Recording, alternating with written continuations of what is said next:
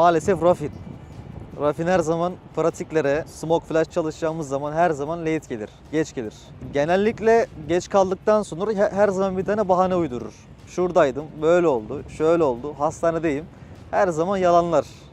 Yani Rafin. En ciddi Line Claw. Her zaman ciddi, pratiklerde, pratik dışında her zaman ciddidir. En az şaka yapan odur. Şaka yapan, pratikleri bozan genellikle benle flex oluyor. Biz sürekli zaten aramızda sürekli şaka yaptığımız için diğer oyunculara da genellikle pratiğin ciddiyeti bozuluyor maalesef. Clash'larda mı? Dizeyin, yani en güvenilir oyuncu Dizeyin ama benle Dizeyin kaldığımız zaman genellikle 2v5'te falan daha çok kazanıyoruz yani. Tekrar Rafin. Maalesef her zaman Rafin. Geç gelmeler, pratikleri doçlamalar yani iptal etmeler genellikle Rafin'den kaynaklı. En akıllı oyuncu Flex. Yani Flex genellikle IGL'de olduğu için yani bizden 2 tık daha fazla düşünür her zaman oyun içini. Yani o yüzden Flex. Rafin. Maalesef Rafin. Yani gerçekleri söylemek zorundayız. Rafin.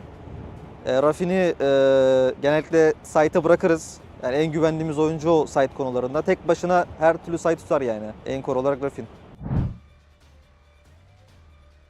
Aramızda en garip olay CFS Vietnam'daydık.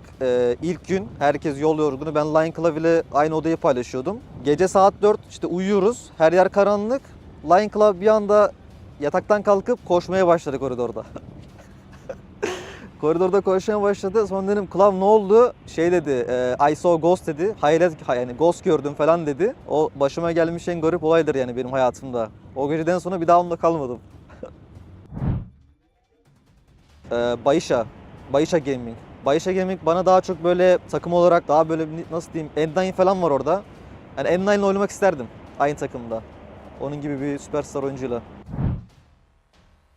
CrossFire 2013'ten 2012'den beri oynuyorum ama 2012 ile 2019'a kadar yani public normal bir şekilde oynadım. 2019-2020'den 2025'e kadar da hani bu şekilde kompetitif oynamaya başladım.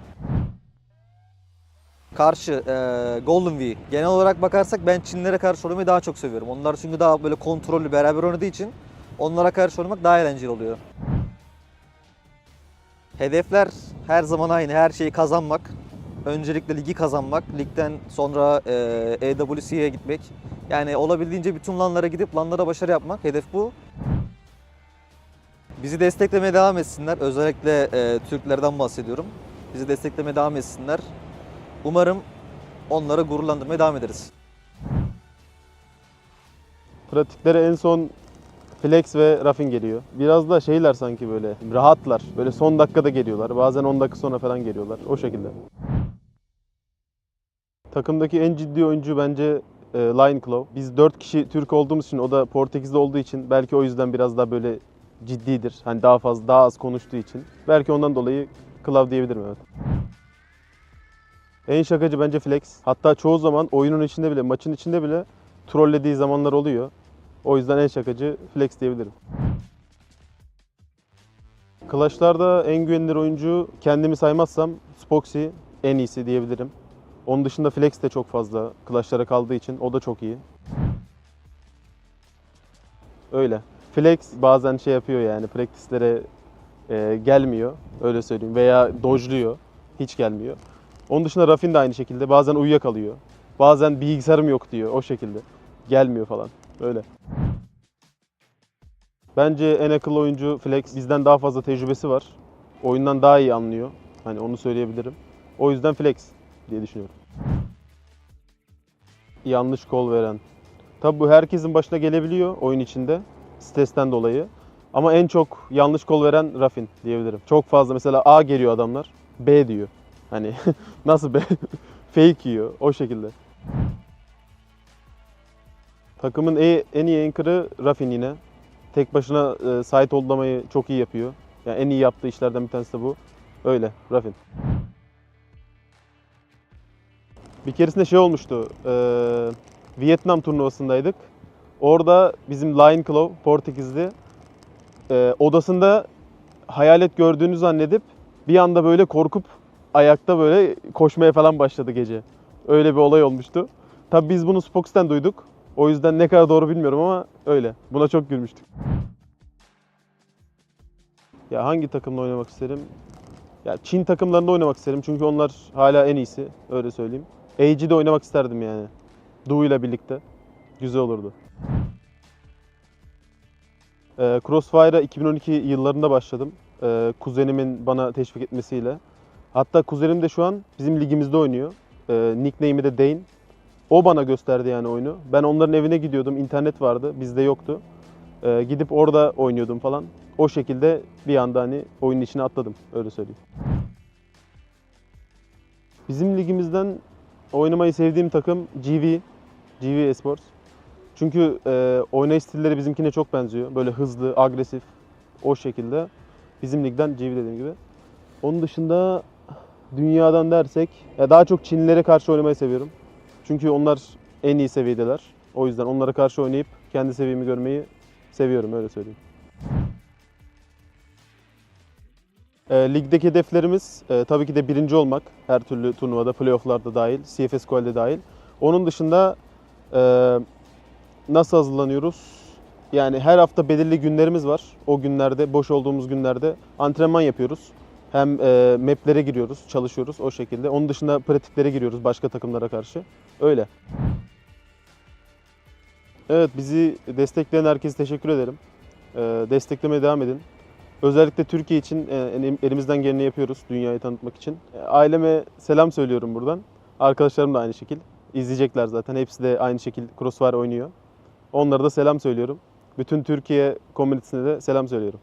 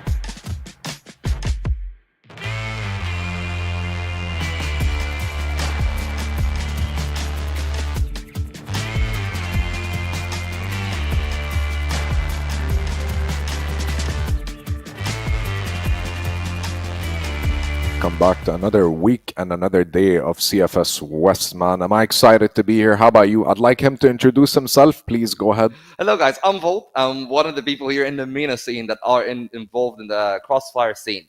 It's a pleasure to be here. I've been around a little bit in the MENA scene as a whole, but this is the first time into the mainstream of having a real appearance. Of course, it's a pleasure to be alongside such a veteran name as Koshari here. Appreciate it, man.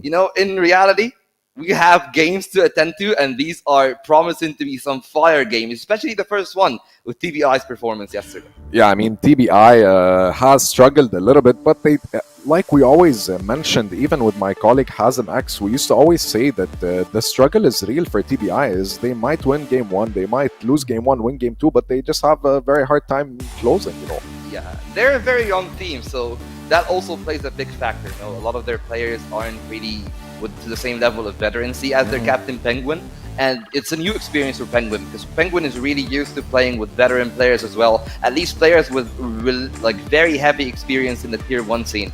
But to get a new roster, it's a new challenge. Unfortunately for them, they've shown flashes of brilliance, which got everybody excited, least of all, like the one yesterday against Anubis. That was an excellent map too, but unfortunately for TBI, it feels like sometimes they have great games and then they fall right back to earth. I agree. I couldn't agree more. And the same thing goes for Entropy, GV, and 999, especially 999. Their struggle is enormous, but we're going to have to wait and see because either way, today we have a very good roster. We have a very good lineup, and I can't wait to see it because let's just say it's the last day of the week and we're this close to playoffs. So we're going to have to wait and see what actually happens.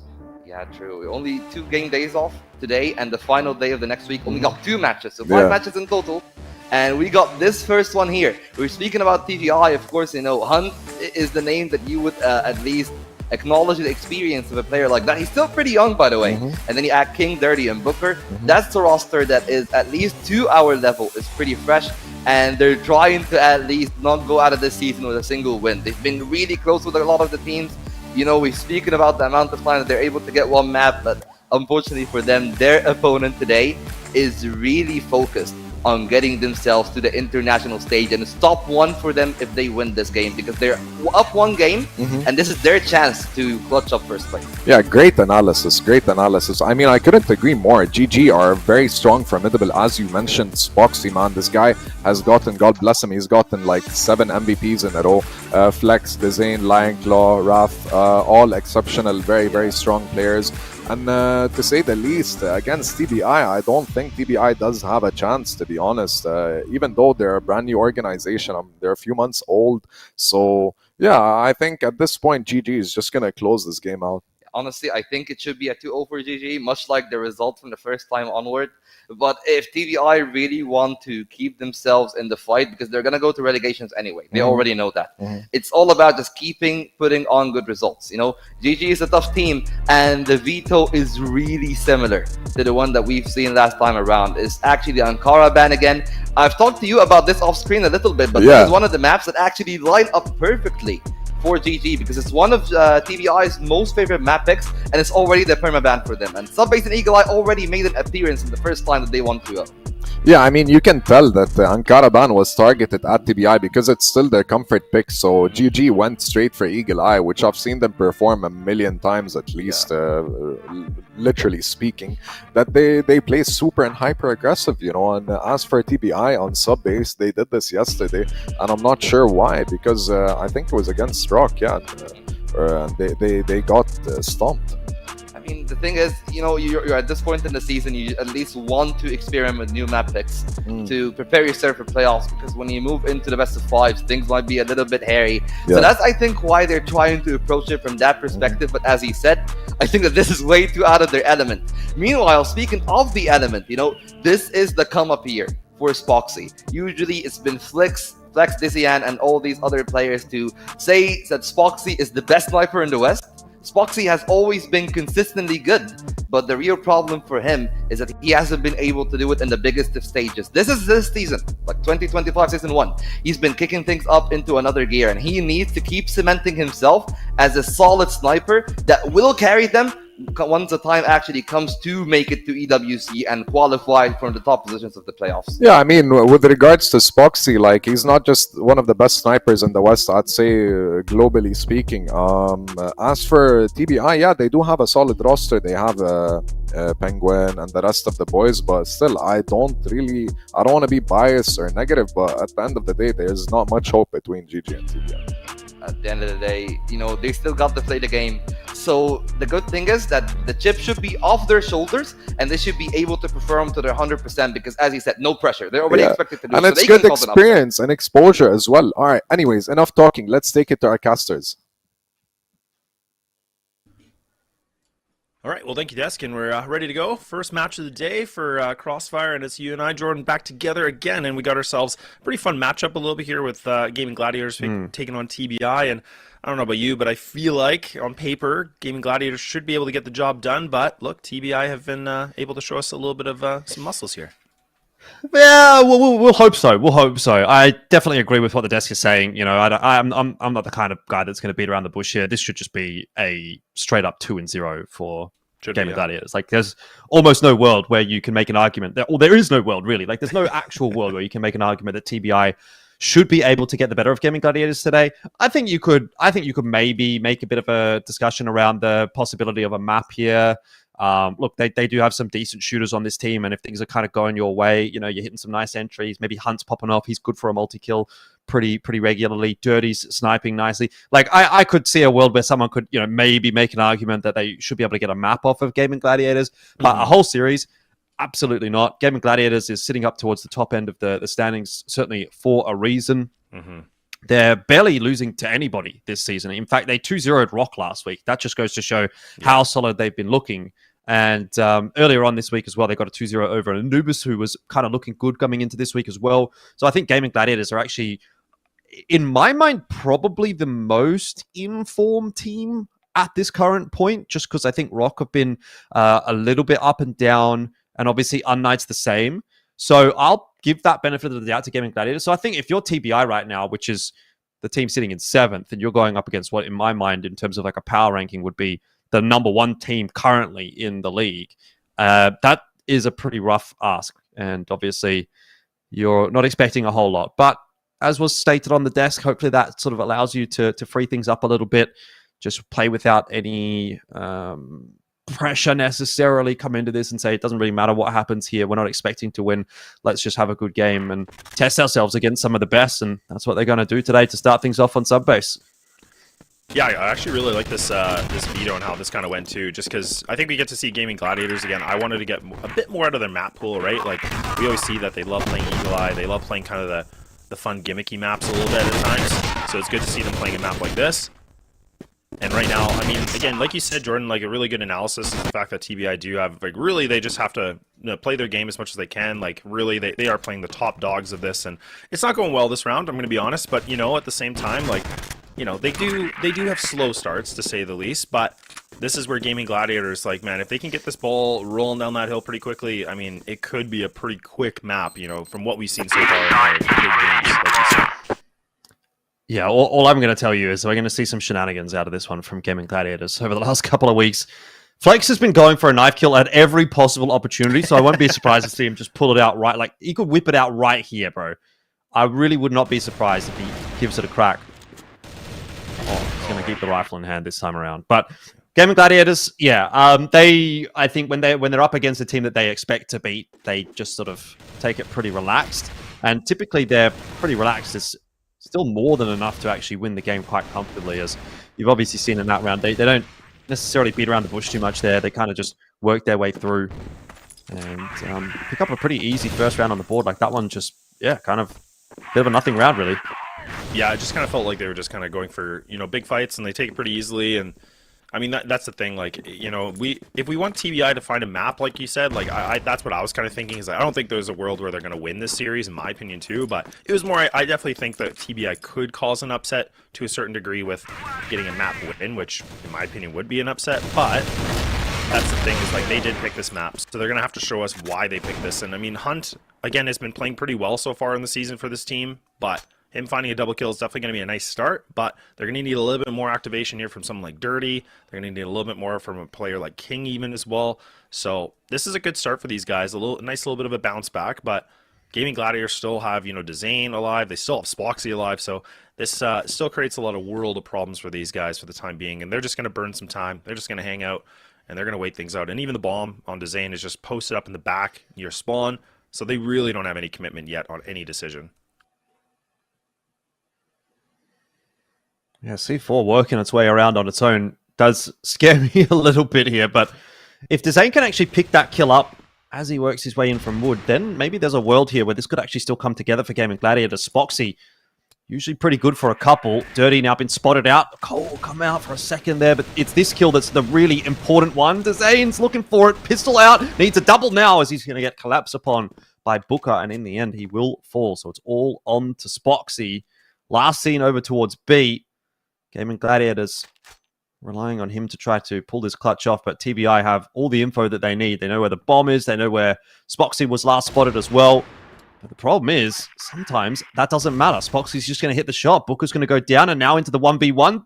Dirty has to land a shot himself. He's now been spotted out. Spoxy 1v1, and he gets it done. And I think that is going to be the start of what might be a very, very tough map here for TBI, because if that's how it's going to go, I mean, look, today's going to be a roughie. Let's just put it that way. It very well could be. Yeah, and like you said, man, the fact, like, that's the thing about Spoxy, man. We talk so much about him, what he's able to bring to the table.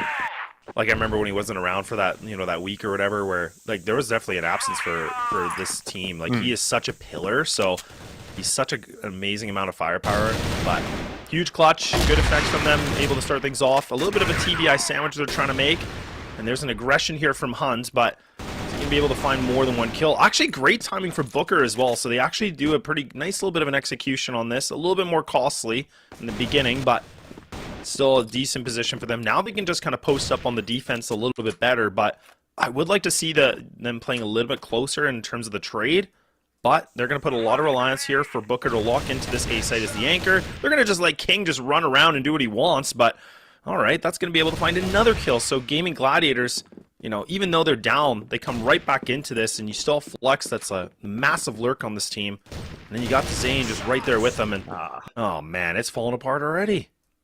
Yeah, see, this is the problem. It's like TBI are getting themselves into positions that are winnable for sure. You know, they're able to contest these early rounds, but Gaimin Gladiators just in the mid round and also individually are making better decisions, hitting better shots. They're a little bit more clutch. And if that's something that we're going to see persisting throughout today, it's going to be really tough for TBI to win rounds because, look, you need to win the rounds where you're favored. Like, you need to win that 2v1 against Spoxy, against a team like Gaimin Gladiators. And then you probably also need to win a few clutches if you want to win this game. If you're not even winning the rounds that you're, quote-unquote, supposed to win, then, unfortunately, you're just going to get steamrolled. And that is so far the way this is kind of going. And Spoxy's going to open up with a kill onto Penguin. Booker somehow, what's going on? There's just, oh, this is a replay. It's a replay. Goodness me. I thought for a second, man, how's Booker gotten so quickly around behind them? That's amazing. But I've just been baited by the replay. It's all good. Okay, don't worry about it. Look, can you blame me for thinking Spoxy's going to do that multiple times in the map? I agree. No, I'm with you. That's just, it is very I was true. full baited. You were full baited. It was a little bit of, I think there wasn't the replay tag on it originally, so they definitely caught That's you. That's an amazing start to the round. Oh my God, there's a guy behind them. Oh, so good. Shout out to production. That's a nice little bait. Jordan fell right for it. I love it. But like you said, it is normally what we see from Gaimin Gladiators, right? Like, Spoxy is the guy that really does find a lot of entries for these guys. Like, he just somehow, some way is able to get a pick. And that's the biggest thing for success, and that's the one thing I like about them. Or it's usually Flex, right? Like, him and Spoxy are kind of those, like, entry-ish kind of guys, but they seem to find them, but not so far yet, and Gaimin Gladiators just kind of toying a little bit here. TBI. Gonna go back for this crunch once again into Woodroom. This is interesting. This is actually decent. I like that they're playing a little bit more aggro. I like the fact they're trying to be a little bit more decision on this and a little bit more aggression, but it's only a 1-in-1 trade, so it's not the best situation for them. And now Flex is already in radio. Oh man, again, look at how convincingly they just get this map control. It's just like effortless for these guys right now. Yeah, Lion Claw trying to lock down any further rotation, but honestly, not even required as Zane's kind of getting that job done himself, getting the plant down as well. Yeah, this is looking easy breezy so far for Gaimin Gladiators, and Dirty's going to have to come up with the goods if he wants to give his team around here. Otherwise, we're headed to a 4-0 lead, a 4-0 start for Gaimin Gladiators. Exactly as was anticipated. Dirty working his way down. He's going to be able to spot out Zane, who's kind of just playing with him a little bit here, just jiggling across. The flash will come through, and now a chance for Dirty. Lion Claw not even deciding to play for the time. He's just going to take the fight. Wins it, of course. Gaimin Gladiators up to 4-0. Yeah, a little bit of a replay action, but honestly, you know, really good work from Gaimin Gladiators. Just like, again, just getting so much map control, despite that TBI is like trying to push it a little bit on them. It kind of feels like they're focusing on one area only, and then kind of Gaimin Gladiators just take full effect of it. And you can even see Hunt again, like he's going to get aggro here in Generator, and actually does proceed to find himself this double kill. So a really nice amount of work from him, and even a triple now. Gets caught on the reload, but my, oh my, the young gun has been able to do his job. So now TBI in a great position on a 4-on-2 and leaving it all just down to Raffin. A massive clutch needed. We might be able to see TBI finally get themselves on the board here, unless the clutch factor is just way too strong, but it's not going to be the case. And TBI, thankfully, they can count their lucky stars. They got a round on the board. Yeah, that's at least something. It's at least a start for TBI. It shows that they can win rounds here as opposed to just getting absolutely blasted. But straight back into the swing of things. Gaimin Gladiators, they're not too concerned about that one at all. Look, you've got a 4-1 lead. It's all well and good to drop around here and there. You know, nice little setup from TBI. Don't think it's going to concern Gaimin too much here. Hunt is playing a dangerous game by probing around that smoke at control room, but we'll get back out to safety. Flex. Oh, he's actually decided to commit to that fight. His teammates were a little far away, unable to really trade, and now Raffin's slowed down by that flash as well. They're going to go in for the fight onto Hunt. A few shots being missed. It's on to Spoxy to try to find those trades. Penguin was spotted out in jail. Ooh. Spoxy, though, will miss the shot, but Hunt going down. Penguin going down. And even when Spoxy's missing, he's hitting. Yeah. So we're right back into the 3-on-3 with the B-side control starting to be established. Zane has already crept his way in behind Dirty. There's just Booker and King left alive now, and they're going to be stuck on this rotate behind that smoke, the nades, the Zane here waiting for it as well. Nice shot in there from King onto Lion Claw, but it's not enough to open this side up. Yeah, and I love the fact that Zane, again, he's been the guy that's just getting so much real estate, right? And look at how much space he's been able to create here. And Booker, yeah, I think he may take the longer way on this. He might try to just see if he can burn the clock a little bit this way. But, oh, actually, Zane locks and loads here, the Alm. I was going to say Spoxy, but yeah, he gets himself a nice little highlight reel there and puts up some massive kills on the board. But Gaimin Gladiators, despite, you know, getting a little bit of pressure against them, they do a good job to bounce right back into it, not really breaking a sweat at all. And that's kind of what you were talking about, Jordan, is the fact that, you know, these guys are, I mean, look, in terms of the ranking, they're not sitting in the #1 spot right now, like they're sitting in #3, but these guys are arguably, like, you can definitely make the debate that they're a #1 team in this league. So you're starting to see that here, and that's the thing. Even when one player goes down, look at how fast they're just trying to push another bit of pressure on the other part of the map, and King's doing a good job, but oh man, he's actually going to be able to find this double. So now Gaimin Gladiators, they might just have to hightail out of this and just kind of recollect their thoughts. Yeah, Hunt around the back, though, may present a bit of an opportunity for another pick, and there it is. Spoxy still looking for more. I mean, you just got to keep fighting here if you're Gaimin Gladiators, as they actually have a few 1v1s that they are now winning. Penguin low. Luckily for him, he's going to hit a nice couple of shots out with that Colt and does get the job done for TBI. I was going to say, one thing that you do have to kind of bear in mind here when we're looking at the overall standings and considering Gaimin as a 3rd seed there, is that they have played one less game right now than both ROC and unKnights. So Correct. They're playing catch up with this game in particular. So that will change things as well. That is I mean, true. obviously, so far this game's gone pretty nicely. I think I was just, you know, respectfully, like, for unKnights, I knew they were going to be a decent team, or top 3, maybe top 4, but I never would have thought they actually would have put themselves in the #1 position. But it's definitely a nice mixture to see. But like you said, with this game here and this series for Gaimin Gladiators, if they can find this win, you know, this is definitely going to put them in a probably the catapult for, you know, getting number 1 today, potentially, depending on the rest of the matches, but we'll have to wait and see, and it's just a massacre. Yeah, Gaimin Gladiators, man. Sharpening the blade, making it look real easy. Flex puts himself on the board with multis. I think he's got himself at 10 kills now. So things are starting to really look riding high here for the Gaimin Gladiators in a 6-2 scoreline. Things are just falling apart over here for TBI. Yeah, you blink and you miss that round. That was a quick one. Gaimin Gladiators wasting no time on this blacklist side. One final round and a half here for TBI to try and salvage something. And look, frankly, a 6-3 against Gaimin Gladiators wouldn't be a terrible result at all. The way things are going, though, we're definitely leaning towards a 7-2 half being, I would say, a bit more representative of how this half has felt.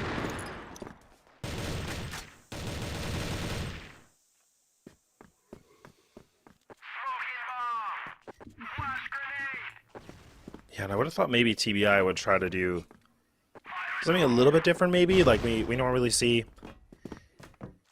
like a team like go double or even sometimes the XM comes out and tries to go for vent control.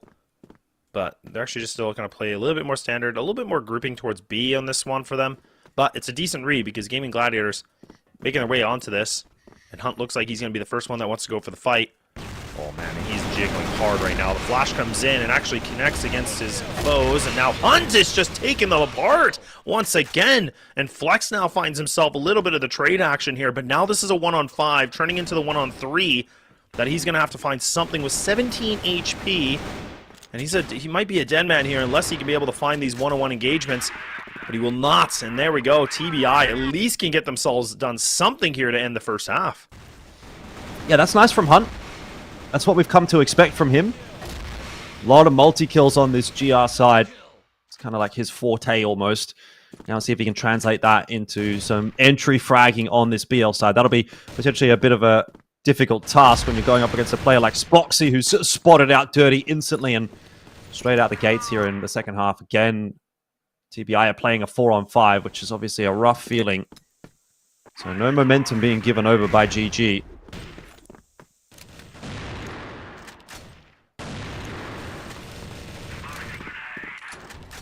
It's kind of crazy to think that Hunt is he's 14-9. Like he's like absolutely top ranking the entire server. And they're losing 6-3 right now. So, like you said, it's so impressive to see because at the beginning of the season he was just like really not performing. Later portion, it's just a completely different player. So you love to see the numbers, but you need a little bit more of those rounds. And right now, Gaimin Gladiators look like they're putting up the building blocks to find that because Penguin's going to be a dead man. And there we go. Gaimin Gladiators take a flawless round here with all 5 remaining, and they get themselves a nice kickstart here on the GR side. Yep, 7-3. That 7 is hit pretty quickly for Gaimin Gladiators. If not in the first half, they'll just grab it in the first round of the second half. Forward smoke here from Flex as he plays close behind the doors. That's going to allow him to just sort of continue to dance around here and even escape if necessary after finding that opening pick. So nice work from him. And Gaimin Gladiators once again have another advantage to start off another round here on Subbase.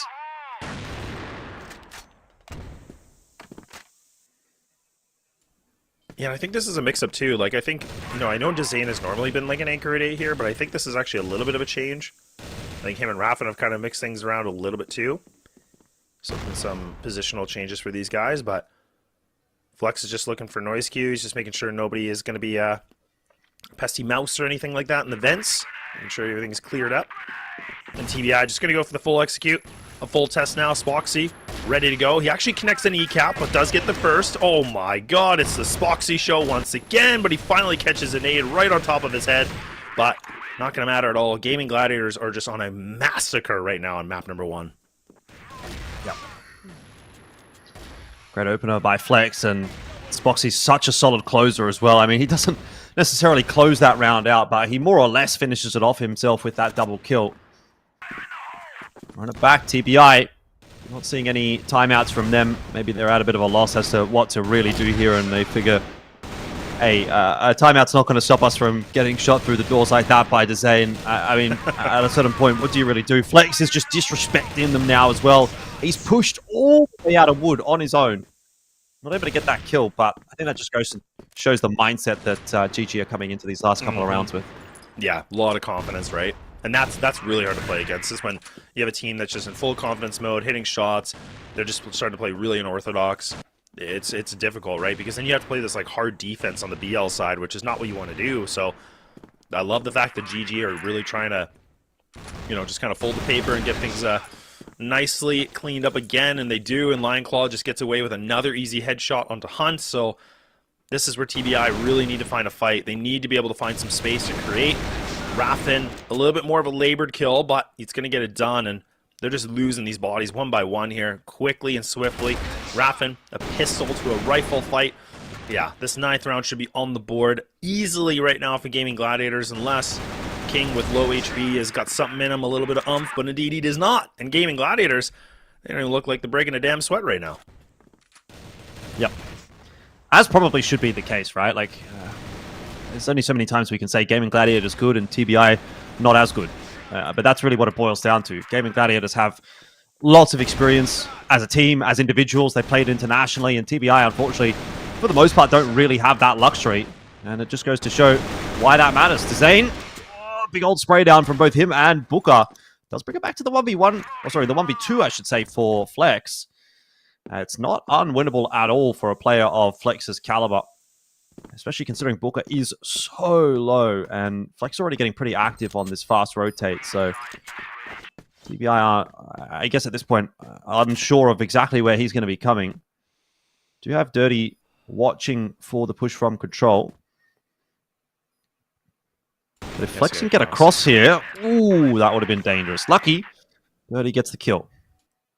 Well, I was getting a little nervous too, because TBI were really focusing a lot on jail. Like, they were just laser focused on that. But it's such a long, backwards play that Flex was going for. I like the idea, but like you said, he had to get past, the scope of Dirty. So if Dirty would have missed that shot, that could have really changed things around, because it would have given Flex so much more, space to work with, put himself in that clutch scenario. But nonetheless, a really good effort, but good for TBI to get themselves a little bit of something, and a little bit of maybe some confidence. I have no idea, maybe not, but something at least on the board. A 9-4, and the map point's still in favor for Gaimin Gladiators. Spoxy sitting at a 15-7, not even top fragging the server yet. That's still in the hands of Hunt right now. And now the XM's out. Oh, Flex, man. Oh, man. No way he's going to get away with this twice in a row. And indeed he does. Oh, man. This is just so demoralizing right now. Yep. This is Flex at his best, though. It's literally what he likes to do whenever the game devolves into a bit of chaos. I mean, he's the one typically leading that, as he's tried to push out of the vent there as well. Hunt will go down to Dezane. There is some damage being done over towards the B side of the map for a moment there from TBI, but looks like it's been cleaned up nicely, and Gaimin Gladiators are storming away to what is a very, very quick and easy victory there. 10-4 on map number 1, and it's just a standard day at the office, really, for Gaimin Gladiators. Well, damn. Yeah, that was a pretty convincing game. I was thinking, TBI, I thought a map like this, I thought maybe, maybe this could be a map where it could be pretty competitive, or maybe a little bit of something, but, I think Gaimin Gladiators came in with a really good game plan. They just played their game, and yeah, really there wasn't too much. And unfortunately for TBI on the receiving end of it, where it was just dominance, and Gaimin Gladiators kind of showcasing us why they are that number 1, number 2 team in the whole league.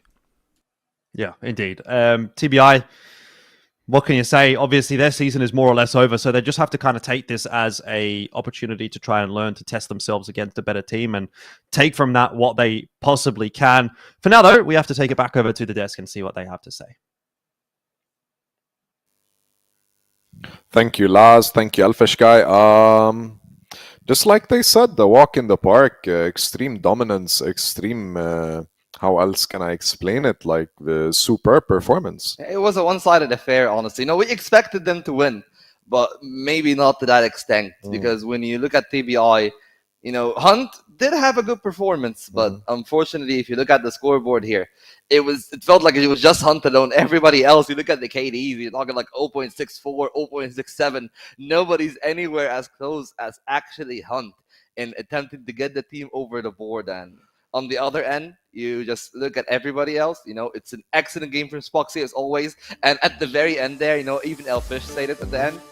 Flex loves Flex to live had a in that shotgun. chaos. Yeah, exactly. He loves that kind of actually had a chaos. shotgun, and it was very impressive. I mean, it was to say the least. I think GG are here to stay, and they're making a statement by beating TBI on their own map pick, which is sub base. So to say the least, I'm not even curious what's gonna happen in round 2. I'm pretty sure it's just gonna be a similar score, to say the least. But we still, of course, if you're looking at the side of TBI rather, you would care a whole lot about you making sure that your result is the best at the end of the league. Yes. Because of course, as we said, they still got the relegation battle.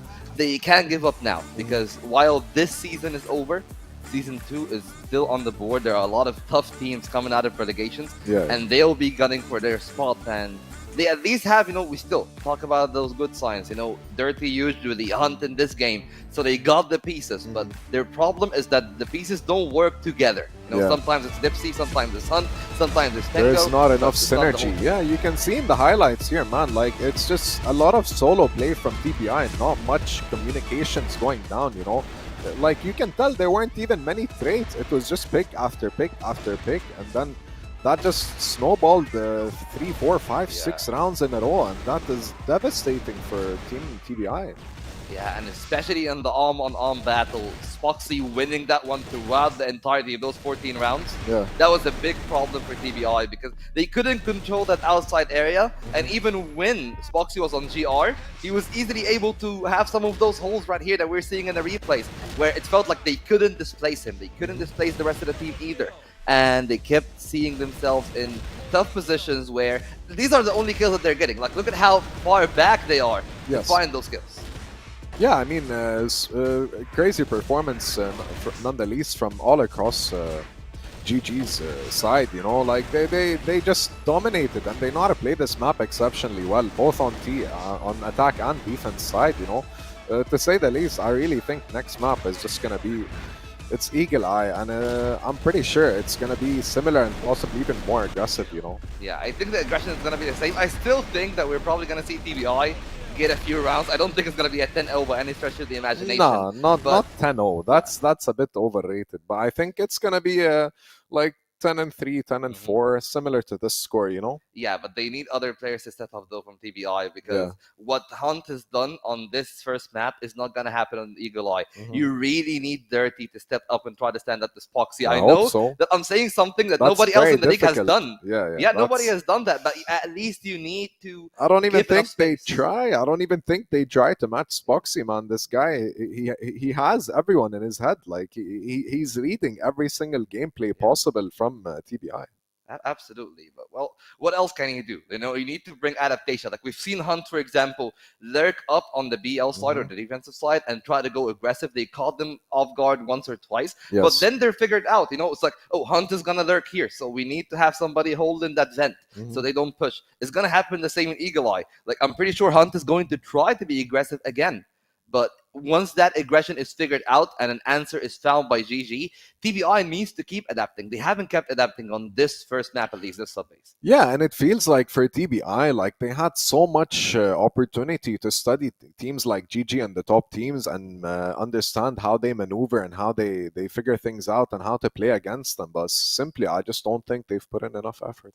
Yeah, at the end of the day, effort can be there, but sometimes there's just a difference in the caliber of the two teams. You wouldn't expect to say that about players like Penguin and Hunt. Definitely. They are veterans in this West League, and they've had a lot of good results, but this squad of 5 players, it seems like they're not really up to the upper echelons of West League. Yeah, I couldn't agree more. I mean, just like the caster said, it's just a walk in the park for GG, and I really am excited to go into game 2 because at this point, I'm just looking to be entertained, by GG specifically. And TBI, I do wish them the best of luck, but they really need to step up their game. Yeah. But yeah.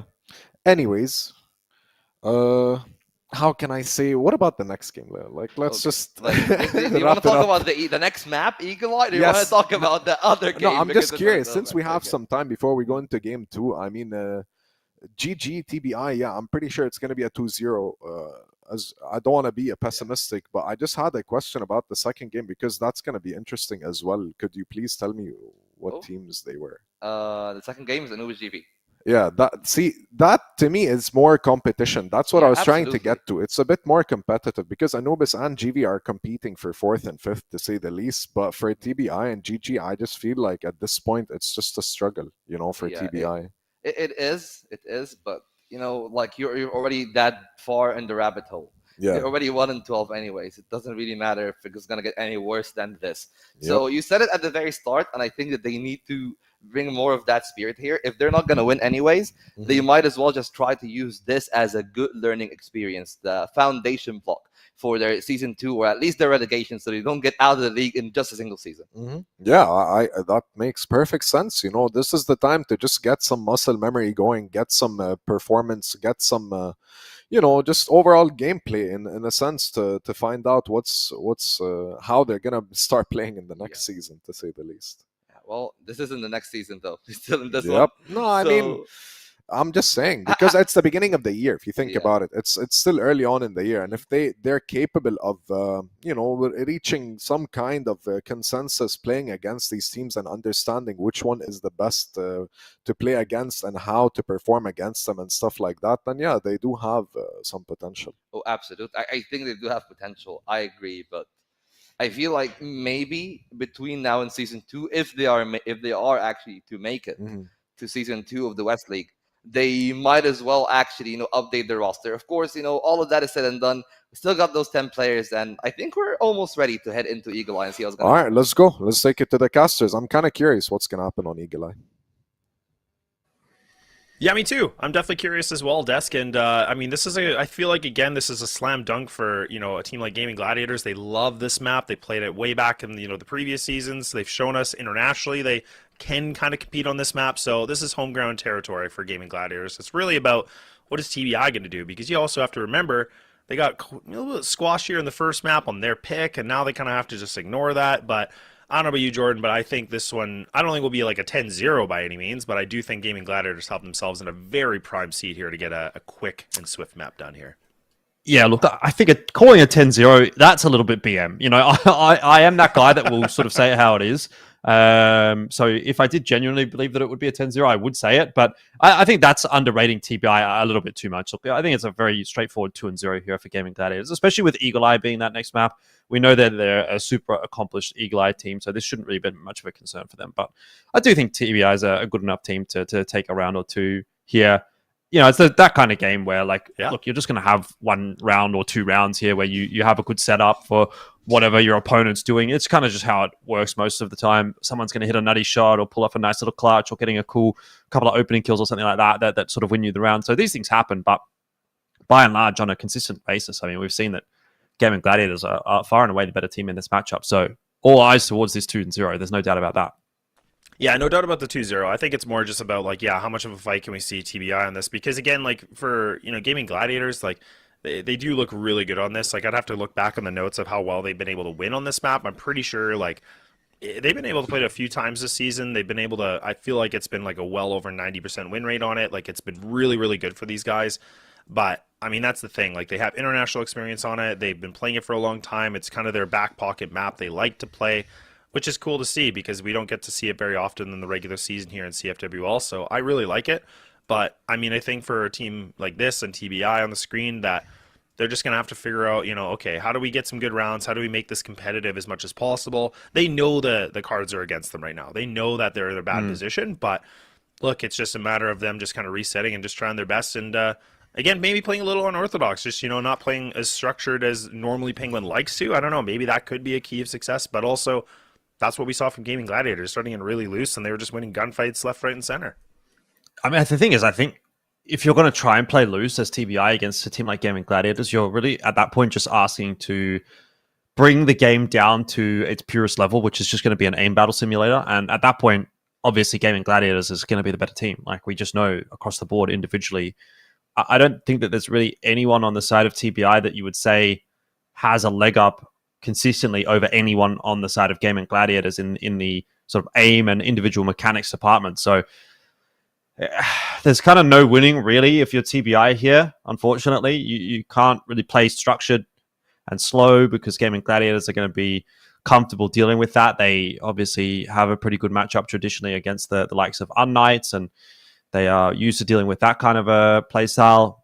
On the other side of the coin, you can't sort of play quicker and try to rely on your aim in general because, well, Gaimin Gladiators is a better team and better players. So where do you go? Where do you turn to win this? I think you just try and throw a bit of chaos in and do something a little bit unorthodox here and there and hope to kind of catch Gaimin Gladiators off once or twice and just see where you go from there.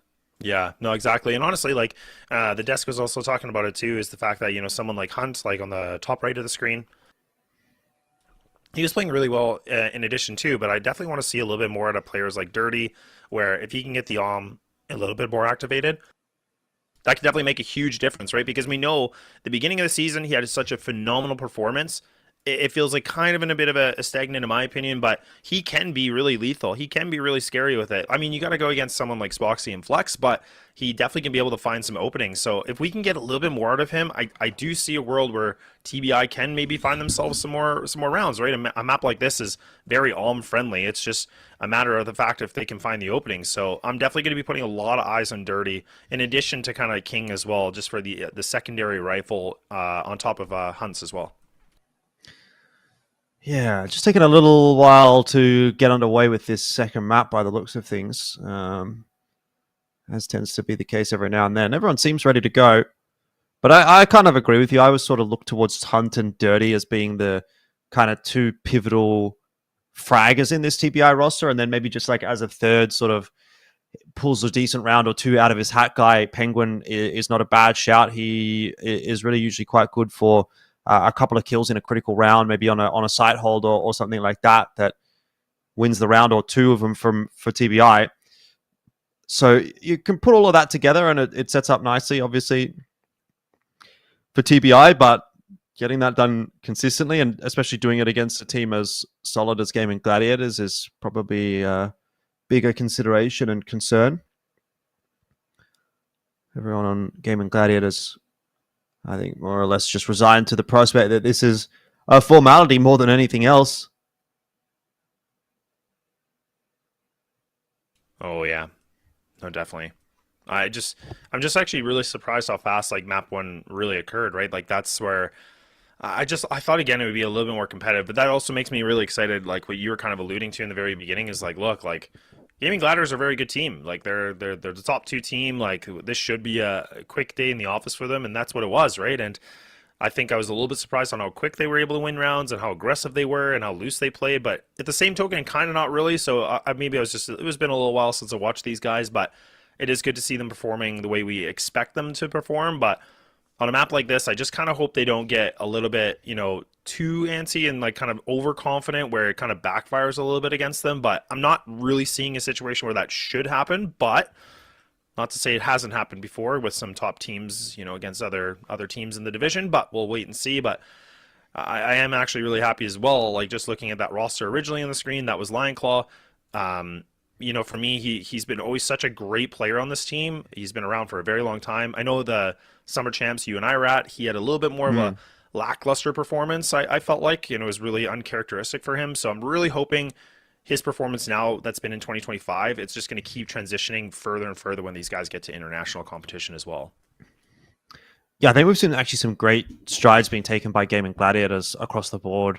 I think all of the West League teams, or at least all of the sort of the international appearing West League teams, that would be Gaimin Gladiators, ROC, and unKnights, have started, I think, to find quite a decent level of form this year. And it's more about how that translates internationally rather than what it necessarily looks like domestically here. So I think there's not really too many more excuses now for Gaimin Gladiators throughout the international appearances this year that they will no doubt be making, right? In previous years, back in 2024 and going back to 2023 and stuff like that, there's conversations about, okay, lack of experience for a lot of these players, you know, first times on international stages and stuff like that. But now, you know, we know that these 5 players have had that experience and they've been able to kind of like play a couple of like important matches and stuff like that on these big stages. So I feel like now and going into 2025 really is kind of like what should be the perfect storm for a couple of West League teams to really put in some good results overseas, right? We'll wait and see what's going to happen at things like EWC, which will be around mid-year in place of that summer championship, and then obviously once we get to the CFS Grand Finals as well. But these are two pretty high-profile events that hopefully these teams are going to be now comfortable enough at. Yeah, I hope so. Yeah, because I agree. Like, I felt like, it was a little bit surprising in some degree because Gaimin Gladiators, again, they had such a great online performance. But in the same breath, though, it's like any team that's kind of relatively new, like in this case for Gaimin Gladiators, they were a roster that kind of was made last year, and they were doing well. But, the LAN environment is so much different, right? And then they also had to play international competition, which these guys were a little bit unfamiliar with as a group. So I definitely think them, getting the bumps and bruises from last year going into this year, I'm hoping that's going to help them prepare a little bit better. I think we're already starting to see that now.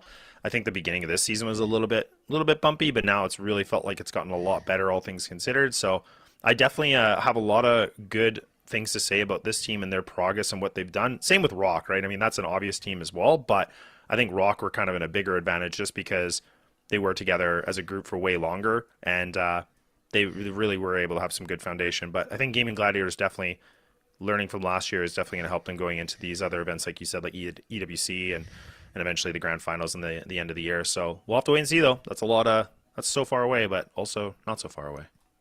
Yeah, it's really not. Like it really is only probably like 2-3 months here before that first big international tournament for at least these West League teams. We know that there is going to be CrossFire at ACL as well, but that will not involve the West teams.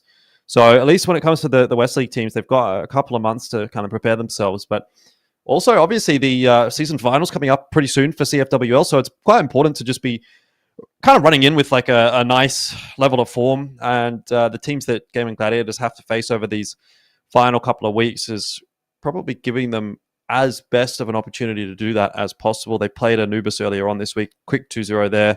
Well, I wouldn't say it was quick necessarily, but it was a pretty solid 2-0.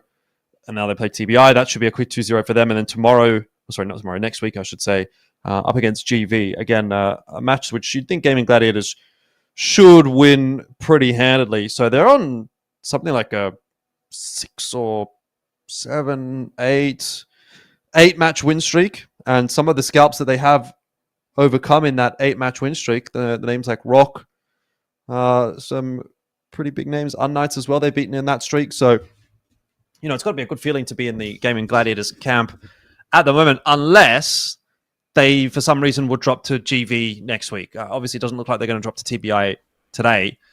If they drop to GV, that'll definitely raise some concerns, but I can't imagine that's very likely.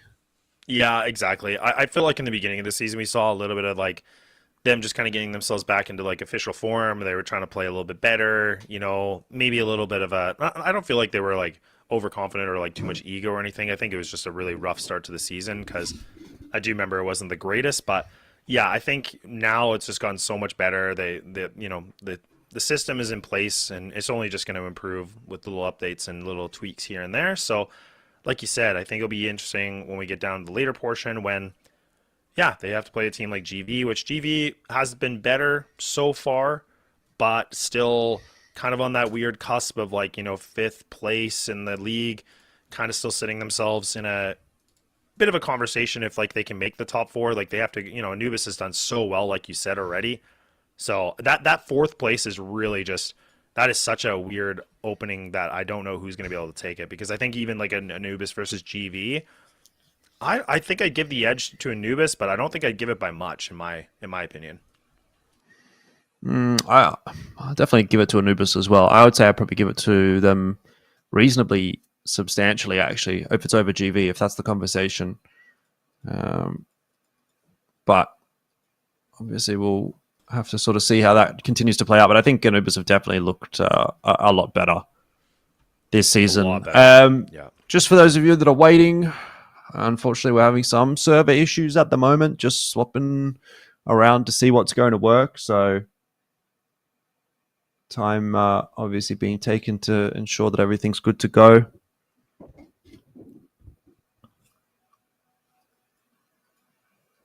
Not much more to necessarily be said about this matchup, unfortunately. That hasn't already been said.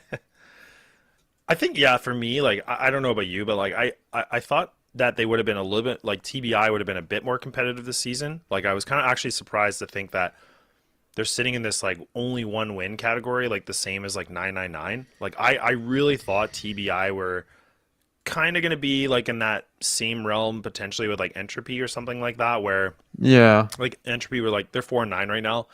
But I felt like TBI could have been a little bit better. But with Penguins Edition, but it really doesn't seem like it hasn't given them too much. I think there's been closer games, but I don't think it's really, again, found them in a win category, which last season was all I could ever talk about. So it's kind of a little deja vu again. Yeah, I definitely thought that TBI would be better than they have been too. I looked at the names on this roster and I thought, okay, you know, we've got a few names here that are pretty recognizable, have been around for a little bit. Definitely thought that they would be, if not contending for a top 4, like at least pushing some of those teams in the middle of the pack. And I don't really feel like they have necessarily done that. Okay, yeah, they took a map off of Anubis yesterday. You look at a lot of these TBI matches and, you know, there's some pretty unfortunate results. Like they lose to 999, they lose to Entropy, which are two teams that you'd think they might be able to challenge. They lose 2-0 even to GV. So it's like, oh yeah, it's all well and good that you're getting maps here and there, but at the end of the day, you're not actually getting any wins on the board, really. And so that's a little bit unfortunate, right? I think they want to obviously try and improve upon that, although that's going to have to be a next season thing rather than a this season thing, because their season is pretty much over at this point. Yeah, and that was the one thing that I think it was Kyle and I talked about this in the very beginning of the season, is like the new format change with it being not like a best of 2, but it being a BO3, right? Because the BO2 system, like obviously in TBI's case, it would have been almost better because they're a team that, like, again, they've been able to have some map wins and things like that, so they can get some points. But with the BO3s now, like, you cannot get anything like that. It's all about the wins. So for them, it's just been really unfortunate. I felt like if we kept that system, that could have been really good for a team like them. But like I said, they've been competitive, but just not enough. But either way, we're hopefully getting closer and closer here. It does look like you said the player's ready to go. Spoxy looks a little bored out of his mind, but that's all right. I mean, I don't blame him. It's been like 20 minutes since the last map finished, so he's just been sitting there chilling. He's ready. Like, yeah. The hard thing about this is, like, obviously Gaimin Gladiators know that they're pretty much going to quick and clean 2-0 this. Like, this break's probably taking longer than the next map's going to go. So I think it's kind of hard to, like, lock in if you're a team like Gaimin Gladiators for a matchup like this, when you kind of know this is like a real foregone conclusion, and then there's this hoo-haring about the server and whatnot. It's just like, okay, come on. We just, like, get underway and kick things off, unfortunately. You know, like, what's going on at this point, right? Like, it should just be done. Like, it's hard for them, it's hard for us, it's hard for everyone to be invested when it's taking this long to get going. And I don't blame them for just, like, sort of switching off. So we may see things like slow down a little bit at the start of this map, right? Like it's almost a complete reset. Like we're almost restarting this series. So, you know, you need time to kind of get back into the server. You're not warmed up anymore. Everyone's cooled off. Anyway, obviously some problems, guys. So we're going to take a short break here, and hopefully things will be sorted out pretty soon, and we'll get back to you in a sec. Bye.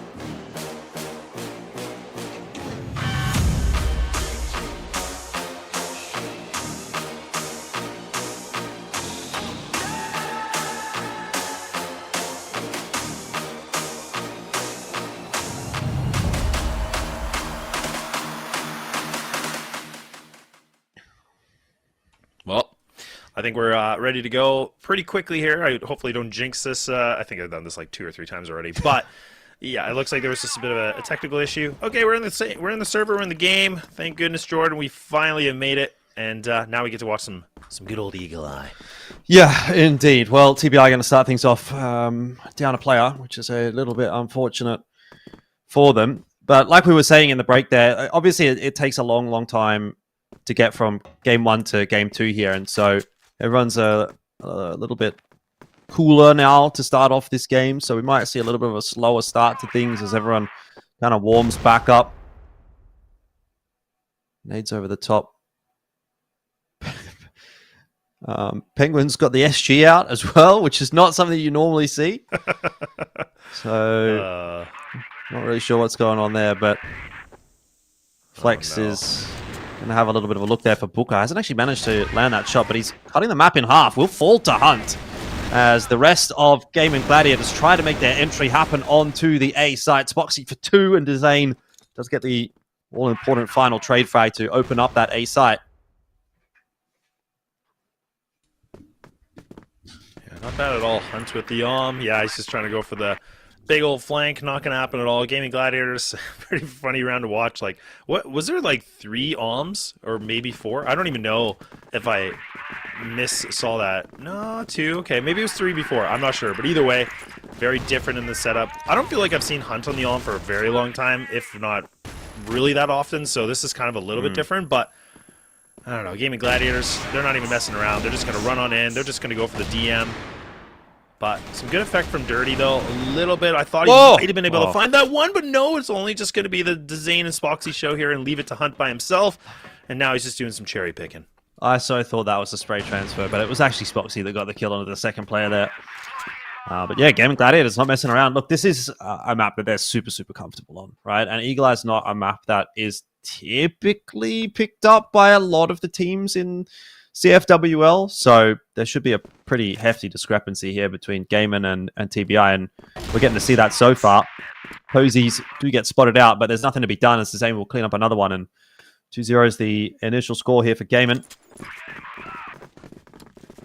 I don't even think TBI's played this map at all. Like, I don't think they've played it once this season, so I think that's why we're kind of seeing like Penguin with like the SG and stuff and just trolling a little bit, is maybe they're just mentally checked out on it. Like, I mean, and honestly, it's hard to say because like you can argue that, but I mean, I don't blame them too, because again, they, like we said, we knew in this best of 3 they had to get that first map win. Like, it's one of those situations where if they don't get the win, they know that this is probably going to be a 2-0 against them. Gaimin Gladiators have to play like the worst game of their life on this right now, but look at how fast, like, you know, and much confidence the Spoxy has. He's just creeping up on this. He's going to be able to find this kill probably pretty quickly. Okay, and makes it easy. I think the double should be coming through, and Flex gets it actually instead. So I don't know what's going on here, but man, oh man, it is just again another massacre. Demolition out. Yeah, not looking like a tough day at the office so far from Gaimin Gladiators. C4 still has to come across to A, so that's taken a little bit of a while, but that's going to go down now. And for Hunt, a fairly impossible task, really. He doesn't even really look like he's honestly trying to go for this. With like 25 seconds, you're not even having a look at the site so far. I think you're pretty much timed out of this round. So he's almost just playing for some stats and trying to maybe pick up a kill or something. Dezane's now spotted him out. He's not giving himself a chance of winning this round, which is a little bit unfortunate, really. But like, what are you going to do in a 1v3? Yeah, true that. What are you going to do?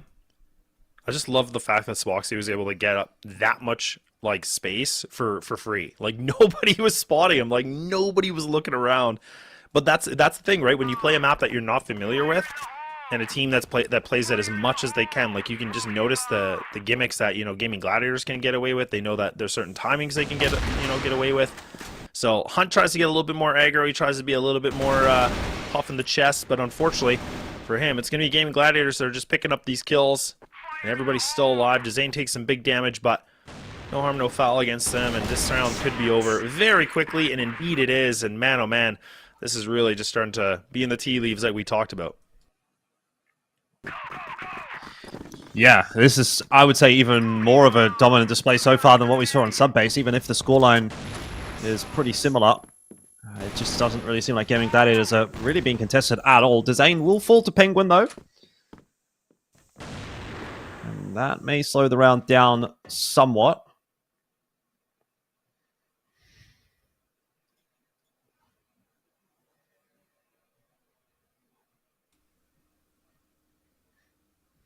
I do like watching this map, you know, like I like when you compare this map in Mexico, like I always like seeing Mexico only because we never get to see it, but this map to me, it actually is pretty fun to watch. There's a lot of cool little quirks with it, and I like it.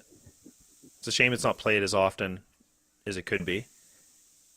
Gladiators will definitely make work of it. Ooh, Booker! Booker with a 3! Not bad at all.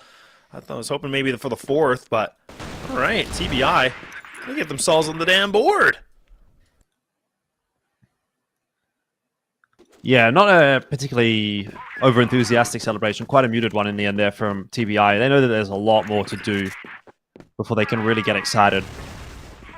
Big hefty stack over towards B, and Gaimin Gladiators should recognize that. That's a lot of util that's getting thrown in that direction, and a lot of players showing some space as well. So, want to see them kind of moving quickly through the map elsewhere. Really opted to do that. They do still need to recollect that C4 as Spoxy's going to fall, so he can't go back and grab it. Flex will ultimately be the one to look to try to pick it up. It's kind of just out in no man's land, which is a pretty interesting spot to drop the C4, but all good. Got it, and they'll be on their merry way toward A to try and do something about this 3v5. Yeah, I would definitely not count Gaimin Gladiators out of this round yet, too, because we saw even on Subbase there was multiple times where it was like a 2v4 or, you know, a 2v3 against them. And this is all it takes, is them just finding a little bit of these openings, and Booker actually does a good job going for a nice little bit of a trade back on this. With the number advantage, that is going to pan out nicely for them, but you still got Flex, you still got Raffet on this. Flex has to be able to find connections, though. He has to be able to make this Alm into full effect, and they got the minute 15 waiting. C4 is going to be able to go for the plant. Now, with Flex gone, it's all about Raffin. Can't get it done, and TBI, they get 2 in a row. Yeah, that one looked, I would say, even better than the last, because the first one you could put down to, oh, okay, Booker just has a nice round there. You're not going to get that every single time, but that was a little bit more of a consistent-looking round from TBI. They're going to change it up as well by going aggressively here, and that seems to have somewhat overwhelmed Gaimin Gladiators until Raffin comes into play with 3 and just shuts the round out himself. Hunt alone now. And Raffin picking the pace up to take some space. Spoxy here as well, watching for that rotate. Just as soon as it starts to get rolling for TBI, the door is slammed shut in their face.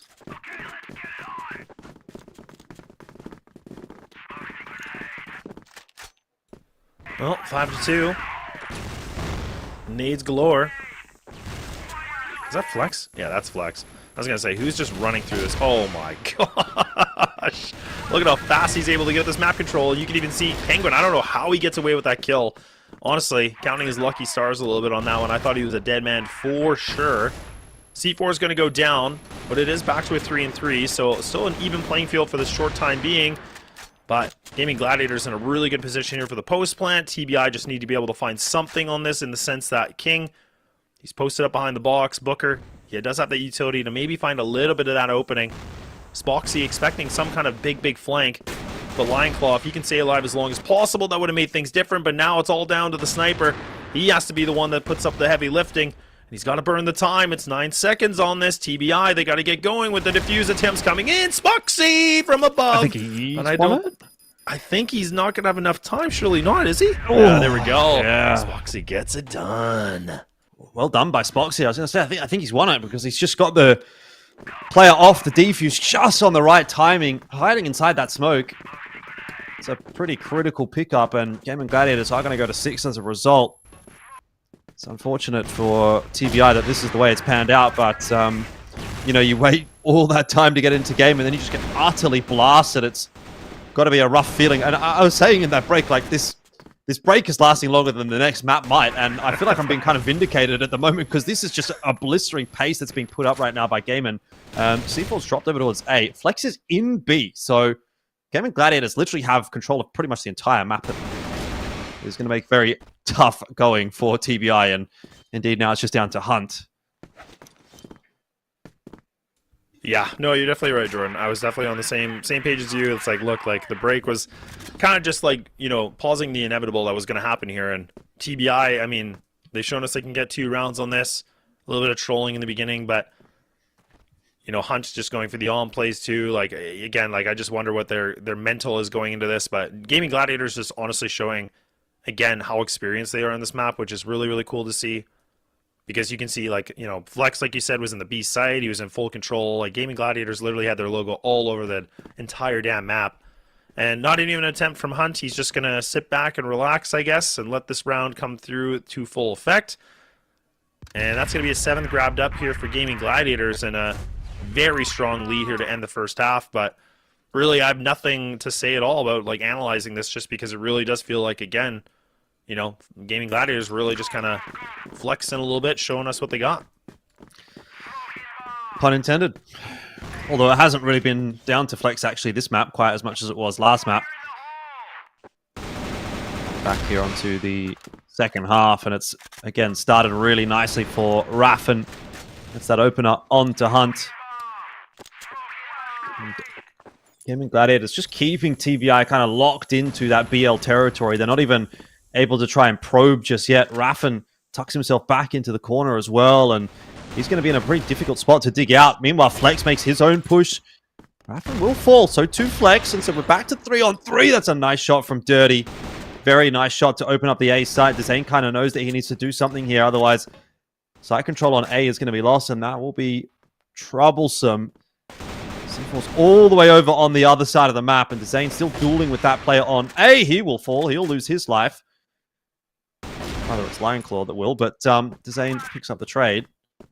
So 1v1 here for Penguin to try to keep his team in the conversation. Ooh, might be able to get the timing. No, he will not. Ooh, Zane though. Nice little bit of a taparino, but yeah, again, that's what we were talking about. Even on Subbase, that was the same thing where like TBI would have such a good power start, like a good power play moment, and then it just falls apart, right? Like TBI had themselves really good fights in their effect, and then it just, you know, all it takes is 2 players from Gaimin Gladiators to come back for the clutch. So closer and closer we get to the end point of this, and Flex finding shots right through the smoke, takes down Dirty. And we got to see Dirty being a little bit more active in that previous round. I loved what we were seeing from him. He was able, I think he even was able to find himself, if not a triple kill, for sure the double. So now 2 players go down simultaneously, and oh man, this is just, I don't know. Oh! Ooh. He's missed the sitter and then just absolutely banged some heads off. Problem is, Lionclaw's going to get round behind and should clean up Penguin here. And that'll bring it back to the 1v1. C4's still all the way in towards BL spawn. So Hunt's going to have to go and recollect that. Health advantage is well and truly there for Lionclaw at the moment. So it should be his round. Oh, and he's active too. He's looking around.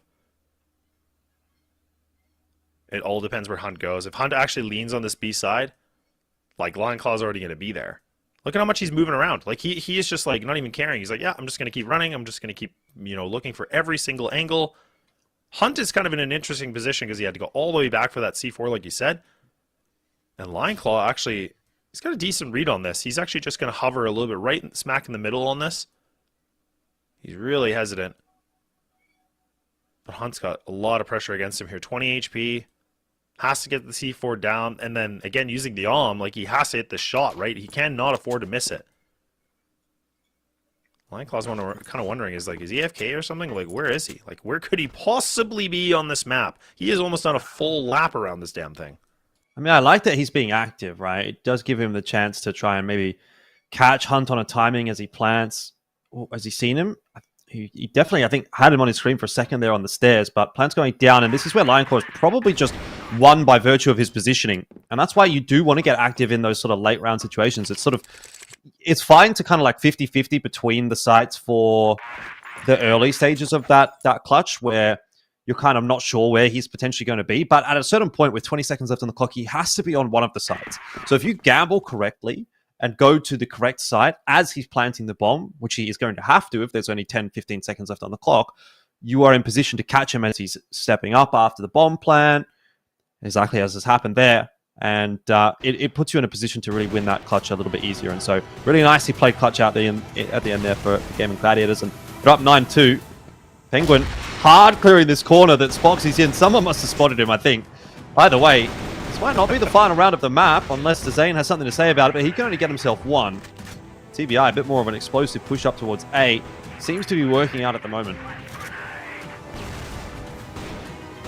Yeah, Flux now getting a little bit overwhelmed. I don't know what he's doing. He was kind of just sitting back with the nade out in his hand, but TBI, they keep themselves in this game. Yeah, that Band-Aid is going to hold on to this wound, I guess, a little bit longer and stem the bleeding, but yeah, that was a pretty funny attempt just because Spoxy, I think he was hoping for the trigger discipline, like everybody run by him, and then he can just get himself a multi-kill, but yeah, somebody must have just spotted it, or just a really good inkling on it, but 9-3, map and series points still here for Gaimin Gladiators.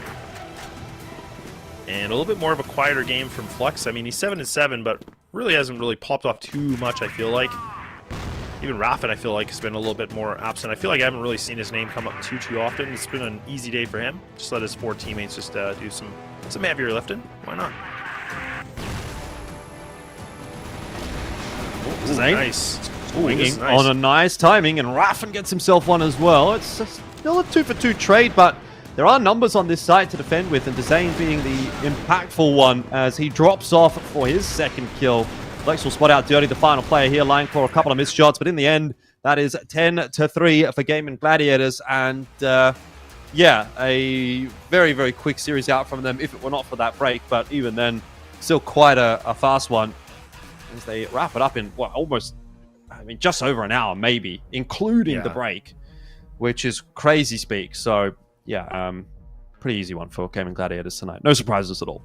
Yeah, no surprises at all. Honestly, like you said, it was kind of like we all expected, like you and I were expecting this. The desk was even expecting this. It was more the question about what is TBI going to be able to bring to this? Like, how many rounds can they actually, make it into this game? Is it going to be a lot? Is it going to be little? But either way, I mean, I think Gaimin Gladiators, glad to see it was an easy day for them. They didn't make it hard, because that was the one criticism I had for a team like ROC, where they're a really strong team, but sometimes they make it way harder for themselves in closer games, which it shouldn't be.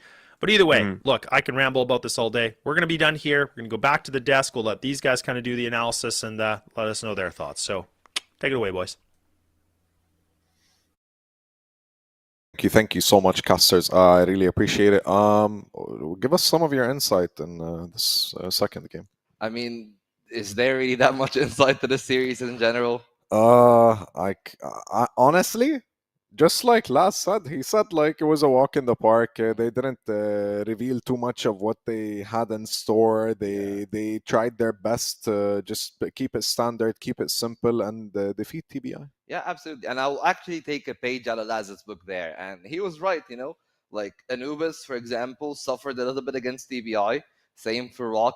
Even unKnights really had a bit of a tough game against Entropy, if I'm not completely mistaken. That went 2-1 in their first set.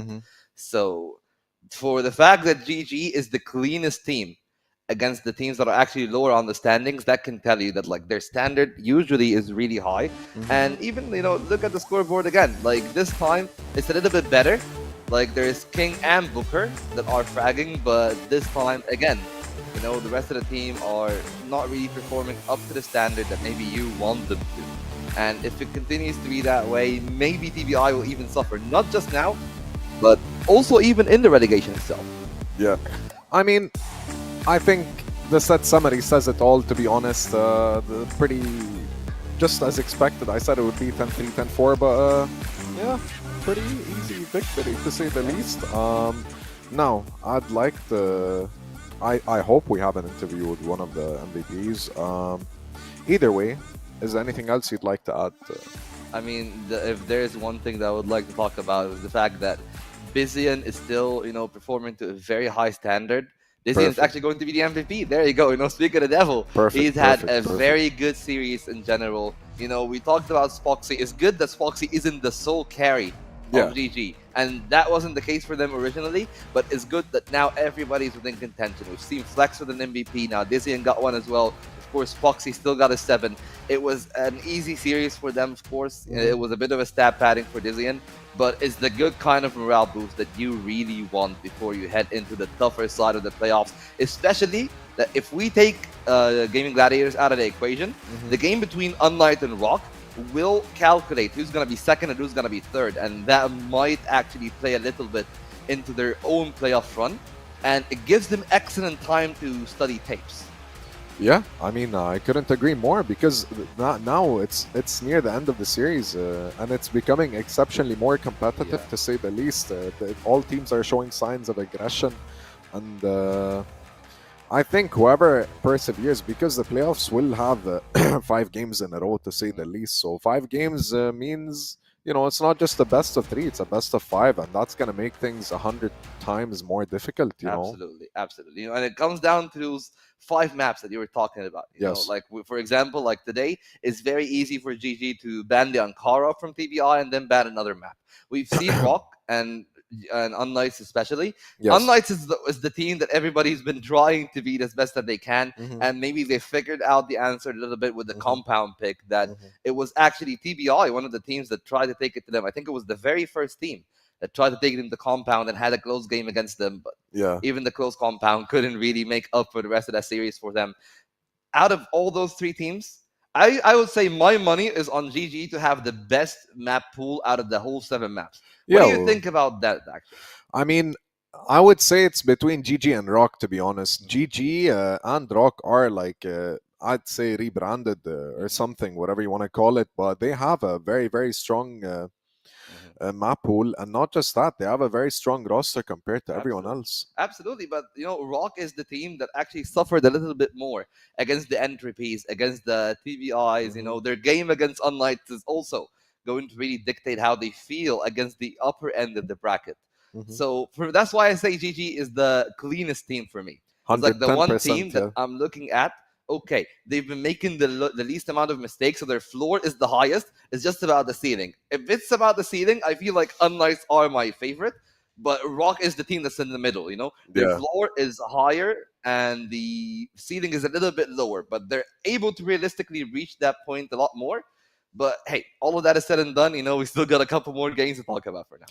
Yeah, I mean, sadly, we do not have an interview with Design, but it's fine. We know their game plan. We know what their aims are. Let's talk about the next series, which is GV and Anubis. Yeah, GV Anubis was a very close series between the 2 teams last time around. It was 10-7. 10-7, both maps. Mm-hmm. It was 2-0 for Anubis, but that means that it was only 6 rounds to separate them from a 2-0 for GV, actually. Of course, for GV, they're locked in the 5th spot. They can't really go into relegation, but I don't think that they have the correct games, at least for the way that the rest of the map day is stationed, to them getting into that playoff position. So they're going to be stationed there, but at least maybe getting the vengeance on Anubis will feel good for them to head into Season 2. I agree, 110%. I think this is actually going to be a bit more of a competitive match between GV and Anubis because, yeah, Anubis has semi-secured the 4th place, but I think GV at the same time, they still have some fight in them. Absolutely. As we said, it was a very close first set between the 2 teams. Now they're going to run it back. The map pool was the thing that I was actually really impressed with. The fact that both teams really got the compound under lock. We probably are going to see the port again, which I think port is really one of the good maps for them to work into. We've seen one sub base. Maybe we'll see that. I'm feeling like it's one of those 3 maps. It's port, sub base, and widow. I think Ankara is probably going to be banned or picked, and here we're looking at the head-to-head, the place 4th and 5th place. Similar win rates. I think that's like a one win differentiation or 2 maximum. But I don't know. What are your predictions? My prediction is that it's not going to go like the last time. I think that GV is actually going to take a map away from Anubis.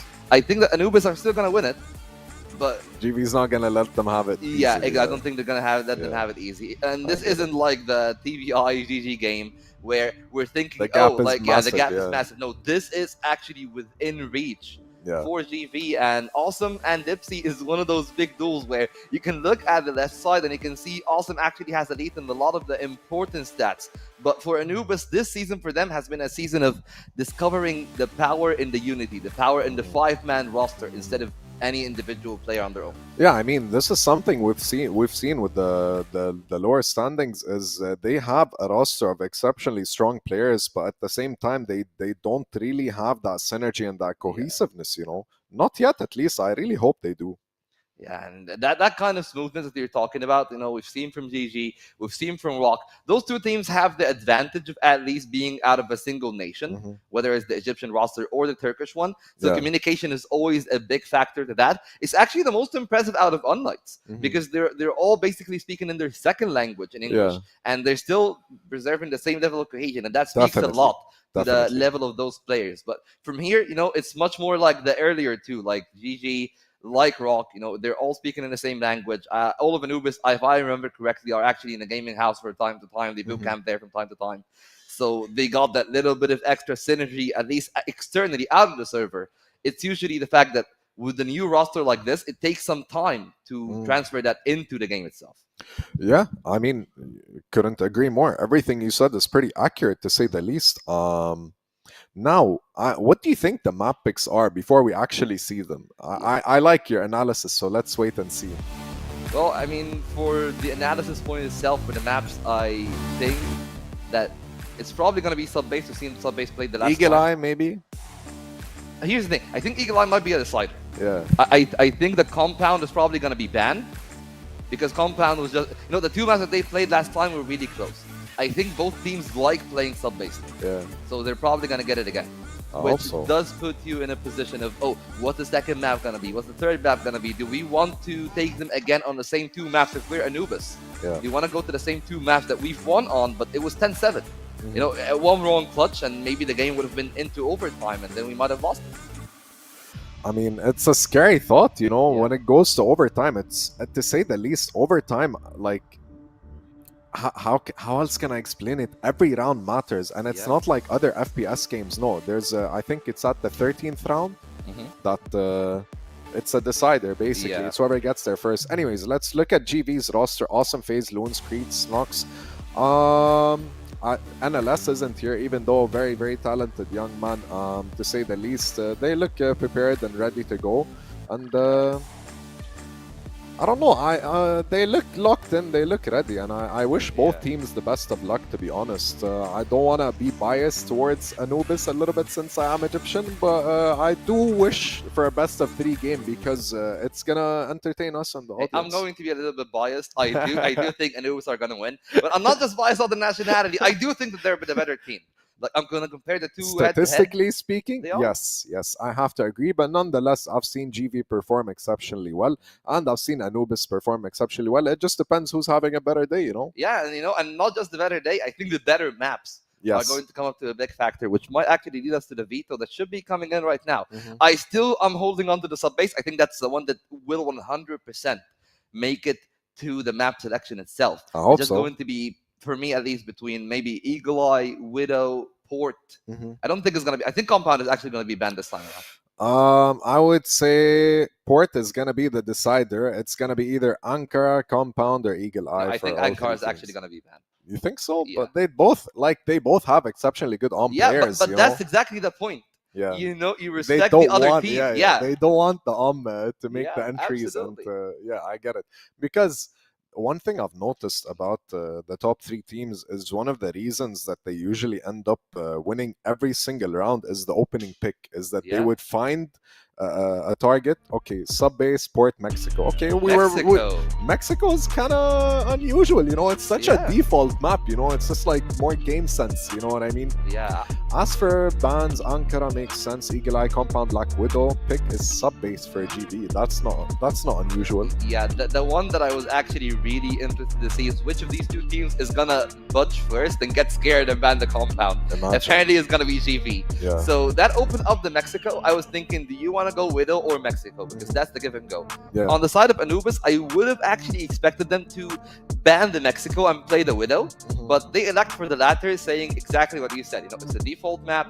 We trust in our pair and we trust in our entry pack, and I think that duel that we had, the head-to-head between Awesome and Dipsy, is going to be a very pivotal one on that Mexico, even if we get there. But I think it's also going to be equally as important on the opener of sub-base, where GV are going to be starting on GR, which does mean that the openers are going to even be more important. More rewarding, the players as well, So this is kind of like a test between the players, which is awesome. And I'm pretty sure on defense on Anubis, they'd probably have either Dipsy, Doom, or Sal playing the So we're gonna have to wait and see how the arrangement is gonna occur with the weapon selection as well. You know, it's pretty interesting. Like, I'm excited because GV versus Anubis, man. That's I wouldn't say first, game. second, third, or fourth. Yeah, this is the kind of match that they definitely need to win, to say the least. Yeah, especially more so for Anubis than GV. You know, for GV, they're already locked in that limbo. It's a very weird fifth spot for them, but at least they feel that they're safe. No relegation for them, probably anyway, unless like Entropy for somehow gets a miracle and they get like negative points somehow, but that shouldn't be the case. They're already locked in on that first spot, and the teams are ready. I think that this sub base is going to be pretty exciting, but I'm actually going to put my money that Comics is going to have a big game, especially on the entries. All right, we'll wait and see. Your money's on that. My money's on, I think, Doom. I'd say, honestly, Doom is going to perform exceptionally well and awesome. Anyways, without further ado, let's take it to our casters. All right, thanks, guys. Yeah, we're on the second series of the day, and this is probably, to me, Jordan, I would probably say this is probably the biggest matchup in terms of this day here, and the weekend is Anubis taking on GV. This one's kind of up in the air for me personally, just because I think we were talking a little bit about, you know, Anubis should be able to have this any time of the day, but, I mean, it really does depend if we get a decently formed GV, and that's exactly what we're starting to see right now. We're going right into the action. Anubis have already gone into a bit of a blender, and it looks like GV might be able to find themselves a quick and dirty first round to get things moving for the best of three. Yeah, let's see what kind of GV we get today. Again, I've said it so many times when we've been watching GV over so many series that they are very much a inconsistent team where one day they can look like the best team in the league and another day they can look like the worst. This is a pretty positive start from them. There's no doubt about that.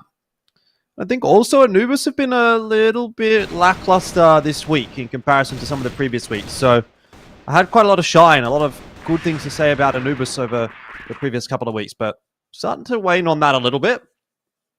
And so I wonder if this is going to give us any more of an insight as to whether or not Anubis really did deserve to be in that conversation that I'd been putting them in at least, or if maybe they're not quite there yet. If they struggle against GV or even lose to GV, then I'm going to definitely start to ask some questions. Yeah, definitely. That's the thing. Like, this matchup to me is just, there's so much riding on it just because, again, number 4 and 5 team going at it, and this is where, again, you know, for GV, they absolutely need this win, because if they can get this win, puts them a little bit closer to really making that 4th place a big question mark. That's the thing, though. GV have been playing quite well for the most part. Now Creeds, ooh, man, he actually gets away with one. I thought maybe he was going to be able to find himself a second, but at least for Loons, gets a little bit of this trade back, but back to an even Stevens here, 2 and 2. Leaving it now for Dipsy to be able to pick up the C4. That's not going to be good because Snox has been active. He's going for a bit of a run. He's going for a bit of a jog. He's taking a note out of your book here, Jordan, and he's been getting active. And now Dipsy trying to use this Colt and trying to win this fight. It's a little bit grueling, but both these guys just can't seem to hit the shot, but at least GV continue on with their reign of terror. Yeah, that is 2 pretty solid rounds to start off with, though, for GV. So already some of the cracks starting to show for Anubis. See what Awesome can do about getting involved early on in this round as well. Very quickly taking that control room. And now the focus of attention from Anubis goes elsewhere. Faye is tagged up pretty substantially. Will fall. Nade over the top. Not actually going to soften anything up there for Creeds. He's got to get some work done in here to Wood, or at least try to fight one of these angles. He's got to decide where he wants to be, and ultimately kind of overcooks it a little bit as he'll fall to Sad. And this is Anubis back to what they do best, which is just playing quickly, playing as a pack, and swarming over their opponent's bomb sites. So this should be their first round on the board, unless Awesome can pull off a bit of a miracle. And Dipsy will give him that chance by giving them that free 1v1. Yeah, my man, Awesome though, like up for the task here. This is a guy you definitely want, but oh, Sad. Oh yeah, she misses the shot. I was gonna say he needs to be able to hit this. He should be able to have it, but okay. Look, it doesn't even matter. Misses the Yom, gets the pistol out, but I was thinking that might have. I felt surely the Yom was gonna make the connection, but that's all good. Anubis get themselves right back into the game though. And now, still for GV to put themselves in a slight lead, but this is the thing. We're not going to see the same effect of, you know, like just a big lead, things like that. I feel like this is really going to be that grueling game just because both these teams have a lot to fight for in this one. So we'll have to see. But like I said, I've seen GV in the times I've been able to cast them. Like, they've been looking a lot better with Loons as the time has gone on. But also I could say the same thing about Anubis. But like you said, I think there's a lot of questions that will be answered after this one. Yeah, awesome. Just spotting the pixel gap. Gets the info that Locker's control has now been taken by Anubis.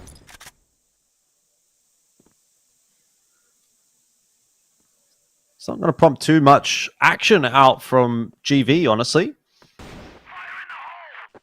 Kind of just happy to let Anubis have that part of the map. There is a little bit of movement happening in the vent as well, so this is being set up nicely for a B hit, though. Loons is actually going to get out in front of that from Anubis and get the opening kill onto Jaguar, but again, overcommits a little bit and ends up losing his life. Snox, meanwhile, doing a good job of holding onto Wood. And vent player as well, Dipsy falling out of the vent now in a pretty awkward spot. The push out from Creeds is a really good one. He should be getting at least one here for free, if not even just winning this round, because the push should come through as well from his teammate. In the end, it didn't quite. It's actually Snox to grab himself the double. Yeah, I feel like, I don't know if like something's like changed in the air, like, you know, something's happened in the mid-season now where with this later portion, really actually, not even mid-season, the later portion of the season now where teams are starting to play a lot more aggro on the GR side. Like, you can even see GV right now. They're playing in this Jenny room. There are two players that are going for so much map control and looking for a lot of fights, where in the very beginning of the season, teams take it really slow and steady. That's what they're going to go for now. They're going to again maintain this fast, quick pace, but it's going to be Creeds. Gets the opening duel here for GV, and he's able to find himself a secondary one in GV. Look at how fast they're here on the retake. This is nuts here, Jordan, because again, I don't think they're going to expect this, and Snox just eats them alive, and Doom now, he's not able to find any sort of action at all, and GV take a convincing round. GV looking good here on sub base. 4-1 over Anubis, and yeah, maybe we did overrate Anubis a little bit, or just they had a couple of really good matches that made them look better than they were. I don't know.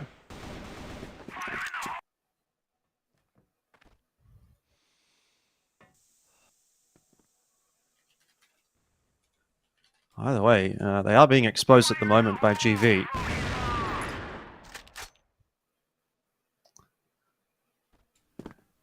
And I don't think that's a particularly good sign for Anubis. You know, GV's not exactly a Gaimin Gladiators, let's say. Yeah, exactly. And I mean, like, honestly, I was just going to say, because again, for Anubis, like, for me, my biggest criticism for these guys is the fact that it felt like when the going is tough, it's real tough. Like, these guys can't seem to get out of it. So that's where, for me, I've been wanting all that improvement all season. So being down 4-1 early on for GV getting a really big start, now this is where I want to see them kind of dig themselves out of this hole. Uh-oh. This hole might be way too big, though. Moons just needs to be able to find this kill. He's really laboring it. He's really struggling. And now Sad, big swing. Another miss here with the Yalm, but he might get overwhelmed. He's getting outplaced here from Creeds, and Awesome thankfully can save them. I was thinking, man, surely not going to fumble this one, but GV coming in with a great game plan here for Subbase. Yeah, I think one of the big difference makers as well today for GV is Awesome is actually in the server and delivering the way that we would hope he would. I think in some of the previous matchups that GV have had where they've really suffered, Awesome's been a bit of a non-factor, but today you can see 8-2 from him. And that's a big step up from his perspective. And it's reflected in the scoreline right now, 5-1. GV motoring through this one quite nicely.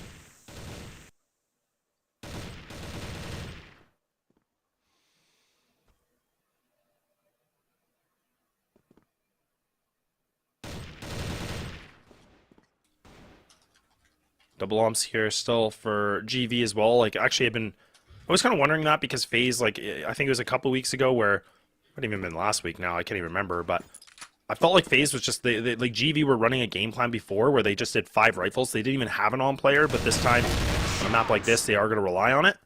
So things have kind of shifted a little bit for these guys. They were getting a little bit creative, but now they're going back to their old ways. And it's actually Creeds that's really been finding more success so far. FaZe gets the trade out. Anubis actually gets some decent mid control, but I say that and it gets taken away very quickly. GV have just looked stellar on this map, and honestly, as soon as I saw this in the veto, I was thinking surely this is going to be a good note for them. And Anubis really don't look prepared at all. Yeah, you've definitely been proven correct in that assumption. This is going to now be a 6-1 for GV, which is not something that I would have predicted really at all. Still not sure what that means for the rest of this series, though. I think with regard to both of these two teams, there has been a pretty inherent level of inconsistency this season. So it's hard to look at it and say, okay, yeah, that's going to be a 2-0. We're definitely going to see GV playing really well on map 2 as well. But the way things are going at the moment, I mean, yeah, they're lining up for a very, very solid win here on Subbase at least.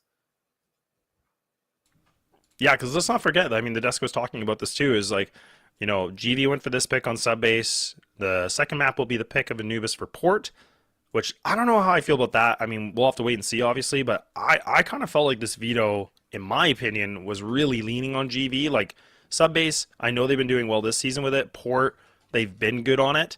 I think Anubis is decent on it, but I definitely think GV are pretty consistent as well. But then the Mexico is a decider. I mean, that one's just a coin toss. Like, that is just out of control. But either way, I mean, if this one definitely has the 3-mapper kind of potentially spelled out here, we'll have to see. Unless Anubis really can't seem to get themselves into fighting form. Because right now, they really haven't been able to find any sort of success except that one round they got.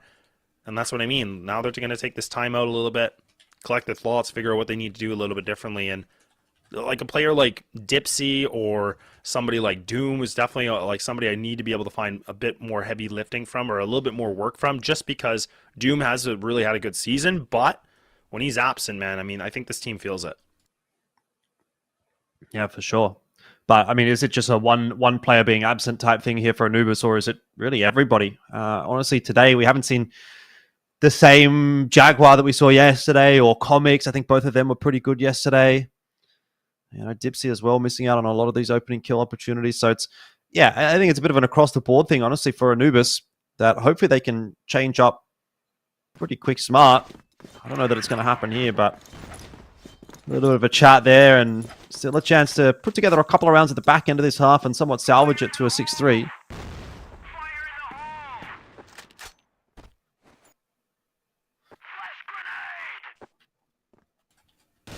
Yeah, Anubis going for wood room control right now, just kind of waiting things out a little bit. They got themselves making sure that GV don't get too aggressive, but it's been a very quick day so far in terms of, like, I mean, we had this map previously, right? And the fact that we're sitting at a 6-1, and if GV can get themselves, you know, any more rounds just as a buffer, man, oh man, that's going to be so nice for them on the BL side. But Anubis really, again, they've taken this really slow, just kind of waiting things out. They're expecting that aggression. And now the question is, what do they want to go for? They've tried this mid control a few times. They've tried to, like, kind of get themselves a little bit of a cutoff point, but GV have a really good system in place on this to cut things off. No loose ends. Oh, but they're going to give it up for free, actually. Well, it does not really seem much is going to be changing up after that timeout. Opening kill for GV, but Creeds out in no man's land just gets picked off. Luckily for him, FaZe is going to come through for at least a trade. Awesome needs to deal with the next player, and Doom is going to fall to his AK. So it's still numbers advantage for GV.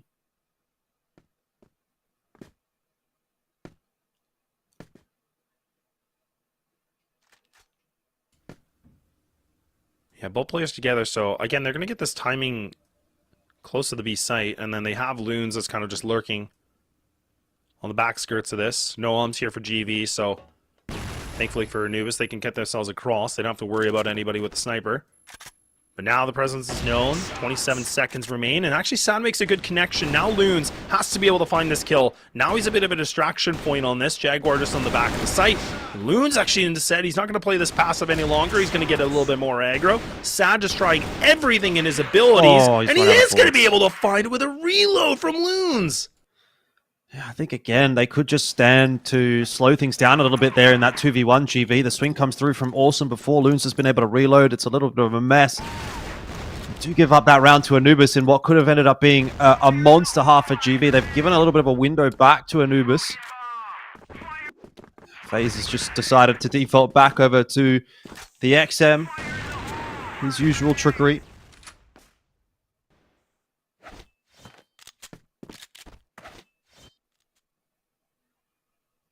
Yeah, he definitely is known for it. We saw Flex earlier on in the first series. He went for it, but FaZe is definitely best known with an XM, right? Like, he's got the or he's got the XM. So on a map like this, too, we normally see him like to get in vents, and he actually does play pretty aggressive, holding a nice tight angle in there, but this time a little bit different positioning. He's kind of on the outskirts of Locker, and actually, ooh, he might be gifted this. He might be having an opportunity where he might be able to utilize this gun to full effect. Depending if Anubis, actually they spot him, so now FaZe, his position's compromised, but he actually does get himself jumped across. They were able to spot him, and now he can't seem to find the secondary shot, so Anubis isolate the duel, put themselves in a man advantage. Nicely done. Yeah, for now, there's still a little bit of a contest happening over lockers, bit of back and forth, damage being done on both sides. Loons and Snox still locked in on that angle, but smoke coming through, and so Snox is going to have to go in a different direction to look for a fight. Anubis in a good position to win this round, though. They have great control of the map. Still a lot of time to work with as well. They're going to set themselves up, I'd say, for a B take right here. Snox just has so much to watch. And inevitably, someone's going to think about catching a timing. It's Dipsy that will fall. So that might bring it back slightly for GV as Snox just pops off in this round for a double. Loons just has to try and survive now and allow the rotate for his teammates to come through. He takes the fight instead. Back to the 2-on-2 now with 20 seconds. That bomb plan's going to go down. It's a fast flank for Awesome, but he's not got a lot of HP.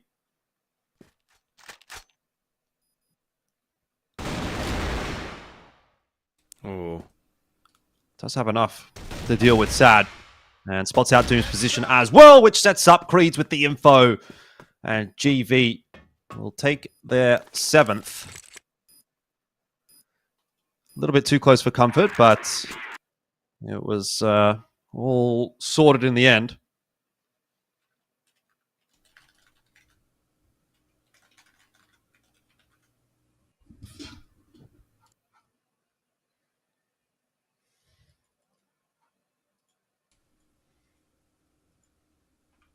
Yeah, not bad at all. And again, GV, like, so with a decent lead. I mean, they can afford, like, these rounds here and there, but that's where, again, like, this is their pick. There's a lot that they're kind of expecting for a map like this.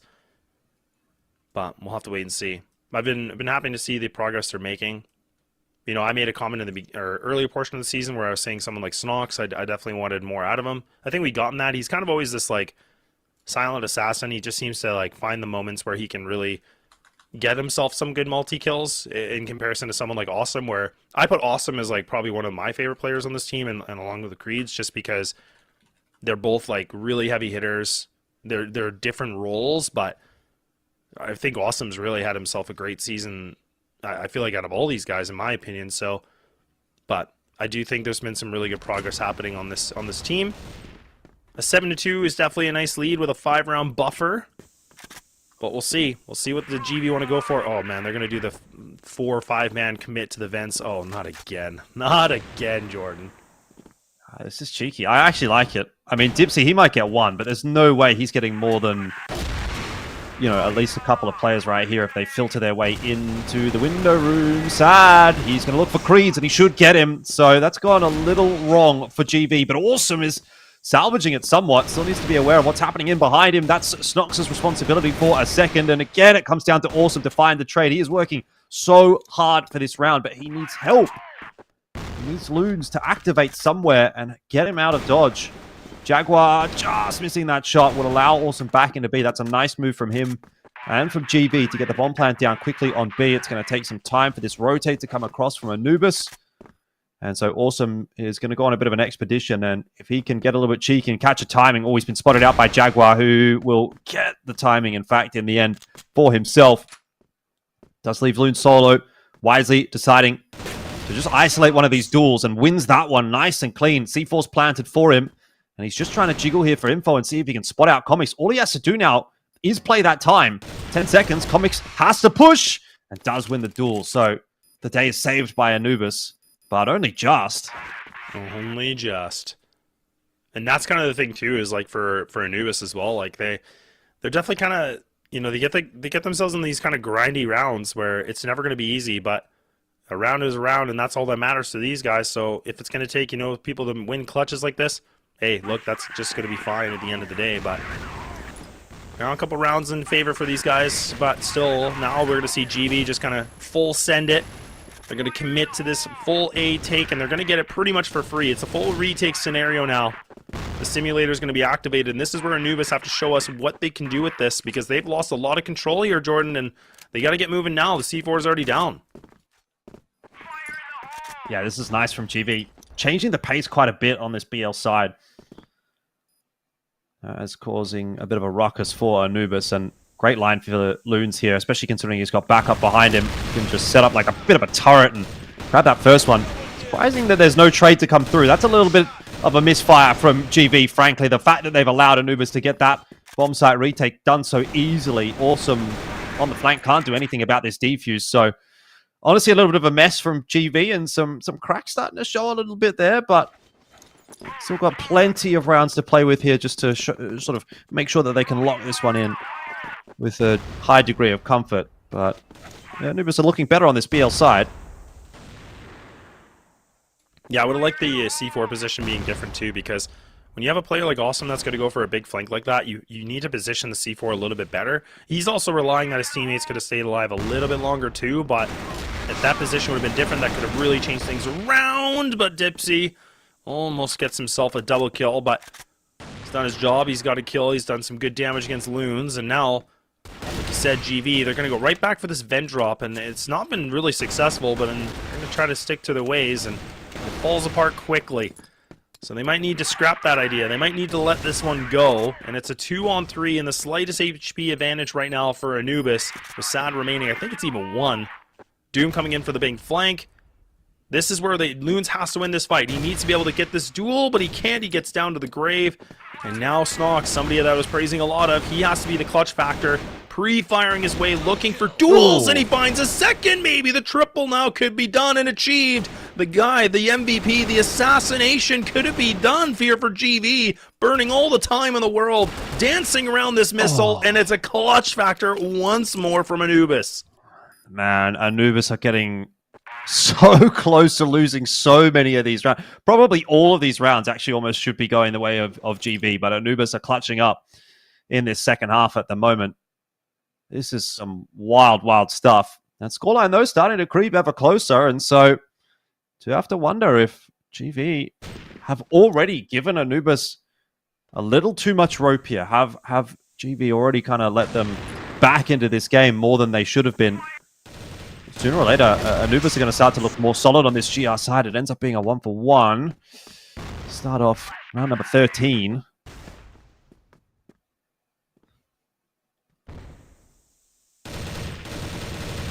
Yeah, the comeback is really becoming a reality now.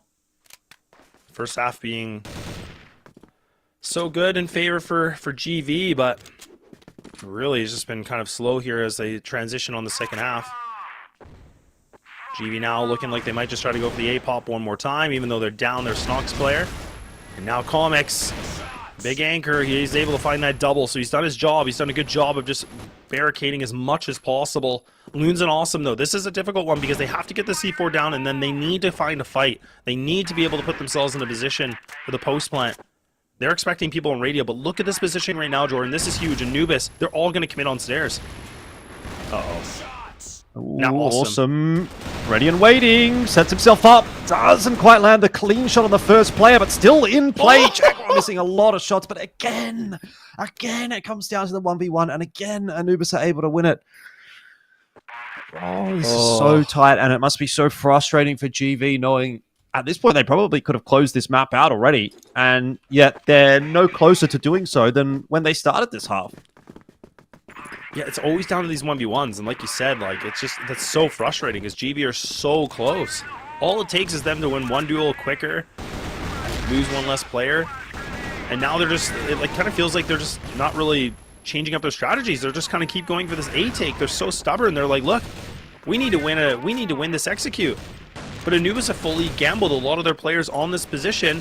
You can see the GV have actually split players off into mid. Now they're going towards jail. This is a lot better. This is a GV now we're starting to see. I was thinking, surely they're not just going to go for the same strategy over and over, but now They finally put themselves in a huge advantage. Now it's Comics that has to come alive here for the 1-on-3 and asking a whole heck of a lot.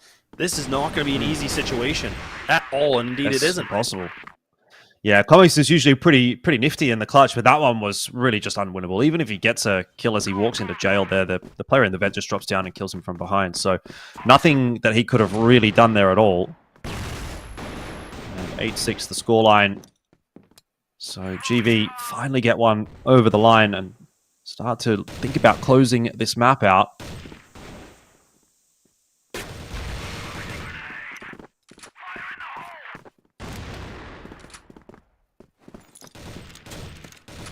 Yeah, a good start for GV too to be able to find an opening duel. That's going to be really, really nice.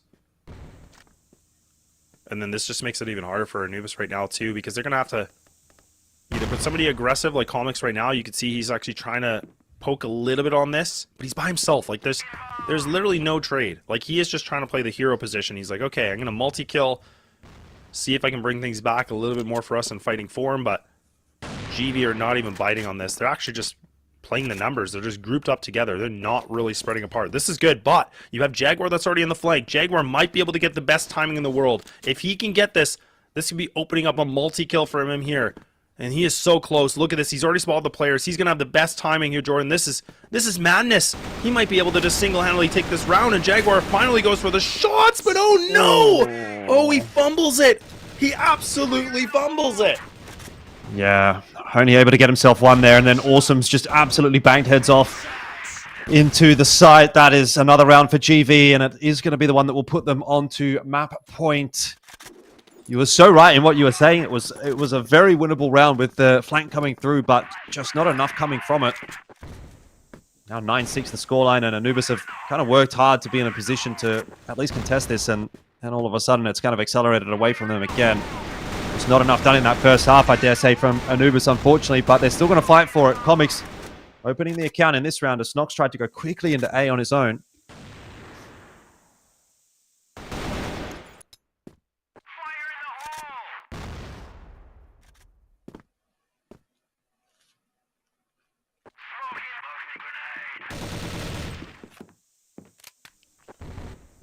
Bit of toing and throwing outside of the A bomb site for the moment. And then a massive spam battle through the smoke, which is really not going to go the way of GV at all. So I'm sure they'd rather forget about this round.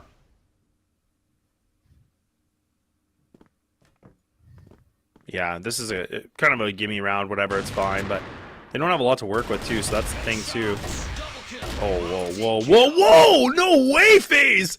What the hell are these shots? What was it, 1-on-4, and now it's turned into... No, I think he did 1-on-5. It's turned into a 1-on-2, but okay. He's finally going to get taken out, but... Man, oh man. Some sick shots here from the vet. But I was thinking, like, again, this should have been a quick round for Anubis. It was a little bit more scary than it should have been, but either way, a round's going to be the round. A 9-7 now on the board here. And this is getting closer and closer to maybe even pushing overtime. We haven't had one yet here today. I don't even know if it's been like that on the weekend, but... Boy, oh boy. Anubis are not giving up this thing yet. Probably not. We have had an overtime already this weekend. Not too many of them, but we might be about to get another. It would be our second for this weekend. It was between TBI and Anubis on Black Widow that we got an OT there in map number 3.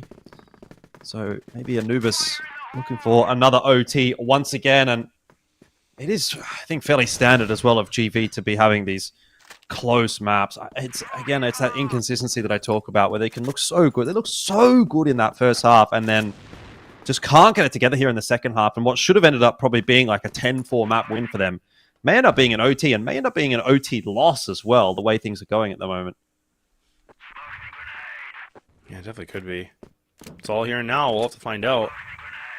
And GV, the one thing we noticed about them in the season is they like to play these strategies where they all group up together. They're just going to try to play these numbers. They spread apart in towards jail. They're trying to break free, but no. The key makers of Anubis lock it down. And indeed, we're going to push this thing to an overtime. And what a comeback here from Anubis to get themselves alive in this game still. Oh, you got to be frustrated, though, if you're GV. Like, this has been such a winnable half. So many clutch rounds going the way of Anubis, some key moments. And we find ourselves back here again. It's be a nice momentum builder, definitely, for Anubis. And if they can beat GV on sub base, you do start to feel like that 2-0 is in the realms of possibility. Yeah, like you said, Decisive stuff. It is, and like the thing is too is like you said, it's got to be the most frustrating for GV just because I can't even remember how many rounds that is. Like I felt like it's like 4 or 5. I mean, where they lost 1v1s. Like it's just it came down to some situations where all they needed was a couple extra bullets. Like I remember the one with Loons. He was swinging out of sight and he ran out of ammo in the chamber and allowed Anubis just to get a free round essentially. So that is frustrating. But for Anubis, it's like, okay, well, look, we'll take it any time, but GV could have easily had this map over with a lot quicker if they just had a little more clutch factor. Yeah, it's just those little things, honestly, that can make a big difference. That doesn't necessarily look like it should be a massive factor. You know, one player swinging before the other's ready, but it's hard to communicate that in the moment as well. Sometimes someone's just going to say, look, I'm swinging, and you just have to go. You can't say, oh, I need a reload. It's like, well, yeah, you might have only 3 bullets left in the clip, but you just kind of have to make that work. You've got to be going together. And so, yeah, you're right. But end of the day, still tiny little mishaps that are getting the better of GV and have allowed Anubis right back into the swing of things. And they're pretty smiley at the moment, feeling pretty good. I think, again, Anubis is a bit more of a momentum-based team than some of the other teams in this league. But we'll see whether or not that puts them in good stead as they come into the overtime and start things off on this BL side.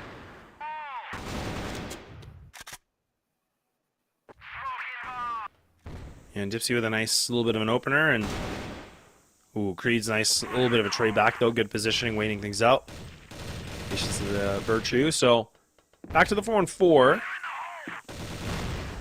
GV still in the GR side, so definitely a little bit more for them to prove a little bit more of their worth on this. But I'm going to be here for SAD, so and no more going to be available with phase going down. So for Anubis right now, like again, just kind of waiting things out, playing a little bit more patient on this, and they might even just try to go for the 3-1. They're going to allow Jag to kind of be the player that jumps into top radio to see if he's going to be able to find it.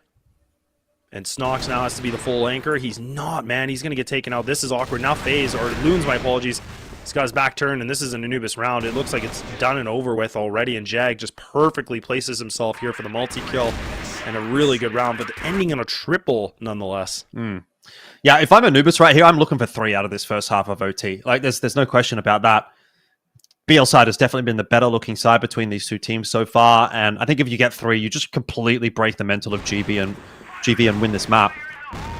So that's got to be the aim of the game right now, and Anubis are not messing around. That's a confident play again from Dipsy. Comics allowing a couple of players past him in middle, but does see Snox and spots the info about Awesome in mid as well. Jaguar set up in an interesting spot. We'll swing on to the kill for Loons, and still numbers looking favorable enough for Anubis. A little messy, as there's players from GV just kind of lurking around all over the place, but job's being done. Jaguar, perhaps a bit of an unnecessary peek, but Doom coming in behind will finish it off, and Anubis now 2-0 for the OT, and this is just compounding the tilt factor for GV. Yeah, like this would just be so disappointing for GV if like they lose this map the way, like for them just losing these clutches and allowing Anubis to get themselves a massive climb back into this game. 11-9 is a pretty nice little bit of a scoreline here. And Anubis now, they're kind of putting things up into a better gear. They're starting to coast a little bit in 4th. And GV down by numbers. They have to be able to find these kills. And oh, Dipsy gets a nice swing, takes down the IGL of this. And yeah, another Anubis round just on the board. GV frustrated and haven't been able to find any sort of success, and allowing Anubis to put themselves in potential map control here. What potential? I mean, I think they definitely are at this point. Like, there's no two ways about it. Anubis have just kind of dominated GV in the OT there, and they have done such a massive comeback to get it to OT. Like, their mental's just got to be absolutely broken for GV at this point. Like, it wouldn't be a happy TeamSpeak to be sitting in at the moment if it's TeamSpeak that they use. Could be anything really, but I don't know what they use. I feel like it is TeamSpeak, but like I guess everybody has their own preferences. Yeah, but nah, if they're like OG gamers, it could be. I don't even know if like does Ventrilo still I don't know still if have Ventrill's servers? still around, man. Yeah, and I think it's not as good of like timing too. I'm pretty sure. I could be wrong. And then it doesn't. It looks like you can still download it, but it says it's a. Oh, never mind. I'll hold that thought for the moment because we're just getting an absolutely crazy round. I mean, this round's over before it's even started. It's 3v1. I thought it was Snox. a damn replay. Me too. It's actually not over though. Snox could get this one done. He's full HP. He's picked up Sad. But I like the way that Anubis are playing this one together. Dipsy and Comics just trying to look to trade it down and being active on the map at the moment. C4 needs to be collected by Snox. He's fired a shot off there, which should have been heard by those Anubis players. So they're going to keep chasing him here, and I think they're going to catch up with him as well, unless he slows things down, which doesn't look like he's going to do. He might just be able to get into the site unscathed, but if he tries to plant the bomb and they keep chasing him, he's going to be dead on the bomb plant. Yeah, they got the best timing. Yeah, there you go. Nice little taparino. I was going to say, like, they were so hot on his heels. I'm like, look, like, oh, there's no chance, like, unless he was going to have the best post-plant position ever. But, look, a really good game from Anubis. Like, they, you know, I think the first half, if I'm not mistaken, was I thought it was 7-2. I could be wrong here, but it was a huge lead. And then really just Anubis winning clutch after clutch, and then they just were able to just take it round by round, and that's exactly what you have to do. Like, you, even when the scoreline is against you, like, anything is possible. And we got to finally see Anubis prove me wrong that they can get themselves out of that mental hurdle when things are going tough. Yep. Yeah, most definitely. Map 1, obviously, as you can see, going the way of Anubis, and that has got to be a real pain point now for GV. I mean, I'm looking at this being a 2-0 now. Like, I don't know how you can come back from that as GV, especially considering like Subbase is a map that they're usually pretty good on. So, man, credit to Anubis, but they've obviously still got a bit of work to do to close this series out. So I guess we can't count our chickens before they've hatched just yet. Have to wait and see how this next map is going to go. But if that's the level that Anubis can actually bring, let's say second half onwards, then they're going to be in a good spot. We'll hear from the Death though and have a listen in on to what they think about that first matchup. Thank you so much, Elfish Guy and Lazman. Yeah, what a game. Anubis in the overtime, I'm pretty sure they just, like, something happened. I don't know what it was, but they went AWire. The round would finish within 10 seconds. You know, we were talking about this a little bit when we were like talking earlier, you and I, you know, the who's going to step up for the team. It actually ended up being Comics, and not in the way that I expected, though. I expected the BL half to be good. You got your money. You got your money. But here's the thing. They did the good work on the global risk. It was Jaguar with the clutches, but actually Comics. The backstab, yeah. Comics to play a pivotal role on that stairs consistently, finding the times to aggress, the times to defend, the multi-kills. You know, you see it all, and of course, if you're looking at the scoreboard, you can tell it out there. Awesome had an okay game, but it was actually Snox, the one that was trying their best to pull the rest of the team when it came to the end, and it feels like everybody from the side of GV, once it got to the point that it got to OT, you can smell some tilt in the way that they were. Yeah, 100% they were tilted, to say the least, at least for GV. But I'm proud. I'm happy that Anubis managed to secure this, and yeah, like the last 3 rounds were crucial, especially that it's sub-base. It's GV's pick, man. Now we're gonna watch some of the highlights. Like, wow, like that was as expected. Very close game, very neck to neck. It was exceptional to observe and watch as well. Yeah, and you know what? There are 3 things for sure in life: death, taxes, and it is Ventrilo there. Crossfire. No, I was going to say Jaguar clutching, but it actually is Ventrilo. It's still out there. Fair enough. You know, if you want to look around for it, Ventrilo's still out there. But this game, you know, you look at the highlight packages, everything just smells like at the early going. The GV's taking the full control. Anubis tried to aggress, tried to defend, but their attack side, their blacklist, wasn't really as convincing. You know, it's luckily for them, they were actually able to string a few rounds together, not to give away the game completely before they get to the VL side. Yes, 110%, man. Yeah, but it was Crossfire at its finest, to say the least. I think, just like Elfish Guy did mention, it's gonna be a 2-0 for Anubis at this point. Like, Anubis almost threw that, but luckily they managed to salvage it. And when they salvage it, the reverse effect comes into GV. They had the game at the palm of their hands. They really should have closed it out. They had multiple 1v1s, 2v2s. They had the advantage, but they just weren't able to overcome the experience. And maybe somebody like Jaguar, right there in that clutch right there, if you're looking at it. No, Doom, Jaguar, they played a very good role. And once it got to the close point where it's like, oh, it's 9-7, it's 9-8, they're getting there. When it got to that 9-9 round, I think something broke in GB, and I don't think it's going to be fixed between the break from set 1 to set 2. Yeah, I mean, whatever broke, it can be fixed, you know, you never know. Hopefully they can manage to make a comeback. I don't think it will. No, they got this, they got this. I've seen them make comebacks before, not just talking about GB, but for Anubis as well. Yeah. I mean, for Anubis, they actually walk into the second map feeling like they're the best thing in the world. You know, we're gonna head to port. Everything is working our way. We've been getting clutches, multi-kills. What else do you really want if you're in the side of Anubis? Maybe you want to have a better start. That's the one thing that they need to actually focus on. Not to get in the game itself cold. The GR side is the one that they will have to put some focus on. And I think like a big part of that might actually be who's picking up the when they're on the defense. Yeah, the did play a crucial part. We can see from the KDAs in all rounds as well. Like there was this one point where Jaguar was there and he almost flanked all 5 of them. That was very impressive. Yeah, but he actually only got one there. That should have been a done deal. They had to fight so hard after that. Jaguar could have easily had a triple. It was so unfortunate, man. It was so unfortunate that he didn't capitalize on that. But I think there's this game 2 is going to be way crazier than game 1, to be honest. I think it's going to be crazier in the sense that Anubis is probably going to stop it myself. You think so? I do actually. Nah, you're biased. You're biased. Here's the thing. I did actually agree with Alfish at the start. Yes, you know, true. I thought that the veto is slightly favored to GB, especially because I thought they're going to win the sub base. Yes. But now that they haven't won it and they're moving over to the sport, I just really hope that they're able to get their mental back on track, because so many times I've seen teams just lose their mental in a game like this, especially when it means nothing. When there's a lot on the line, it's easy to regroup your mental power. But when there's very little stakes, the mental can swing even further, because you're not worrying about, oh, maybe I would have made playoffs, and we're still playing for playoffs. They're not playing for much. They're still going to be 5th place anyway. So this might actually be a big strike to their, not just their mental fortitude, but maybe their approach to port as a whole, because that might change. Anyways, without further ado, I'm excited. So are we. Let's take it back to the casters, please. Thank you.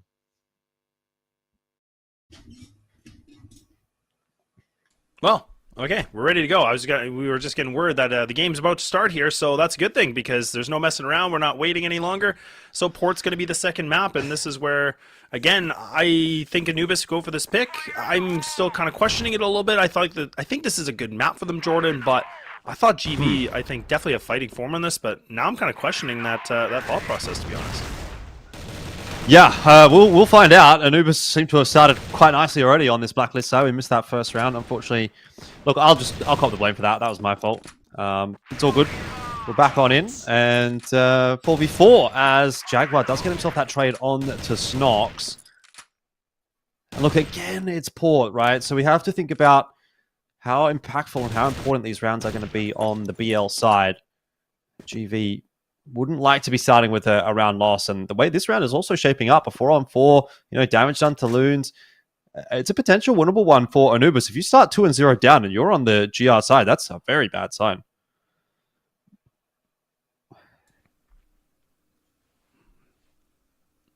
Yeah, this is not going to be good, especially, and GV, again, they need to be able to find some rounds back in their favor, just in terms of the mental, too, right? Because they really threw that first map away, unfortunately, where things are just not going their way, and now FaZe trying everything in his darndest to hold down onto the tower, but now he's maybe going to be able to find himself some success, and that's a double kill, and even Sad now, he's going to be able to find himself some good kills.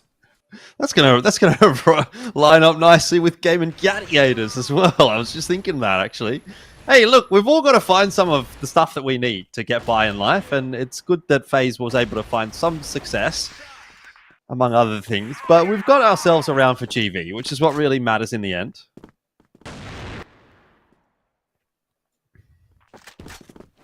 Yeah, that's for sure. Yeah, well, the blow past that one really quick, and FaZe once again, he's gonna He's going to go for a repeat, but this time Anubis a little bit better this time in terms of their a way to stop him, and they finally put the rifles to a little bit more of action, and now... I don't know, actually. You know, I say it and then something completely changes around it. It's a 1v1 I don't know about now. that from Jack. I don't know about that one from Anubis at all. Jaguar does get himself for the trade, but we'll talk about it in a second because we do have to watch this 1v1. Awesome, cleans it up. That's a huge fumble from Anubis, is it not? Like, you've got the 3v2, and then Comics is like, I'm just going to try and cross with the bomb and hope for the best. You know, look at the util that they've got, by the way, when he tries to do that. You've got full belts of util pretty much on everybody. You've got flashes at least, if not smokes. Like, try and just make life a little bit easier for him on that cross instead of having GV get themselves an easy round. And the scoreboard's changed up, so is maybe the score 3-0 instead of Anubis having got that first round. Maybe it was the wrong way around. So, in fact, GV looking pretty good on this GR side, if that's the case. Although, look, Anubis have been pretty close to winning some of these rounds. They just haven't gotten them over the line yet. Yeah, and that was the same thing for GV, right? Like, where they were down these 1v1s, couldn't just seem to have the clutches to get themselves rounds. So now it's a little bit of medicine being tasted here for Anubis, where really they're just getting close, but they just cannot finish it all off. But...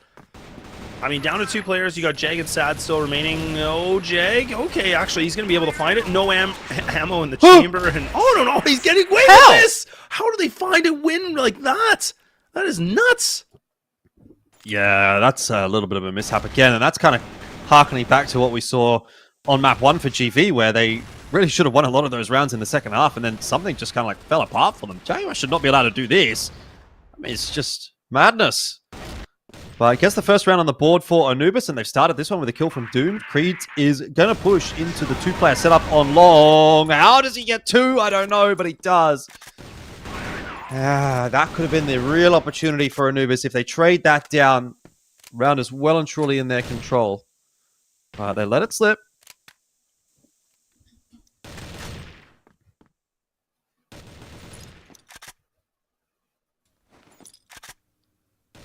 Yeah, now they're just going to post up a little bit more and wait things out. And actually, I think that's Creed's, if I'm not mistaken. Yeah, he was looking like he was inkling to go down long A here just to find some more intel. But he's like, you know what? No point, no reason for it. I'm just giving up myself if I lose this fight. So a really good call from him. Good discipline. That's not an easy thing to do where you want to really just investigate and get some intel as much as possible. But Anubis now, they're just kind of hoping for something. They're hoping that GV will just give a body on this.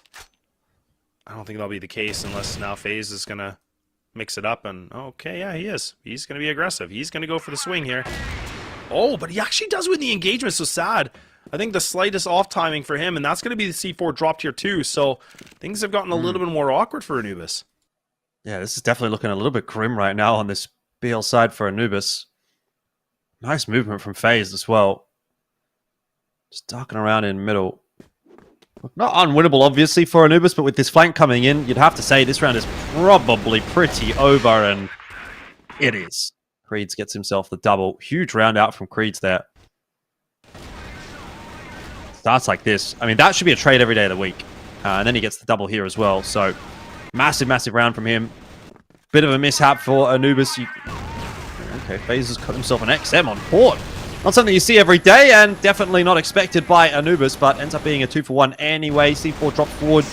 Another rough-looking round for Anubis, but the chaotic fight continues, and ultimately they actually kind of bullied their way back into a workable position. Dipsy not quite expecting awesome posted on that line. Nice bait and switch setup, but C4's been retrieved at least by Sad.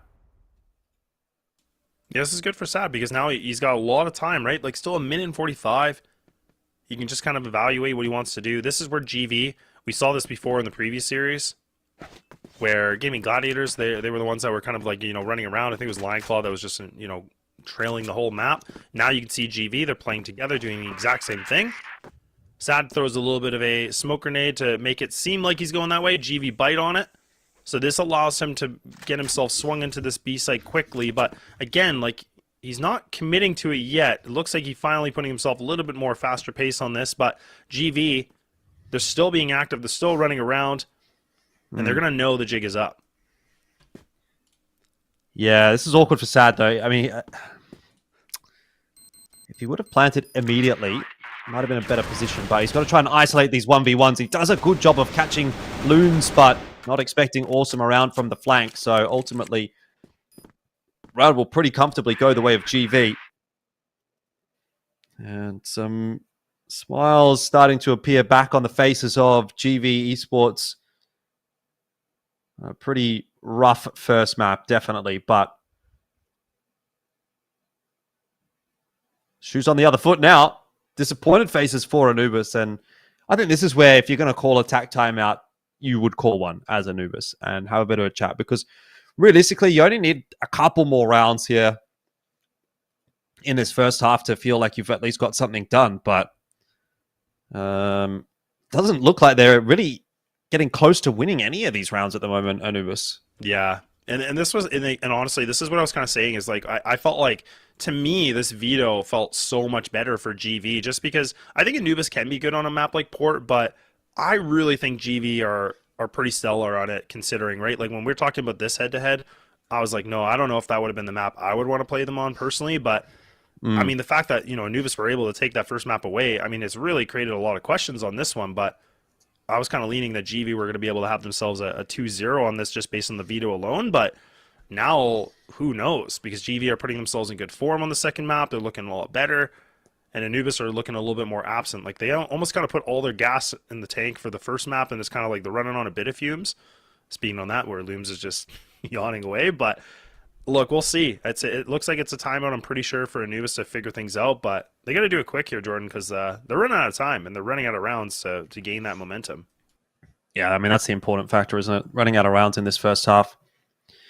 But the beauty of the BL side, at least on Port, is that you don't need too many rounds. So even if there's only, say, 2 rounds left in the half, you get those 2. Anubis probably still not in a bad spot overall. We've got to remember they are moving on to the GR side next half, and if it can be set up so nicely for the GV guys on that GR side, surely Anubis can do so as well, particularly with that double orm setup that they do often like to employ. Dipsy and Sad get a lot of work done on a map like this with the double orm.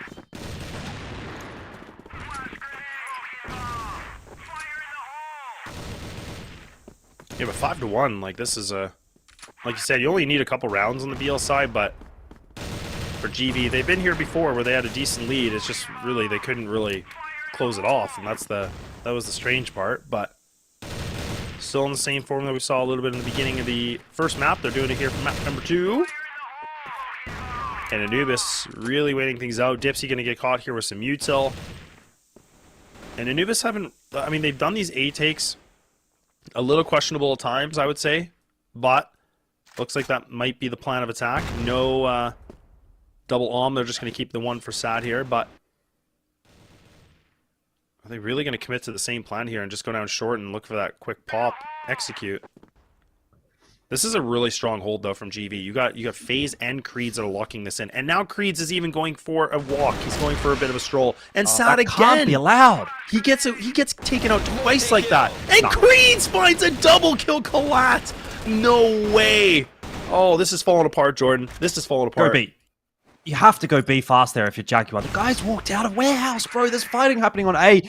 I think you have to take the gamble there. You've killed a guy walking through a smoke at warehouse out of the B side, and you've not accelerated into B to try and get a quick play. I think that's a mistake from Anubis. They've got to recognize that GB really thought that was an A hit and were kind of coming through on the rotate. In the end, they've kind of missed the opportunity to get that quick plant down. And this round is probably just going to fall by the wayside now that they're low on HP and have been spotted out. So a little bit of a mishap for Anubis. And again, Creed's just getting away with so much. Like, Sad is literally watching that line exactly for that push and ends up with 3 kills coming through from Creeds, and then he gets a lot of damage onto the 4th player as well. That's just not good enough from Anubis, unfortunately. If you want to be contesting to the top end of CFWL, and if you have international aspirations, those kinds of things can't be happening.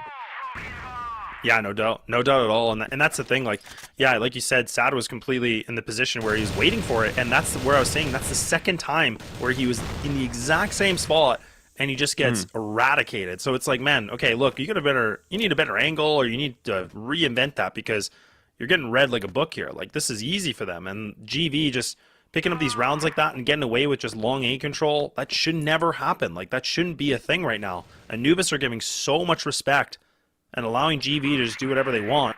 That's why we're seeing a 6-1 right now. Yeah, Anubis need to do more, need to do better. Nade's going to fly into the face of Creeds and actually blow him up as well. But where are the rest of the kills? The riflers are really just letting it down right now for Anubis, for me. Again, just a big swing comes through from GV, and they look like an indomitable force on this GR side. You have to wonder what has happened for Anubis. What happened for GV as well? I can't stand watching these teams sometimes, the way that they can look so good. Like, GV just looks so good right now. But then the second half of Subbase, what happened? You know what I mean? And then on the other side of the coin, like, Anubis looked so good on that comeback on Subbase, and then here it's like they're just irrelevant. They don't even exist almost in the server. This round, a little something better to speak to for Anubis, but even then, awesome in position, looking for some shots, won't get them. 2 rounds out from Anubis on the BL side. I think there was a world where they probably could have gotten a couple more, but it's going to have to do. They're going to have to try and make it work moving on to GR side, and as far as Anubis is concerned, hopefully they can do what they did on Subbase again. Yeah, it's a really good point, though. Like, and honestly, it is a little frustrating because you kind of, like we said, there's so much riding on this game, like for the number 4 and 5 spot right now are these teams. And yeah, Anubis kind of feel like, besides this last round we just saw, it really does feel like they haven't really existed in this game. And I mean, that's the weird thing about them, and that's where I've kind of always given a lot of criticism, is that it feels like when they're falling, they're really falling down the hill. But maybe that was enough round for them to just, you know, feel a little bit better. The vibes seem, you know, what we're seeing on the cameras, it looks good. Like, they're all laughing, they're smiling, like, there's not frustration. But I mean, I don't know about you, but I mean, I'd be pretty annoyed if I was down by this many rounds and just not able to find anything. But maybe they're just letting the BL side be the BL side, I guess. Maybe. Yeah, this is going to have to be a stellar second half from Anubis, though, if they are expecting to win it here in a 2-0 fashion. More than likely, we are going to be heading towards map number 3, but that's a pretty solid start from them. I thought for a second things were going to go a little bit awry, but the second swing come through from Anubis and did look quite good in the end, so they'll get themselves the win there. But it's the first of many that's required. That was a really nice hold, though. A walk out for Creeds. Oh, no. Really? Mm-hmm. Yep. Oh, dear. He's got it again. Okay. Changing the meta. Ooh, nice footwork from FaZe, though. This is good real estate. This is actually some decent control, because they might be able to get on to mid-bridge here. Because you can see Anubis, 3 players committed on this A site. They're actually really turtled up on this. And then just leaving Dipsy kind of being in the lower connector on this. But GV pull back a little bit on that now. They actually let it go. So now Anubis can kind of reset their composition. Oh, and GV, they're just going to go right back for the take here. They're just going to go right back into a re-execution onto this. They actually might have been able to find the best timing just because the players were stacked here. Comics, though, might be able to hold something down. He's blind as a bat, and he can't seem to find anything. Flashes galore in this round, and Jaguar finds the double kill, man. And now this AUG, this is what we were talking about. It's in full activation, finds a kill, leaving it down to Dipsy by himself and a clutch factor. But C4 hasn't been planted yet, but GV, they seem to have a good read on it. Dipsy with a rough task ahead. Loons is low, though. So if he could clean up Creeds with a quick headshot, maybe he could grab Loons as well. Creeds spotted out, but this is where it becomes difficult, because that's where the crossfire then gets established and Dipsy will fall. So GV one step closer to a victory now.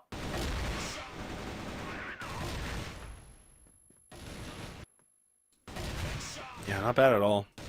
So much better of a resurrection here from GV. I guess just a little bit irritated that they let that first map go.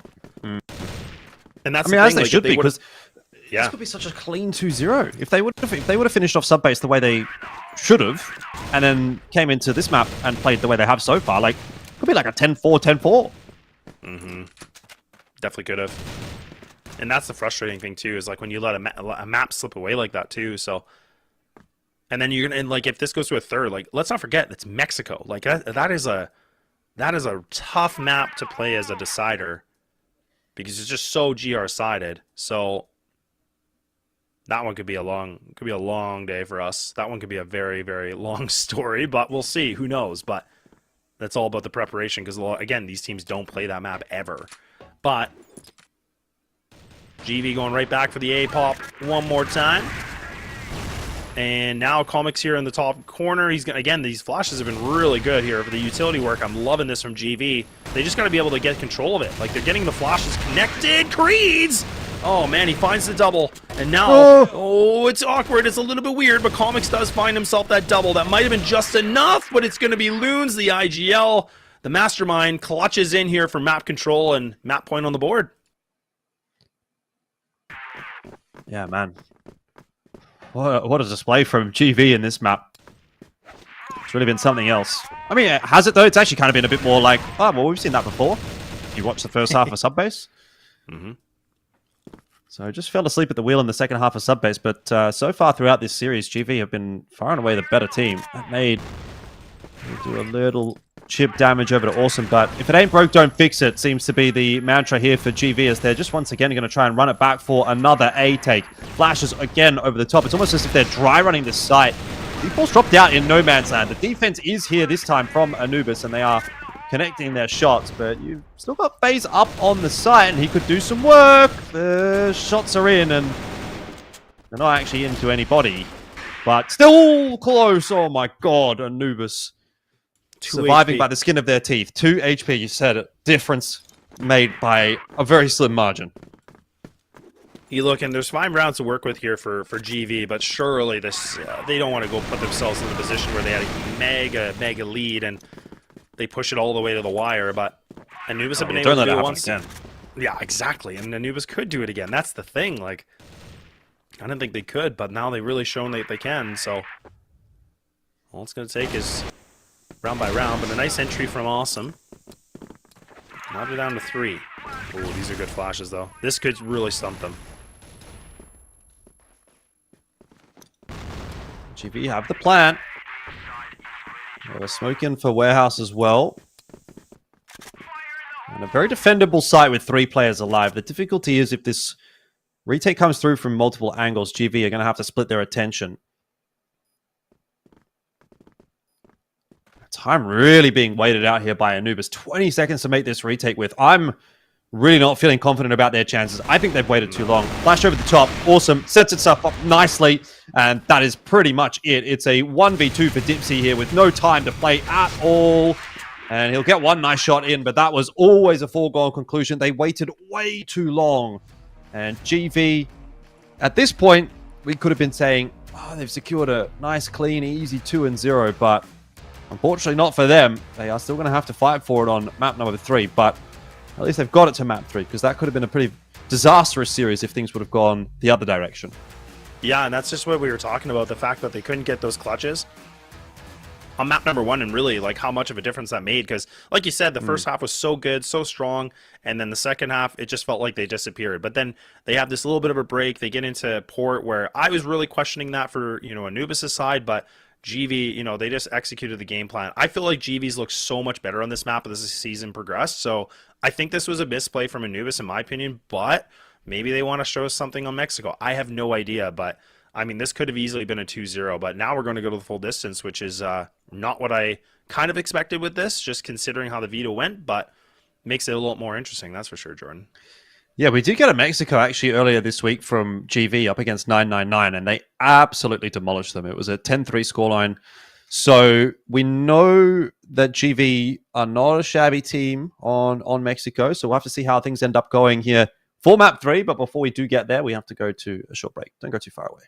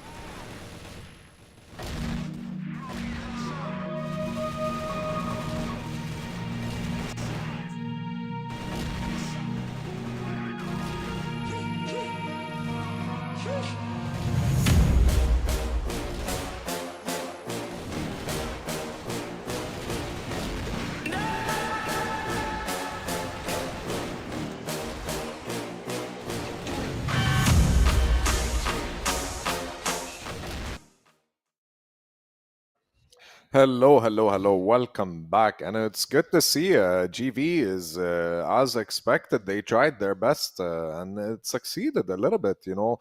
Now, I think they came with the aggression, to say the least, but I don't think it was just aggression. It was more composure and Yeah. being able to read Anubis a little bit and being able to understand their intentions towards winning this series and possibly navigating to victory. Oh, absolutely, 100%. The fact that they didn't lose the mental, that was the thing that I feel like me and the casters were more worried about. They got over that hump completely. And then in this second map, it continued the same problems that Anubis actually faced from subbase. You know, the bad GR side carried over, or sorry, the bad BL side rather carried over again. And by the time they got to the blacklist, it was just too late. You know, they made a few rounds, of course, as you can tell there.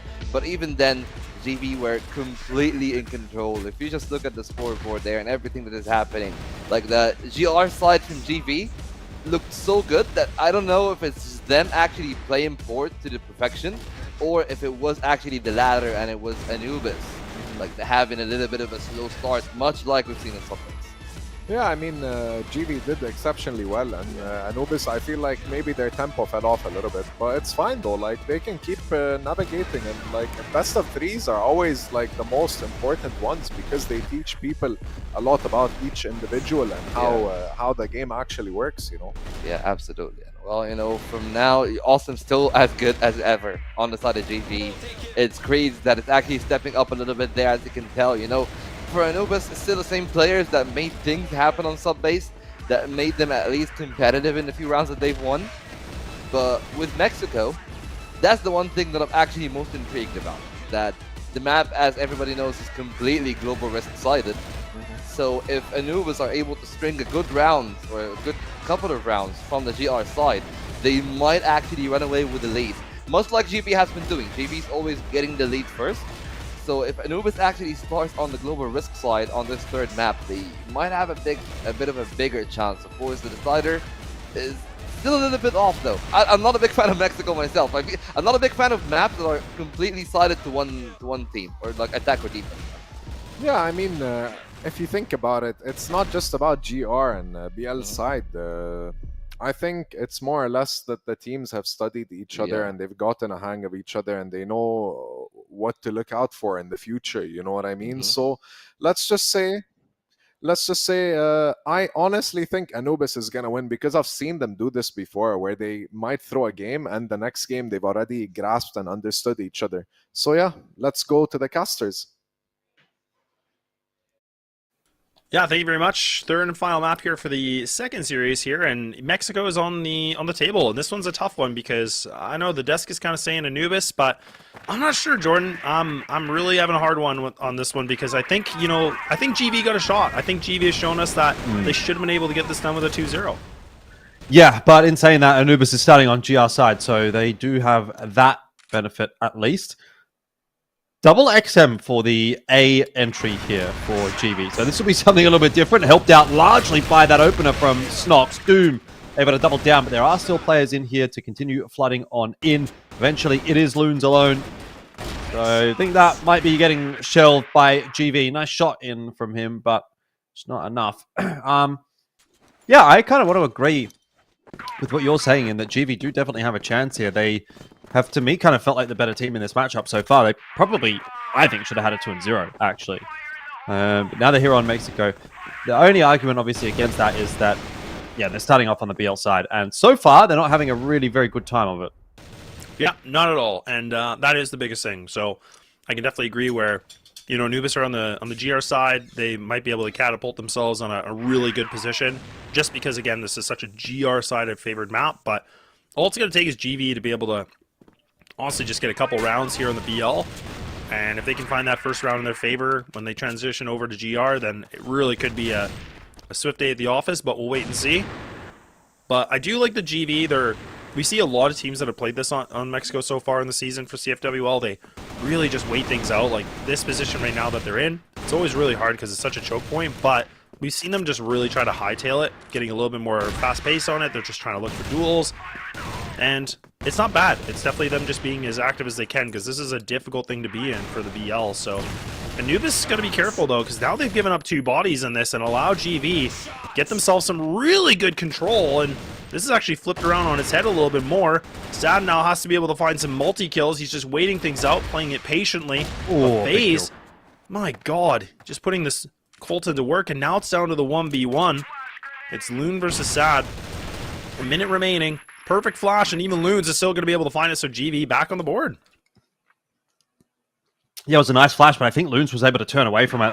Such a big cross that as well from Loons. The fact that he's able to jump across the doors, get into the site, win that duel, that's essentially what wins him that round. This position right here, if he's the other guy stuck on the other side of the doors, obviously much more favorable for the defender in that circumstance, but in this case, favorable for him.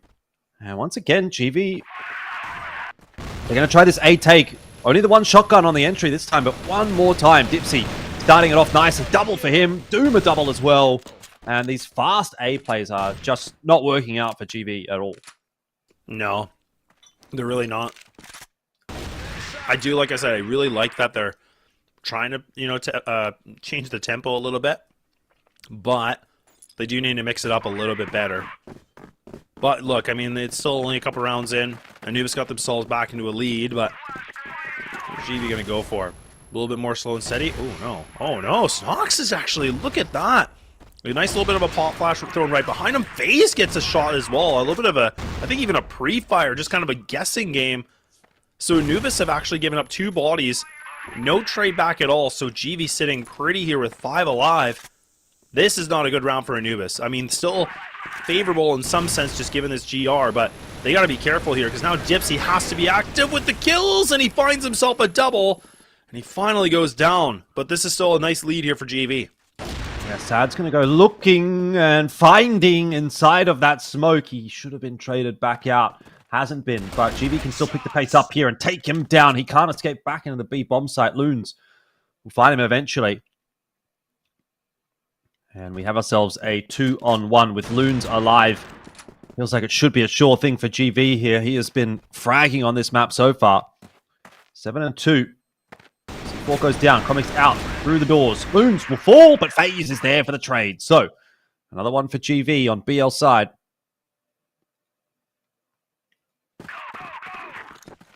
And that's all it's going to take. And that's exactly what we were talking about, is the fact that, yes, like, in theory, like, Anubis should be able to have a dominant first half here, but if GV can just find themselves where, honestly, if they can get 3, if not 4 rounds, like, that would be huge. Like, that would just be such a game changer for them, because when they're on the GR side, I think they're really going to have the leg up on this one, but we'll have to wait and see. But back to an even game with a 2-2, Anubis, I don't want to say they're being careless, but it feels like they're kind of just not winning these duels. I feel like GV are now starting to be in full form, full fighting form right now. We'll see. Once again, Comics is trying to go for the spam through the smoke. GV have actually changed their tempo a little bit on this one. Instead of just being fast-paced, running around all the time, they're taking it a little bit more slower on this one, Jordan. Yeah, the result might still end up being something of an A hit, particularly with that entry from Creeds. Doesn't look like GV want to commit to anything just yet. They're going to continue to play this poke game. Poke and prod. They haven't really established middle control just yet, and if they want to go for A here, taking mid first would be a nice thing to do. It does give you the opportunity to kind of just split into the site, which makes it much more difficult to hold, obviously. Flash over into the face of Jaguar, who is kind of the sole defender for middle here.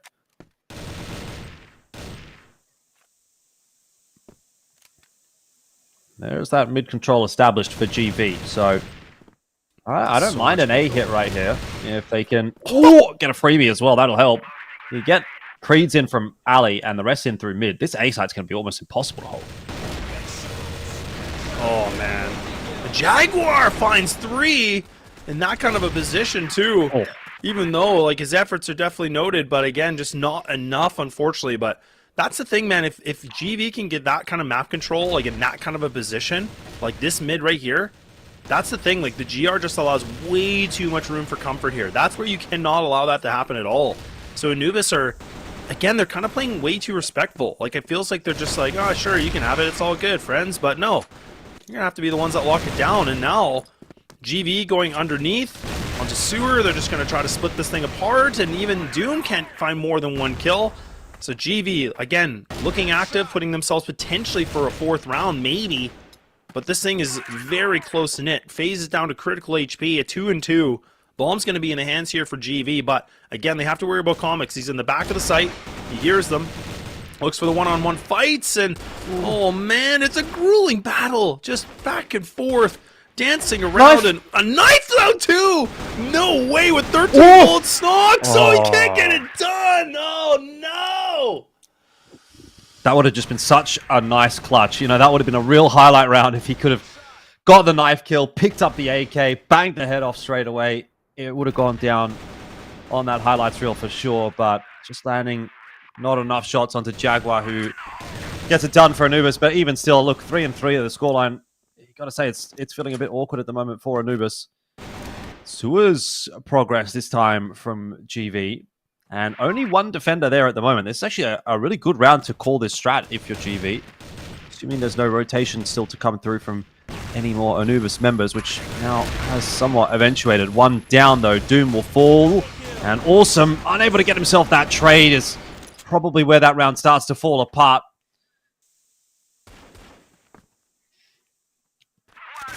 Just has a 1v3 ahead though.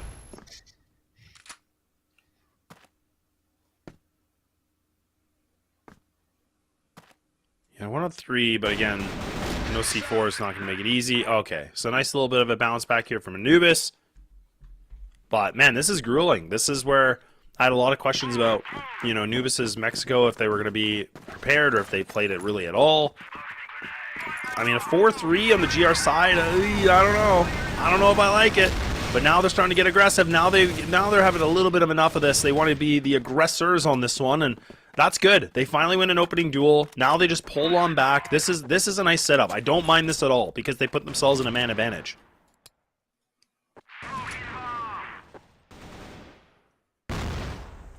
Yeah, Nuba's starting to wrestle some control of this half back away from GV. Is he aiming for that 6? But Creed says absolutely no thanks to that. I want it at all. And he might get one more. That's just unreal from Creed. He has pulled out an insane round right there. That's nuts. That is nuts. And like, again, that's what I was kind of saying, like, you know, about GV, where I felt like, you know, two players that I really love watching to play is Creed's and Awesome. And like, Creed's is honestly just put, you know, he's being the maker in this. Like, he is just putting a multi-kill after multi-kill in this entire series.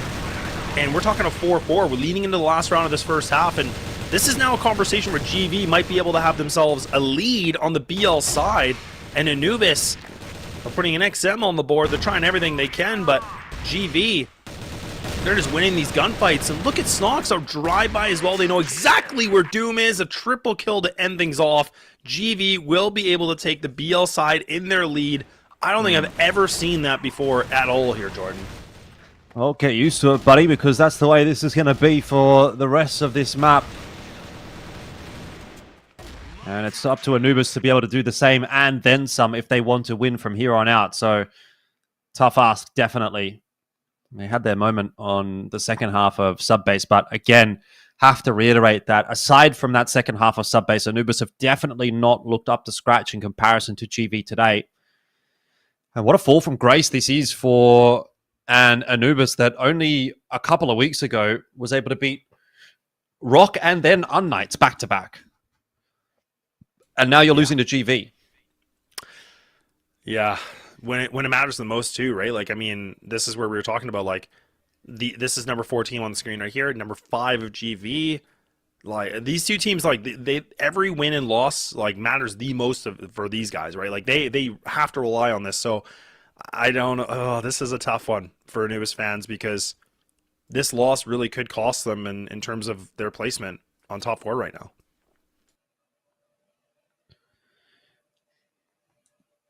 I'm not sure I'm going to go that far. Come on. We'll have to sort of crunch the numbers a little bit, but I guess. GV would go up to 7-6. Anubis would go down to 9-5. I was just checking, yeah. Yeah, and then GV would have to win. Though. Yeah, GV would have to beat GG tomorrow, and even then they'd go 8-6. So you still wouldn't be able to catch Anubis. But it definitely what I can get on board with though is that it definitely hampers some of that momentum that Anubis was building in the mid stages of this season going into the playoffs. And I think again, the amount of times that I've sort of reiterated that Anubis is a bit of a momentum-based team, if they lose that momentum and then go into playoffs and they've just lost to GV, things aren't looking so great for them. Like they're just instantly going to get snapped up by an unKnights or a ROC or whoever it ends up being that they'll have to play first in the playoffs. I think it would. A quick look at how the playoffs format ends up being. It's 1v4. So as it stands at the moment, it's probably most likely to be Gaimin Gladiators versus Anubis in that opening round of the playoffs. And this Anubis does not beat that Gaimin Gladiators that we just saw. No. I can tell you that for free. No, you're definitely right. Yeah, you're right on a lot of points. And yeah, I thought it was a lot closer. Like, I was mistaken. I was just actually checking as I was finishing my point, and you're right. Like, I mean, Anubis do have themselves more in the win category, but I really, like, this form right here, like, not impressive. Like, really, they should be able to put themselves in a way better fight. And like you said, if they make themselves into the playoffs, like, again, like, they're not, this is not a team that's going to be competing in playoffs. This is a team that might just get blown out of the water here. So, and this is where I'm having a difficult time with Anubis, because we've seen some really good moments, but we've seen some really not so good moments. So it's kind of looking like today's like that off day for them, but GAV have really just put up a good fight though.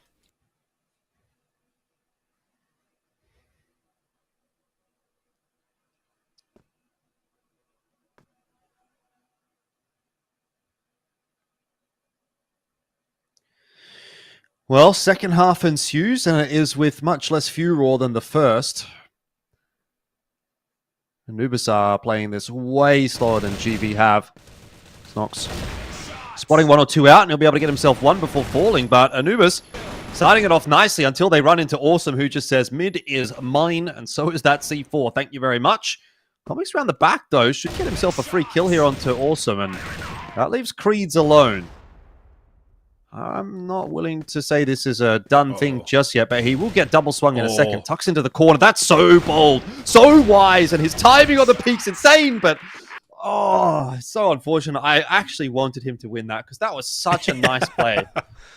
That was he deserved to win that round. He did. Honestly, he was playing that with such a good IQ because he was just hoping they were going to run past him, and then he was going to get an easy double kill, right? But he did find that one duel. He actually just got caught in the spam, so you can see it right there where Comics just spams away through the box, just catches him. But man, oh man, Creeds is just having himself a great game so far. But man, a tie game, all said and done here. So Anubis are pulling back slowly and surely, but wait and see now. Actually, Dipsy looks like he's already pushed himself through A pretty decently here, so he's just kind of waiting for the timing. If Anubis can get themselves past that choke point, and they can get a flash in, they might be able to catch Creeds off guard. But they still got to worry about this mid. Like, this is the other thing. Like, you got an XM that's sitting here, FaZe just going for it again. Why not? But Anubis are really scrambling for an idea of what they want to do.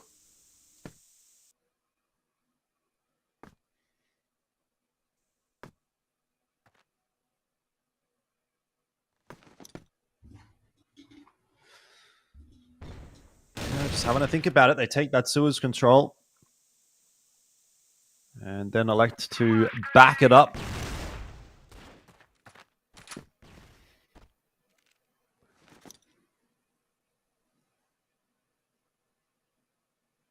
Decent hold in middle from GV this time, 3 players. So not going to be an easy one for Anubis to break. Some of that util starting to filter through on both sides as well. There's another re-smoke. Looks like it's missed though, and Jaguar's going to be able to get out in front of it. He's has to try and get involved here as well. In fact, maybe doesn't even need to until the back end, as that XM comes out only for 1. And a solid cleanup from GV in middle will begin their campaign on the GR side. So it doesn't take them long to get rolling here either in the second half.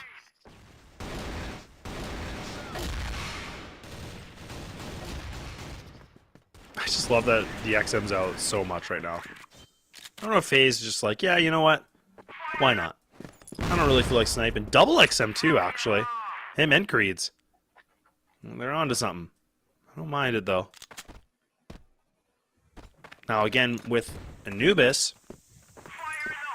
really taking a slow approach and not really being fast. A nice nade, though, actually catches the IGL here. And Sad's actually quite low in the HP department as well. So GV have done a good job taking no damage, but they're inflicting a whole heck of a lot.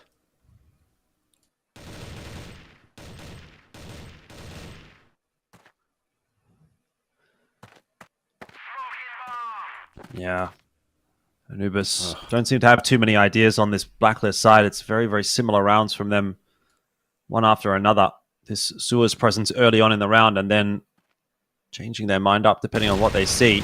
This time, they're just going to try and challenge Loons there in the middle, and that's kind of worked out. It's drawn out the peak and the push even from FaZe. Are you expecting another aggression? Creeds, he's going to keep on going. And Sad's very low on HP, so that XM is actually going to be able to clean him up quick smart if Creeds even spots him.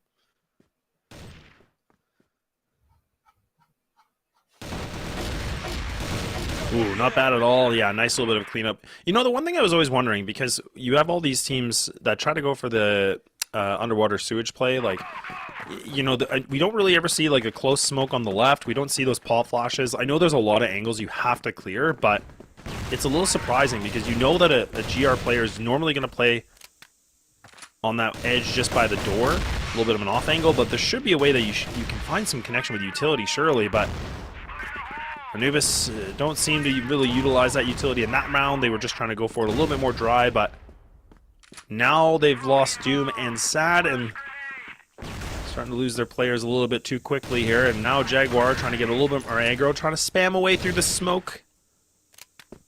Not going to happen. GV put themselves in a better position here. Repositioning with the 2-and-2 setup. The buddy system is in full effect. Ooh, a nice nade here thrown from Dipsy. This is going to be a lockdown here. This is now where GV... Oh, that timing is everything! Oh, look, it's Snox. I was going to say, he just needs to find that little pocket. Indeed he does.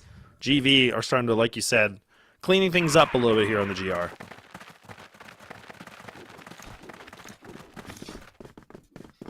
Yeah, it's looking better and better, isn't it? As soon as FaZe pulls out this XM, you know it's about to go down. And it certainly has gone downhill for Anubis. It's a nice one on to Dipsy, and FaZe jumping in on top of him will get out as well, scot-free, untraded. Despite the many attempts from Anubis.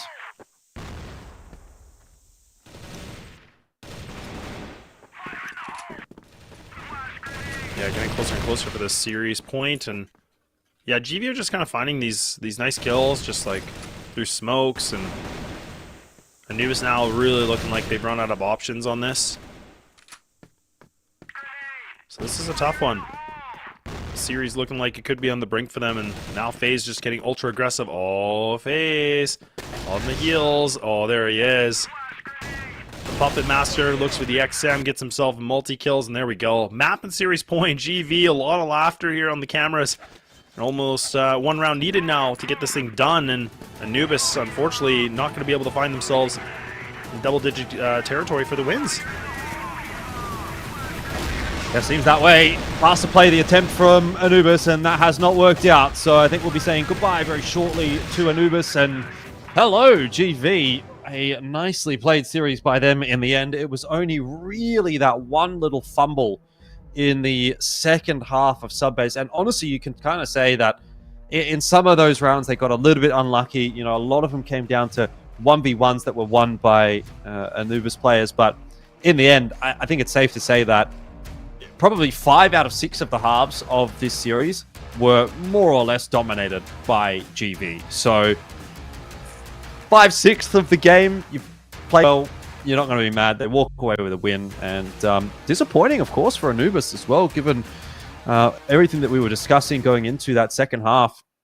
Just felt like they were on a nice little streak. They had built up some nice momentum, had some nice form going into playoffs, and then now that is actually their last game of the season. They've lost it, even though it's gone to 3 maps. Laz, it feels like Anubis lost that pretty handedly.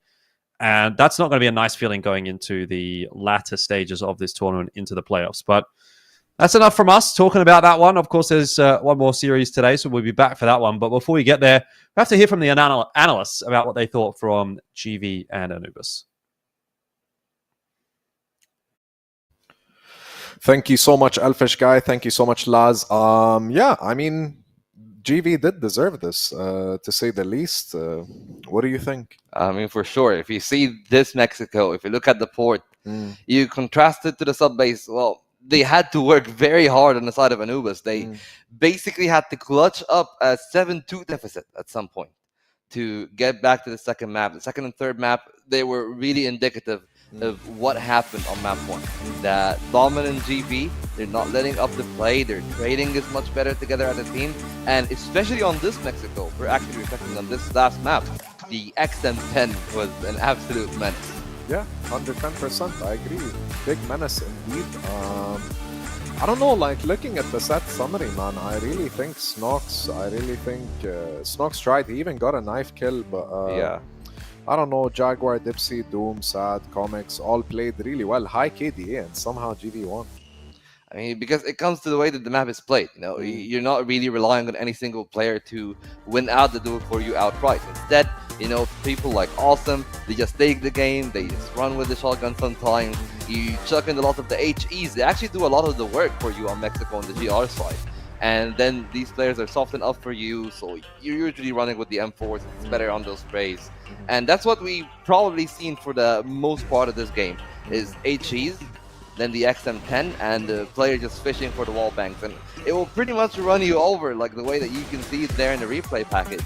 It was very obvious that between the two teams, I feel like Anubis were less prepared to actually go into that Mexico. The lineup on the wall banks were much better from the other side of GV, and even when you look at this sub base, you know, Awesome has been playing a really good game from the start to the finish. On the GR, rifling there, a part of the late entry package, not the pure entry, but he's very good on finding the trade and locking down sites and clearing them off after the entry has gone in. Yeah, I mean, very well played this entire game. Both matches were pretty close to say the least, but I think Awesome, as we highlighted in the beginning, he did win this round for them. Not just this round, this entire series for them. Yeah, to say the least, yeah. Yeah, absolutely. And you can tell right there in the highlight, that's exactly what I'm talking about. Like, somebody else, probably, as Nox is actually going in, trying to be the first part of the entry, and give the space to Awesome. They trust him that much.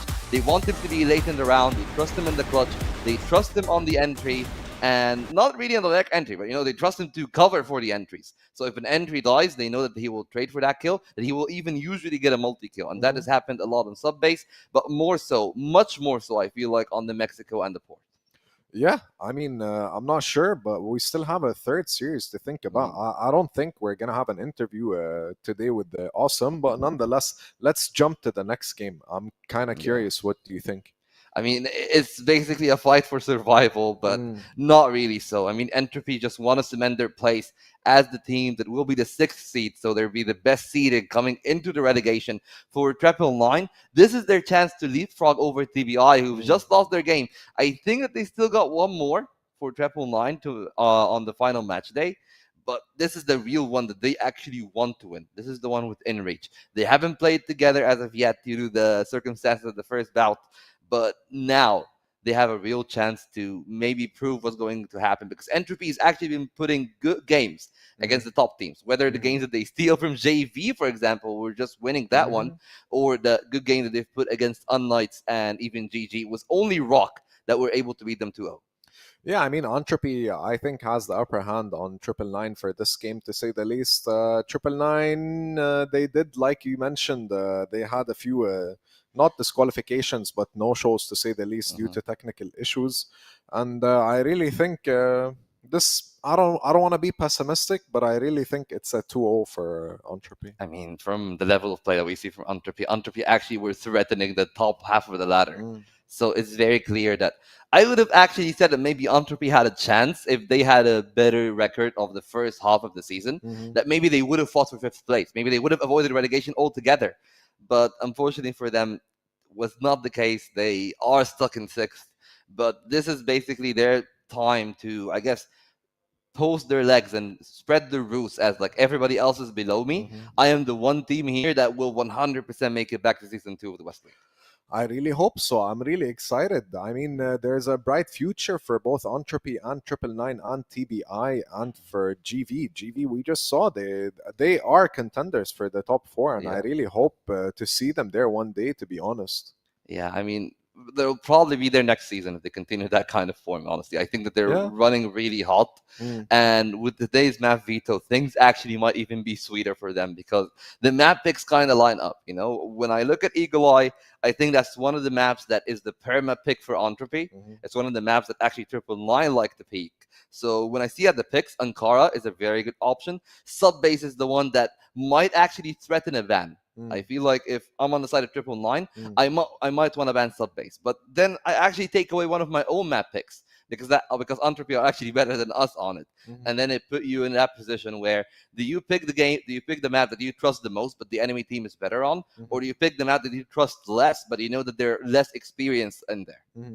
Yeah, completely understandable. I respect your opinion, of course. Very well analyzed, very well. You've done your homework, to say the least, and I'm proud of you. And I think Entropy has a lot of aggression towards 999, you know, so I can't wait to see if 999 is capable of, you know, doing something about it and possibly make, I mean, the placements, it looks a bit unfortunate. 31% and 8%. I think that was one win. I'm not sure. That is one win. Have to wait and see. They are on one win. Same with TBI also. The two teams that are only won once in the whole season, and those 2 wins are against each other. Yeah, it's TBI win against 999 at the first bout, and then 999 responding with the other victory. Well, Entropy, they've had victories against some of the teams. Well, maybe not ROC, but they've threatened GG. They've threatened unKnights. They've gotten games of GV. They've gotten the games clearly of the other bottom 2 teams. So they kind of have established their hierarchy here. And maybe the thing that I'm actually looking forward to the most is going to be the head-to-head. Because while 999 got good players, I don't know if Foxy is going to be stopped today when we come to the actual server itself and whatever maps we're going to play at. Yeah, we'll have to wait and see. I mean, the map picks should be coming up shortly, and we're going to have to, you know, try to identify which maps Entropy is going to pick here. We're looking, key players is 40 and BYK. Very, very, very impressive players, to say the least. They're very, you know, we've mentioned this day by day. I mean, Hazem X as well, he also mentions that 40 is one of his favorite players, to say the least. So what are your predictions for this game? I mean, honestly, I would actually agree with the 2-0, unfortunately, for the side of 999. BYK is the highlight here for their team, but even looking at the stats, it's clearly a no contest. Much better on that end, and I'm taking into consideration the fact that 999 only won 1 game. But it's still a negative win rate for the side of Entropy, and 40 is still positive in KD. 0.84 KDR, or kills per round. Yeah, that's pretty much par for the course for what you would see in the top 40. This is a very impressive scoreline for a player that's supposed to be in one of those teams that are actually struggling. Yet he's carrying his own weight. And maybe, come season 2, we might see a few changes. I'm really hoping that 40 actually either gets support from the rest of Entropy for the next season, or maybe he's actually going to go to a better place in the next season transfer list. But for now, in those 10 players list, while BYK is the closest to anyone here on the side of Entropy, I don't know if he's even going to stack up enough. I think Entropy clearly we're going to take this one individually and even in the map. I agree. On an individual scale and on an organization, I think Entropy has proven to be a contender for this entire series of West League. So we're going to have to wait and see. Like, I'm excited, but I really think Entropy is probably going to take this 2-0. Yeah, very clearly. I think the result should be clear in their favor. I just want to see the maps, so I am sure what's actually going to happen here between the 2 teams. Well, I already spoke a little bit about Ankara Subbase being the legitimate options. Port is the thing that maybe 999 want to go for, because that's the one map where I feel you don't see Entropy playing as much. While they are okay with letting the other team picking it and then trying to contest, it's not something that they will pick themselves. So out of everything in the map pool, maybe that's the one that they actually can go for. And the final 2 bans, I feel like they're not going to play Black Widow on the side of 999. And if I'm Entropy, maybe I would actually want to ban the Mexico and just to try to play a normal game, trusting in my individual level.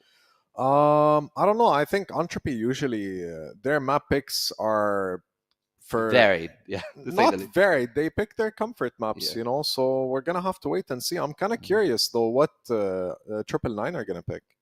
Yeah, I mean, I'm just going to trust myself on that port. I think that's the most likely decision here. And while I feel like Entropy is one of those teams that, yes, they have a very clear comfort, they're one of those teams, you know, if you look at their game against ROC and then you compare it to the games against GG and then compare it to the game against unKnights, it's a very different kind of veto. It's a very different set of plans, and everything will actually depend on the enemy when you're talking about Entropy. And, well, their team, you know, Team Beva, Gainer, I feel like that's a very solid set of players that, unfortunately, on the other end, while I did trust Triple Nine to make their way into the league itself and be competitive in the league, we might have just established with this current season, there's a very clear hierarchy between the top 5, and I'm going to maybe even top 6, if you're going to include Entropy there, because they're really hitting that mark. There's a very big difference between the top 6 and the bottom 2. Yeah, I mean, all teams, I think, in the entire 8 standings are qualified to compete because it's CrossFire West. They've all proven themselves. They've all done their due diligence. So I'm excited to see what's going to happen next, you know, not just in this series, but in the rest of the year, hopefully. Yeah, I mean, not too much left in this season. It's only, as we've said, one final set of games, 2 games only, not even 3. And then we're going to head into playoffs with the one that I feel like everybody else is looking forward to being the ROC unKnights games. But, well, now we're back here. Port is actually going to be the decider. They're going to pick Black Widow on the side of Triple Nine. That's something that I didn't really expect them to go for, but it kind of makes some sense given that Entropy actually decided to ban not just Eagle Eye, but also the Ankara. Yeah, I mean, sub-base is a standard pick for Entropy. Triple Nine, they've picked Black Widow a few times. They didn't really win, to say the least. But I think for Entropy on sub-base, if they win that game, it's just going to be a clean 2-0. Yeah, it should be a clean 2-0. But that actually, you know, brings me to that point. You know, Entropy only banned their permaban in that Eagle Eye. And then you look at the other end, well, it doesn't really make a whole lot of sense for Triple Nine to move from there because they banned the Mexico. So they tried to go for an early pick, and then it put you between a situation where do you actually go Ankara or do you go Black Widow? I feel like Black Widow is the map that maybe got a little bit more variance. Maybe there is some ability for you to at least allow your players to flourish individually, because from what we've seen from this season, I don't think that they're going to flourish as a unit, but individually, especially for me, players like CRS and BYK, they have a real chance to maybe threaten what should be a very peaceful night for Entropy here. Peaceful night? I don't know, man. Honestly, I think Triple Nine are extremely competent set of players, but to say the least, when it comes to Triple Nine, yeah, they as an organization they might have not done the best, but I think they can still challenge Entropy. Well, we'll see. That's what I think. I believe that they are. I don't think any of those 8 teams are any kind of slouches. I think that they're the 8 best teams in the current league, in this current formation. But there are levels to this game. And that's the truth that maybe the West League does actually somewhat feels when we go to international stage. But on our regional stage here in the West, there is a clear gap of level between the 2 teams. Not saying that Triple Nine is bad, just saying that Entropy is that much better and that their 6th position is not actually telling of their real level. Yeah, I hope you're right. I wish both teams the best of luck, to be honest. And I think, yeah, they seem very prepared.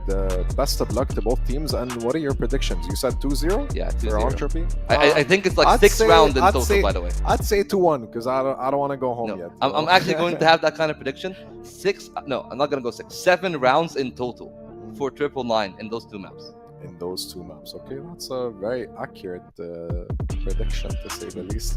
Yeah, it's okay. I think that they were smiling. Vice was smiling earlier, and I'm excited to see both teams actually. Gainer seems a bit anxious. Well, we'll have to wait and see. You know, pre-match nerves. You know, you gotta cool it off. You know, just stretch out a little bit, get yourself ready. And for Entropy, if they're able to treat this just like another day in the office, I'll be very confident in their chances in the relegation. Hopefully, for now, we'll have to wait and see. As he said, I don't think the Triple Nine are going to just let it go. Much like TBI, I feel like has let it go in that first match of the day. This is going to be a fair bit closer, but I still don't think that they are actually good enough to take them on the street. We'll have to wait and see. I mean, it's still like there's one thing I don't agree with you about, that bottom 2 and the top 6 and stuff. Like when Hassan was here, we've watched, and each team, even if it was 8th place, 999 and them, they've proved to themselves, you know. Oh, by the way, like that, I don't mean it in any like negative way. I just think that 999 is a good team, but like, do you really compare them to ROC, the core that really keeps making it to internationals and making deep runs? It's not a comparison, to say the least. It is though, because they're in the here table, to be able to contend, because all 8 teams are here because they're capable of competing. Whether there's some small variants and elements and stuff like that that could differ between a team and another, and subs and whatnot, and if they ate, if they drank, all these things matter, right? Yeah, and it matters between the good and the great teams. And this very tiny difference, it what separates the best from the not. I wouldn't say not the best, but like everybody else. Like it's if everybody else is good, this is what makes the top 3, for example, that much greater than everybody else. Fair enough. I respect it. I respect your opinion completely.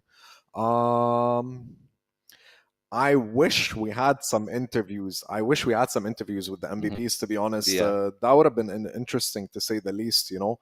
So what else? I mean, we're 1 week away from playoffs. If I remember the standings correctly, I think GG now, after they won, they should be first place. They are pretty much guaranteed first place, yes. And it's going to be between ROC and unKnights, as we like basically spoken 1,000 times. Their final game, who's going to get second, who's going to get third.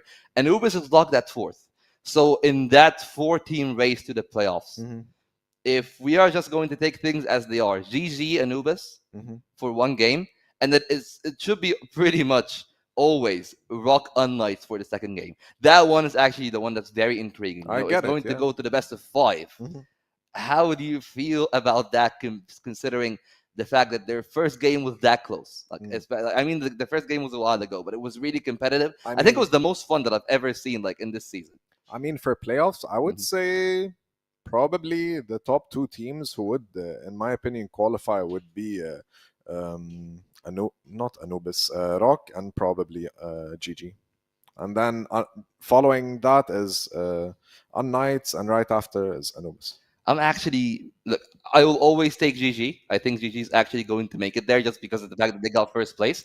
But I think it's actually going to be unKnights to take the 2nd spot in the final. I mean, I hope so. I wish all the teams the best of luck, and I'd like to send it back to our casters. Thank you.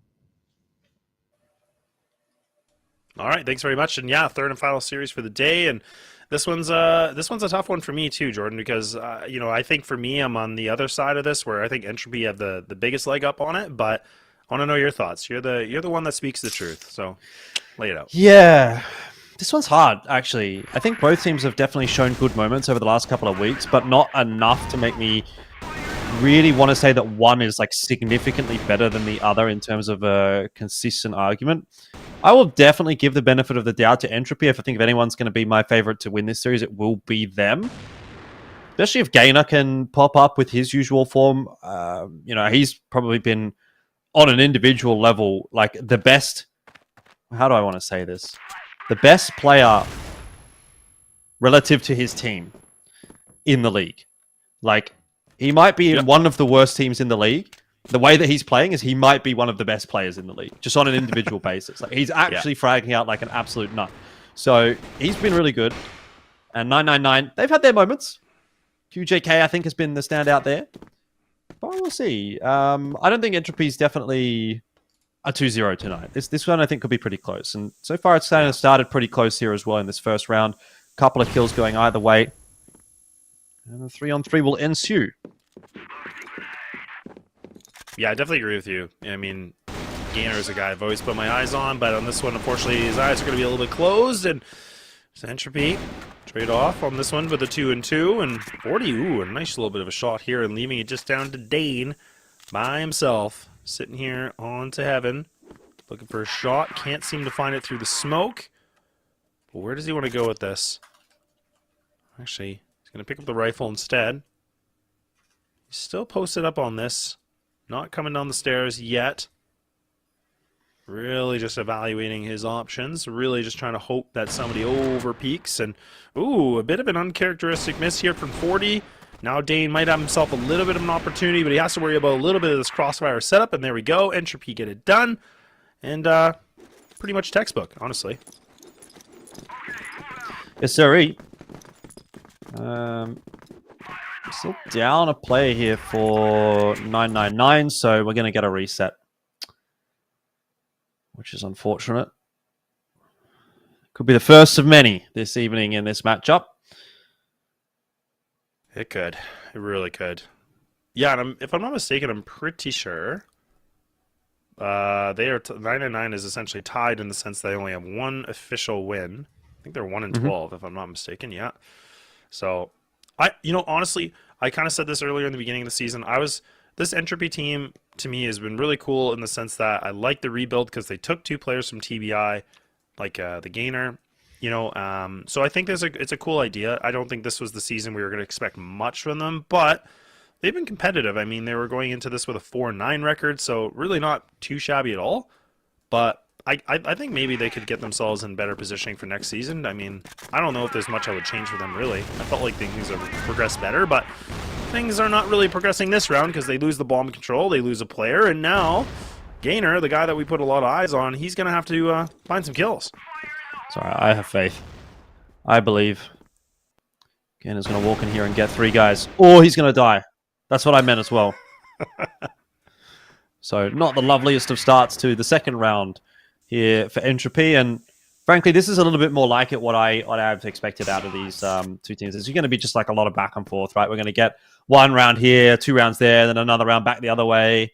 That's very much my expectation for this matchup. I think a lot of them are going to come down to individual moments as well. Vize, quietly, by the way, has been pretty decent this week, but this round not going to be pulled back by Entropy. So even as can be after the 2 rounds. Yeah, and I'm pretty sure, do you know for sure if Vice is calling the shots on Entropy? I feel like I've asked this and nobody's actually told me. I was waiting for Kyle to tell me everything, but... I don't actually know. I don't know. Okay. Well, I'm going to keep saying it's him. Somebody in chat can tell me I'm wrong, but... I've said it a few times and nobody's corrected me, but... 999, nice little pickups here, and actually getting a little bit more aggressive, and... Oh, man, they actually win it. And they only have Min, that's the only one that's taking some damage on this one, so 40 all by himself, a 1-on-5. Bomb on the back. He's got a minute and 50 to work with. So, look, 40 is a guy that can be pretty scary with the AWM, but a 1-on-5 is not easy. And you already have Min just on the flank. Oh, yeah, Min. Oh, Min. You gotta hit that. But okay, it's fine. His teammate's gonna get it done. 999, like you said. Back and forth we go, and getting themselves right back to an even game. And then some. Their lead. Just kidding. Yeah. I mean, even Math is in hard. terms of 2 rounds, 2 rounds is an even number, so... That's what I meant, yeah. Fibonacci. Pythagoras. Something like that. Math. Anyway, Entropy can try and go quickly into the A site, but really quite quickly being turned around the other direction. Minchen not having a bad day so far. A couple of heads popped off. That's his first death. But 4-1. Can't be too mad about that one. This round progressing nicely again for 999 as BYK does pick up that kill onto Beba. Kind of feels like Entropy are maybe a little bit lost on this BL side of Subbase at the moment. Again, relying a lot on just individual entries and wasn't aware of Chris's position on that missile. So another pretty easy round for 999 and kind of doesn't really feel like Entropy are firing on all cylinders at the moment. Not liking seeing Madison 03, Beva 03, Gainer 03. What's happening, fellas? Yeah, they're slow. Still asleep, apparently, but... Because those are guys that have definitely been putting up some decent numbers so far for these guys, but... Yeah, 999 just look a lot more warmed up. Playing pretty well. Everybody's contributing really nicely. And, that's the thing, too, is, Dane's been around for quite some time, too, and... He doesn't even really need to put up big numbers right now. Min's, top fragging here with Chris, and everybody else is doing well. I know the last week when I was watching, I think it was QJK that was actually putting himself in some really good form and some stellar numbers, but now Entropy going to go for the old A stairs commit, and Min, it's a one and done. Quick rotate here from QJK, but Chris is already on the heels, and Entropy got themselves in the sight, but they need to get down these bodies, and there we go. They finally do. There we go. Gainer's back. An assist and a kill in this round, and after the races goes Entropy. Not an impossible retake, but with Chris going down, probably makes it quite tough here for BYK. He did get himself one, so he's at least brought it back to a 1v2, which is certainly a lot better than 3, but stuck behind a smoke, Util getting tossed and dumped in his face. He'd need an insane entry here onto Gainer, who's just playing it perfectly, jiggling on that corner. Should get the trade. Oh, no, he's not. He's not done that. BYK, where has that come from? That is just out of absolutely nowhere, and that's a punishing blow. How does he even win that? I don't know. And it's this map too, right? Like, this was the map we talked a lot about with clutches, like, not going the way when it should, and this is nuts. Like, I don't know how he gets away with that, but a 4-1. Like, this day has been chaotic in the sense that there's just been some gigantic leads for some of these teams, and like you said, Entropy are looking a little asleep at the wheel now, and Gainer gets himself a quick duel, but that's it. And now, I mean, they have to decide if they want to commit to this, and actually Beva does find himself a little bit of an opening, but there we go. Back and forth we go. The teeter-totter can't seem to lean one way yet, but it is a good position here in terms of the 3-on-2 advantage here for Entropy, but just kidding. Just kidding.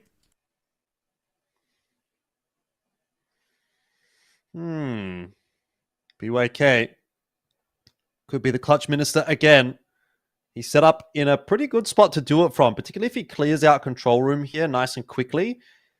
I was going to say, and then goes back to B, but he's not going to do that. This round actually is quite a strange one. Madison takes Locker's control. At this point, Entropy are probably thinking, okay, B's clean, and 999 is thinking, this might be an A-take. But, oh man, BYK, if only he knew. If he would have cleared out control room and then just set up on the jail line, that would have been the perfect play from him. But went on a bit more of an adventure, and so now has to come back and re-clear all of this territory that he's just cleared. And he's not going to be able to do it with any assistance either, because now Dane's going to have to do his own job as well. Retaking double Orm setup. It's not an easy task. BYK almost needed to hit that shot. He'll fall to 40. And Dane's not quite got himself enough space on the site there at all. So ends up being a pretty comfortable 2v2 win for Entropy in the end. Yeah, not bad at all. Yeah, I was definitely thinking that maybe they could have been able to put themselves a little bit better, but I mean, for them to find the round, this is going to be a nice little bit of a split of the 4-2, so 999 solved the lead and a nice little bit of a buffer, but again, this is what we were kind of expecting with this series, is that there's so much potential for it to just, you know, one team gets a decent lead, or, you know, just a couple rounds get grabbed here and there, so this is almost like a dead even matchup, really, when we talk about it, but 999 just trying to prove a little bit. They were the ones that qualified for the online league, making themselves here back again. Whereas Entropy are definitely some guys that have been a bit of a mixture. Lazarus and TBI former teams. Some guys that's in the league. And Dane actually gets himself a little bit more active. Tries to go hungry for the triple, but it's a big bite. BYK. I don't know how on earth he's still alive. He finally goes down, and 40 now. Clutch scenario once more here, Jordan, and I don't know if this is going to work out for him, and indeed it will not, and 999 can continue to prevail. Yeah. Nice stuff from 999. This was great from Dane. Bang, bang. And then pretty solid stuff as well from BYK. He almost gets 42 for the third. Yeah, I don't know. I mean, 999's a bit of a conundrum to me, because I think their overall season scoreline looks a little bit worse, just because they had those, like, 3 games, I think it was, that got forfeited in week 3. So those may have been some winnable matches as well. GV, potentially winnable. unKnights, probably not. But the other game that they played, or didn't play that week, as it were, was actually, interestingly, this one, where they got a forfeit loss against Entropy. So that may have bolstered Entropy's season a little more so than was fair, and then on the other side of the coin, potentially for 999, it's harmed their season, and it makes their season look worse than it actually could have been. It's hard to know. We don't really know. Obviously, 999 are clearly not the top team in the league or anything like that, but had they had that week where they'd played and they'd beaten GV and they'd beaten Entropy, which kind of felt like maybe doable, we'd probably be talking about 999 in a bit of a different fashion. It's just these 3 forfeit losses don't exactly help the win-loss ratio. So kind of liking what I'm seeing from 999 as they get deeper into the season. And might be good signs going into next season if they can make it back into CFWL. But this round, all on Chris, and he's got nothing but headshots to hold down the missile on A. So clean from him. And 999 are looking real good on the GR side of Subbase. Yeah, they are. They're looking really decent. And BYK's put up some big numbers, sitting at an 8-3. Chris having himself a big multi-kill round, so that's definitely somebody you want to put up those kind of numbers as well. So not bad at all. And I think both these guys together, if I'm not mistaken, I think Chris actually might have passed him now. But either way, like they're definitely playing a lot better. The firepower seems to be definitely noticeable. Entropy look like they really just aren't, like, I don't know why they wouldn't be warmed up, but they just seem like they're a little bit sluggish right now. Not the same that we've seen in the past, but 999 looking to get themselves to the 6-2 right now, and honestly, they can get themselves one more. I mean, this is going to be an amazing kickstart, especially for the BL side, and that's kind of been their weaker point. That's always where you can really see the inexperiences their team grouped together.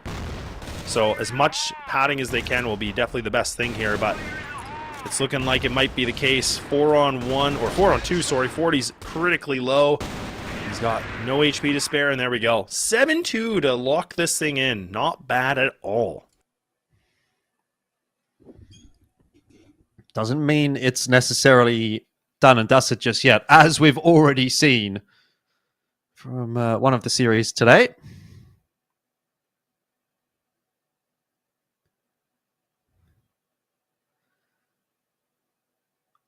But 999 feeling pretty good about things at the moment, has to be said. And a lot of work to be done for Entropy to come back into this one.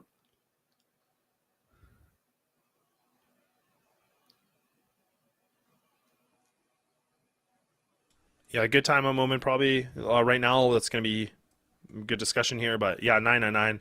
Always been a decent team on the GR side, but again, the BL side is kind of where I draw a lot of question marks. But Entropy have really surprised me too. Like they've had some slow starts before. I feel like this is the worst I've seen in a long time, but they've done well that way.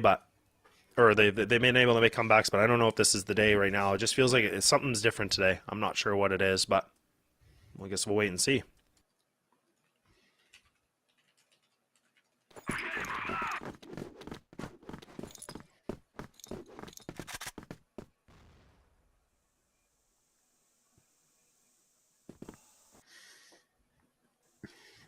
Well, we're back at it. Second half. Entropy, a long road here, Jordan.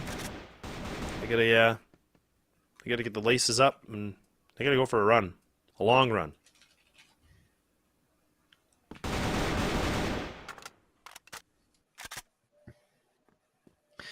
That is true. I don't mind a long run, though. I'm a fan of it.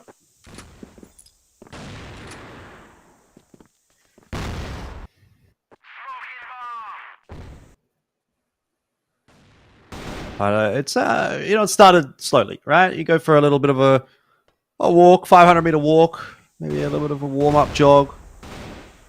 We're not really running, definitely not sprinting through this first round of the second half just yet, as Madison will start it off nicely for Entropy, and this is where we now have to turn toward 999 and say, well and good to have a nice GR side, but what can you do on the BL side as they fall out of the vent? They've got themselves a double courtesy of QJK, but they still need one more to open up this A side, and Bever will not be giving it to them. Oh, Chris stuck in the window room. Ooh, if he catches up with 40 here, he can just go straight into B. Bever's down on A. He's unable to help that engagement, and now stuck in the 1v1. Yeah, Chris has been having a really good performance so far, and this is where we said, look, Entropy, they've been slow at the wheel. They haven't really been able to find any sort of abilities for the fragging department, but maybe now's the case here in the second half, and Chris in a perfect position, and there it is. Lines it up, tees it off, and drives it just far away. And 999 closer and closer to getting this first map done and over with. And again, I'm just trying to remember because my memory is terrible. I mean, this was the pick here for Entropy, meaning that if we get leaned into the second map, I believe that's going to be the Black Widow, which is for 999. So we'll wait and see. But look, it's been a lot of action. It's been a lot of crazy action here, and this thing is already down to a 2v1. This is nuts. It's true. Again, not unwinnable.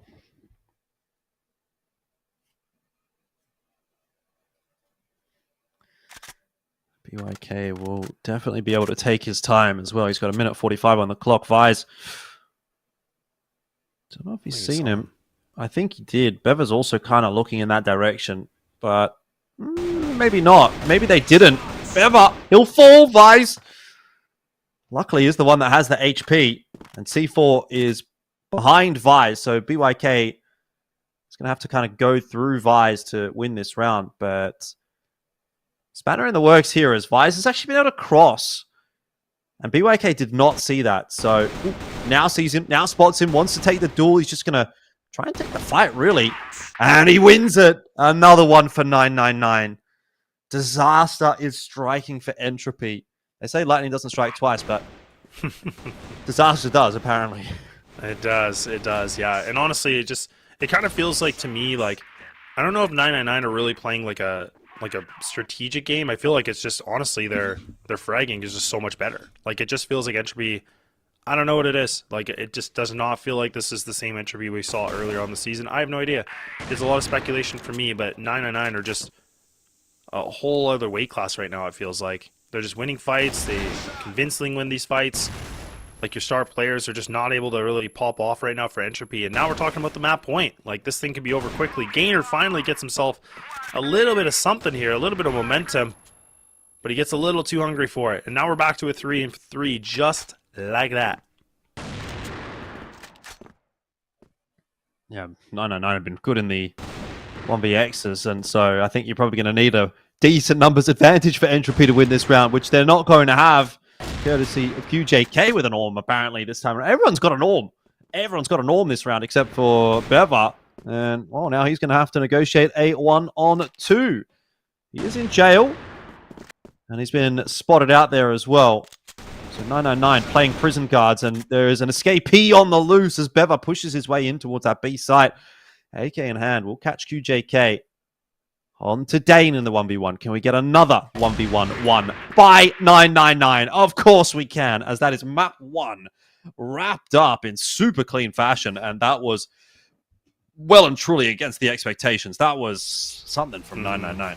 That really was, yeah. It really was a different performance from these guys. Everybody just seemed like they did some good warm-up. I don't know if they had some scrims earlier on or, you know, just at the DM. I don't know what it was, but definitely a very different 999 than what we saw so much of their other matches in the season. So a big congrats to them. They win the first match here. That was their pick, but they did it really easily. Like, it just felt like Entropy had no sort of an answer. Entropy have played this map before, so it's not like they were caught off guard with this, but it really just kind of felt like they had no sort of control at all. Like, they really just felt like, yeah, we're just going to scratch our heads and we got nothing here. Yeah. Overall, though, is it enough for me to say Entropy's going to lose this series? Not too sure just yet. That's good from 999, but I need to see more before I'm prepared to lock them in for a 2-0. Let's hear, though, what the analysts think about that first map. Thank you so much, guys. To say the least, yeah, 999. I mentioned this before, that just because they're in the bottom of the bracket doesn't mean they can't perform and they're not substantial, proper players. You know. Yeah, absolutely. You know, I'm pleasantly surprised. I'm going to take it like that. You know, they pretty much took a page out of Anubis's book. Their GR side was pretty good. Their BL side was also pretty good. And it wasn't really to any fault of Entropy. It was just 999 strictly outplaying them in that kind of scenario. And yes, I just hope that it's not also the same flash in the pan that we've seen from Anubis, and then there's that regression to the mean come the next two maps that maybe Laz is actually agreeing upon. But you know, it's difficult to judge from a sub base that was going so single-handedly in one team's favor what can go in the next two. Yeah, we're gonna have to wait and see. I mean, I honestly do hope for a best of 3 because I don't want to cut the day too short. You know, it's gonna be exciting. I really think that Entropy's performance was not the best, at least not on this map, you know. But when it comes to 999, I have to give them credit. They performed exceptionally well. Yeah, I know. CRS, BYK, talking 3.75 KD right there on the rifler, and of course the sniper with a 2.6. You know, a very impressive stat line from those two. And when you look at the side of Entropy, it really makes sense why they only got 2 rounds in that entire game. Nobody really touching positive KD, and everybody is on negative impact. So maybe, you know, maybe there's a better result there from Entropy. But I do agree. I feel like 9 on 9, they're on cloud 9 from the individual level on this first map. And it can be clearly seen here, you know, like some of those rounds that Entropy got, they got because of better macro. They got because of better game sense, better positioning, not better aim. That was all 9 on 9. Yeah, I can't agree with you more. I really think 999 came to play, and they performed really well, to be honest. Yeah, they did. And it was actually, you know, from those few rounds, you know, from round 5 to maybe round 8 was the few rounds that I was like, yeah, 999 are actually going to seal this one off. Because the holes they've had, whether on the GR side or the initial few rounds on the Blacklist side as well, it's like, yeah, I don't think Entropy are actually going to take it. You know, the multi-kills are too good, the side holes are clean, and while the side of Entropy has definitely made it a little bit more competitive when they've moved over to the side of the global risk, it just wasn't enough to break the inevitability that 999 posed. Yeah, I mean, I just want to highlight that what I mentioned before is that all these teams are well-rounded. They're exceptional players. They have the game sense. They have the macro, like you said. They have a lot of potential as well. There's just some minor tweaks here and there that really make them reach specific categories in the standings, you know? Oh, absolutely. You know, and I always think about this from the perspective, like, no, think about the greatest players in all of sports. You know, they'll tell you that one thing. They'll say, like, I was like one of the top 20 players of my entire sport, but I've unlocked this one skill, and that one skill took my game over completely. That's how small the difference is in that kind of level. When you're in the top 20, top 30 players of the entirety of the West, it really comes to those very minute details. You know, we've seen a little bit from Entropy there, despite their game being rather weak individually. The fact that they were still able to compete in the specific parts, like the highlight, the backstab that came in, that's a skill that you learn. It's not just a talent. You know, you need to work very hard on developing reads on your opposition. They had a few good reads on 999, but it feels like, well, when the guns came out, they took over. Yeah, I mean, not just backstabs. There's a lot of elements to this game that's really important. And one is to, you know, play the game for fun and as a sport, you know, not just to aggression or trying to win something or to take something from other people. You know, it's just how it is. It's normal for, you know, for there to be standings and for there to be rankings and all that stuff. But at the end of the day, like, we're all here for entertainment. Yeah, absolutely. Well, we were probably going to get entertained in the second map as well. I hope so. I feel like it actually won't be the same. I think that this form of 999, if it came to the second map, is going to be a very competitive game. But I'm hoping that we're not going to see the same Entropy, because this Entropy was kind of lackluster individually. They still feel like the Entropy, but it's like a shell of their former selves in that way. And that's not to really discredit them, because I feel like they've played a fair game. But when it came to those big moments, you know, the clutches, that most important thing for me in that series was the fact that 999 were actually able to hold some of those multi-kill anchors, especially on the lower side. Yeah. I mean, lower, upper side, they played the map really well, to say the least. And I think both teams have good intentions towards trying to prove themselves this year. Yeah, absolutely. Well, this year, it will probably end much sooner for one of them, because, as we said, you know, Entropy are not going to be playing relegation. We're only seeing them in Season 2, but it's still their time to prove their worth in the series. Yeah, and we'll take it away to our casters, and let's see what we have in store. All right, welcome back, everybody. We're ready to go, and now we're on the second map, and this is an exciting one just because 999 showing, I think, you a little bit of surprise for yourself and I, where they had a really dominant performance, but can they maintain that performance? That's the biggest question here, is now them just getting things easy breezy and beautiful on the first map. Can they do that again? That's the biggest thing. Yeah, most definitely. 999, I've seen these kinds of flashes from them before, but I haven't seen them over the course of an entire series be able to look that good. Oh, Oh, And dear. we might not be seeing much actually to start off this map, as Cool that background, looks like it might be a restart. Yeah, it was a nice background for sure. You know what though? Since we're on the topic of backgrounds, I'm just having a look in the background of the players' setups there. 40 and Vice. Have you seen those electric? What are these called? These like electric blinds that they've got on the outside of their windows. Yes.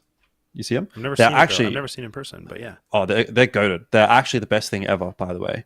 I really want to get some because they can go full black, like full dark. You can completely close them, so there's no light coming through at all. So you can get complete blackout, which is obviously amazing for going to sleep.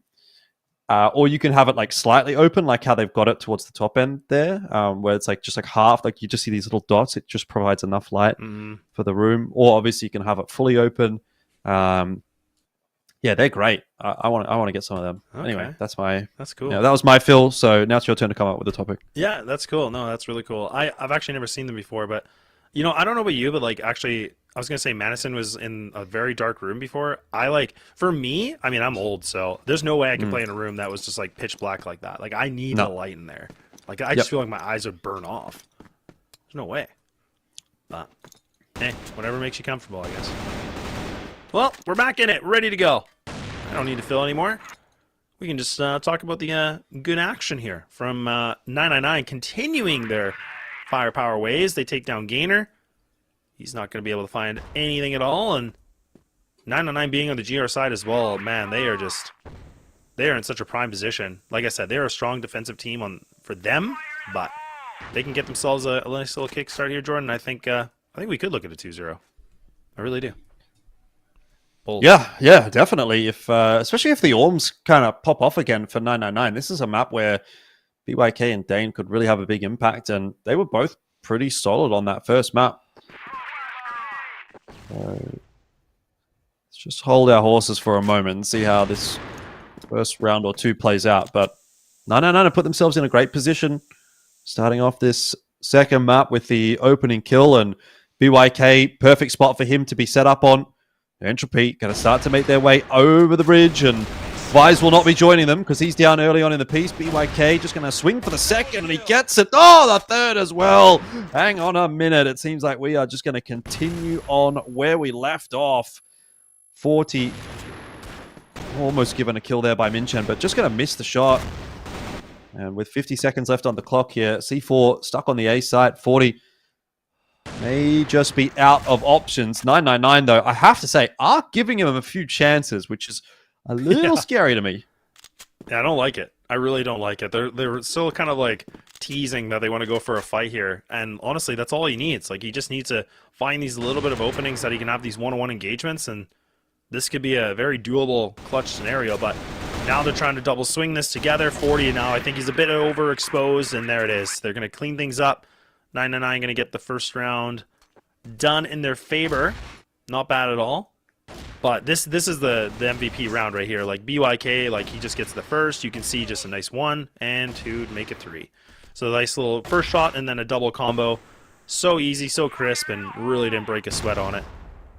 And he's really had himself a good series thus far. Like I think the desk gave it to him originally, but him and Chris were definitely popping off in terms of numbers here. So love to see that he's still maintaining that, because I always get a little nervous when certain players kind of like have a really good first map and then they just kind of disappear. They place him with Houdini on the second, but not looking like the case right here, Jordan. Well, it's only one round, so we can't read into it too much. But you're right. Different approach this time, though, from Entropy. They're looking to go toward B. It's 2-player setup at the box room. QJK and Minchen, couple of riflers, no Orm in the picture. And even the rotator, Chris, will be coming over with a rifle as well. That's the first couple of shots on in. Minchen and QJK combining for just the 1 kill so far, but a lot of damage going back in both directions. The overwhelming shots do come through from Gainer in the end as they take the box room control, but it is for the loss of at least another player. Beva, big job to do here, does eventually get over the line against QJK. They've got to try and find Chris as well, but he's still fighting hard, and C4's dropped here on B, so 999 at least aware that commitment is going to have to come into this side of the map.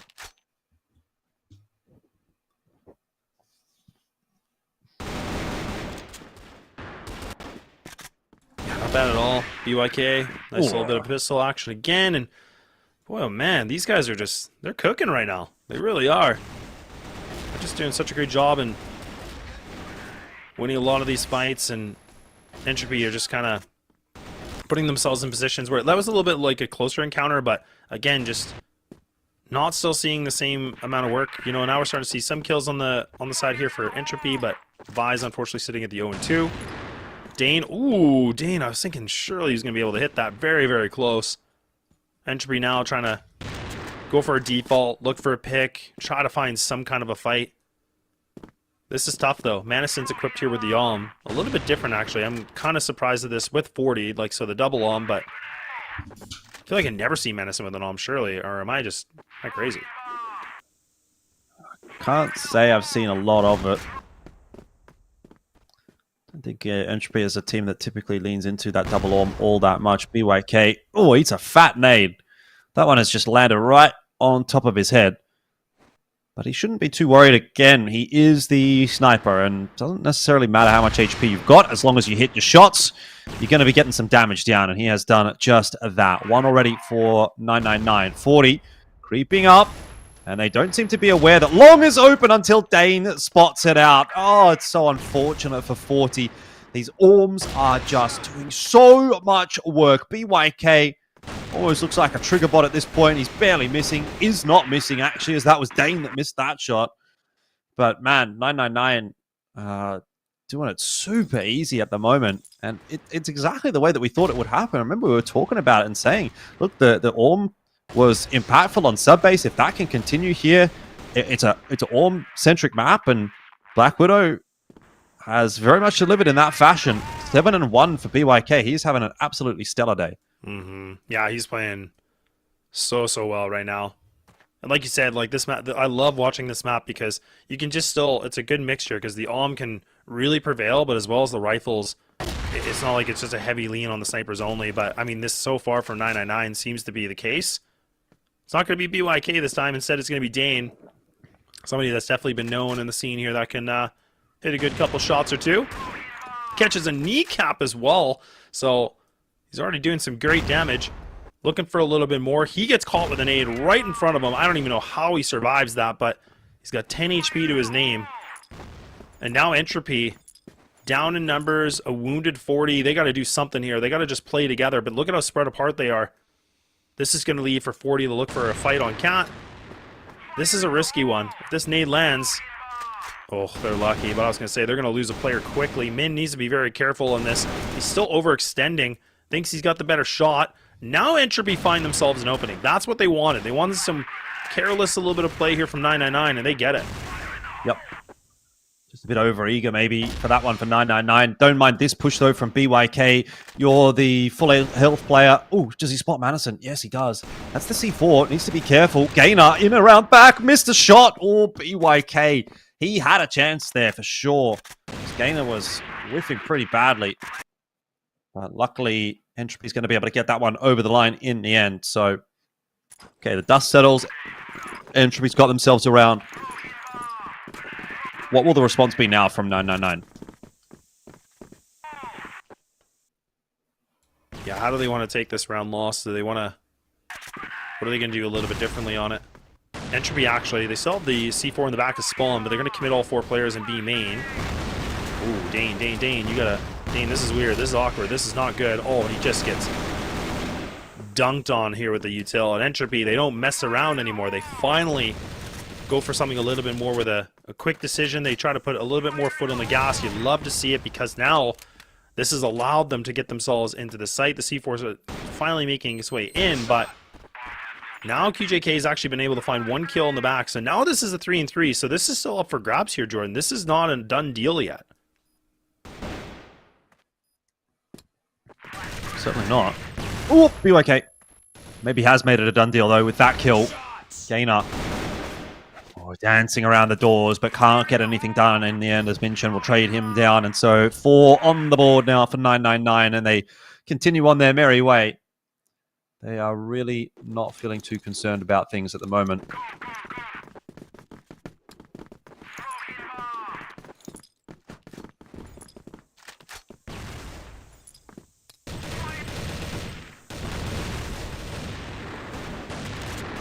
It's 4-1, looking pretty good though, and Entropy now getting this long A house control. C4 dropped, so no real strategy or decision yet. They just want to get this map control. They want to just have the one player, which will be Madison with the Yalm. Kind of hanging out in the house. He's going to house sit for a bit. And I was thinking he was going to look for maybe somebody on 999 to kind of, not like a rotate necessarily, but somebody that's looking for intel. Oh, but man. Ooh, he's so aggressive, but he's pushed himself in a decent position. They might not clear him. They don't. Oh, look at that. A rabbit out of the hat. He finds himself a double kill quickly, but 40 thankfully can bounce things back. But 999 with the IGL here to just find themselves a nice big opening here. This has made it awkward because now it's a bit of a sandwich. You can already see this. Chris has already pushed himself looking for the flank, and Dane a little bit of an awkward encounter, but they need to get bomb's C4. still down. Yeah, they've got to get the C4, and Chris might be in a position to deny that. They could very well lose a player here if Chris gets his timing right. 40, how much noise is he making? Oh, Chris has definitely heard him. He wouldn't be slowing down like this if he hadn't, and he does get rid of 40. Madison on the swing is going to go down as well. That's crazy work. Another round for 999.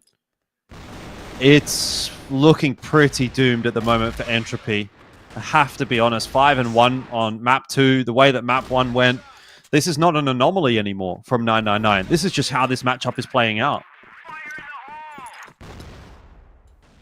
Yeah, 999 just really wanting to get themselves a little bit better of a record here to finish off the season, and they're looking like they just want to showcase that. They want to stay in CFWL if they can. And they're doing a really good amount of work against a team like Entropy where, let's not forget again, in terms of the overall standings, I mean, they're like a number 6 team. I think they were 4-9 going into this, so if 999 can find themselves a win, I mean, it's not like it's going to matter in terms of playoffs, but it's going to be a nice little buffer for them and confidence to finish the season out. And a decent win that they could have on the board. Gainer has to show something big. A 1-on-4, he finds the first, but I'm not liking this, Jordan. I'm not like much of a gambling man at all, but I mean, he's got nothing to work with. It's all about fire now. It's all about firepower.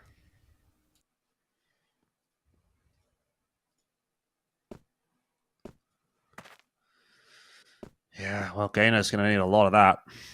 And honestly, has been somewhat neutered this game. That's a nice shot.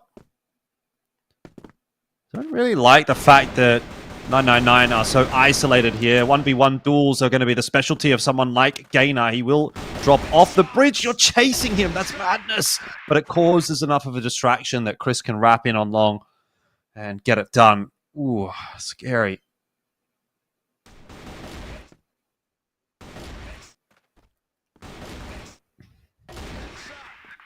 Oof. Close to fair, though. I mean, look at how low Chris was. Gainer, type of guy that could get that done. Oh, 3-2 split. The old 3-2 split. All right, no messing around. Like you said, you're a big runner. They want to also take a little bit of a note from you. They want to go for a long run here. And look at how fast they're able to find these fights. They pick up 3 right away. They get the site control for free. I mean, they're going to get the C4 down, and this should be a quick round. This should be over with. 999 not expecting it. Perfect execution here from Entropy. Love what I just saw. Yeah. Wise is actually not going to commit to that fight against Chris. He knows that there's a flank coming in from Beba. And 40 in the end is actually the one to get the kill as he tries to jump his way up through the window. Entropy get one more, but with another round left in the half, it's quite a big deciding factor actually. And Chris starts it nicely with a kill onto Gainer, who just wanted to smoke the mid doors. 4v5 though will ensue now for Entropy, and this is a deciding round between a 7-2 and a 6-3, and those two scorelines feel dramatically different to me. 7-2 is just such a dominant half. Vice, nice entry though, onto Dane. Caught napping, and that opens up the B bomb site.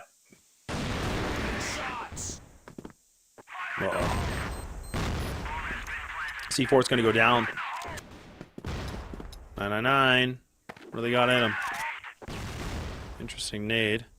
Oh, it's going to be the wrong spot, though. I like the idea, though. Expecting somebody to be just tucked in the corner, but...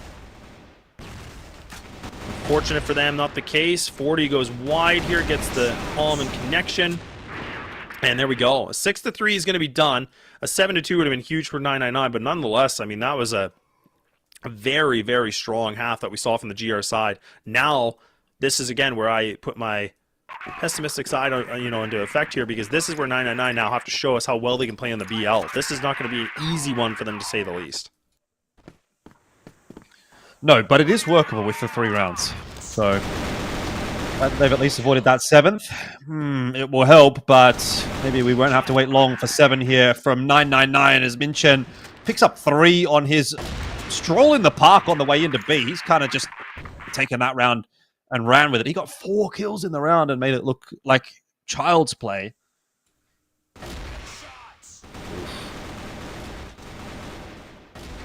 Yeah, he really did. This is just, yeah, I'm just, like, honestly, I'm in so much awe right now because I never would have thought it would be like this. I really didn't. Like, I knew 999, like, they showed us glimpses in the season where they could, like, be competitive, but, like, this is a whole other ball game to me. Like, this is a whole other scenario. I mean, maybe now that they know there's, like, nothing to lose, like, they're just unleashed or something, but the position they're in, they're a 3-on-2 with a 7-3 scoreline and a huge potential to find themselves in 8th. Like, this is where Entropy, like, I'm surprised they even haven't called the timeout yet. Like, they need to collect some thoughts here. Like, this just seems like they're just gonna roll with it, and they ain't rolling well. No gainer. The 1-on-3, or the 1-on-2, I should say. Sorry, math is hard, and gets caught in the scope, and there we go. 999 just continue on with mayhem, and I don't know, Jordan. This is looking like Entropy just got nothing left. Tank's empty. Yeah, no, I just don't know what's going on here at all, to be honest. But this is, I guess, indicative as a reason why a team like Entropy haven't been able to push any further than they have this season. Is, yeah, they can be good in moments and they can give us some kind of hope in couple of instances, but then you lose a series in a fashion like this. I mean, it's not over yet, but definitely looking like we're headed pretty quickly towards a 2-0 here for 999. QJK gets himself an opener, and that kind of inconsistency is just not going to be good enough, unfortunately, for Entropy, as Minchen also grabs one more, and 40's sort of stuck in the window room. Minchen did at least fall, but across the map, it doesn't matter where you look. There's kills coming through for 999. 40 waiting patiently for his kill onto QJK. C4 accelerating into the A site, which they know now is clear because they're aware that 40 is stuck over towards B. Plan's going to go down. And 40 will be finished off by BYK. A mere formality, really. Damn. It's just the rise of 999. It's just unfortunate that it's come a little too too late. You know, if they would have had that extra week to play with, would this have come through last week? Well, maybe, maybe not. Obviously, we're never getting back into a playoffs contention position, but took a map off of GV this week. Took a bit of a beating to unKnights yesterday. But I think there's been more positive signs for 999 post week 3 than pre week 3, if that makes sense. Yeah. No, I agree with you. So that extra experience coming through in some capacity. And now just looking to close this series out. Yeah, and if they find themselves in the win category, I'm hoping you'll correct me, because apparently I've been wrong a lot today. Which, I mean, if they get the win today, that means they're going to be 2-12, which will be the 7th ranked team in the league so far. So, and then it kind of makes me wonder in terms of just like any other matches. I don't even think they're playing anymore, so that's, yeah, that actually makes them not even the dead last team anymore, which is very interesting. A fun fact, you know. It's Basic, fun. But fun. Not for everybody, but fun, for me Jordan. it's fun. I'll take it. Yeah. Thank you. Ooh. Oh, okay. Uh-oh. Still a minute remaining. Which Entropy got to be careful. Map and series point on the line here.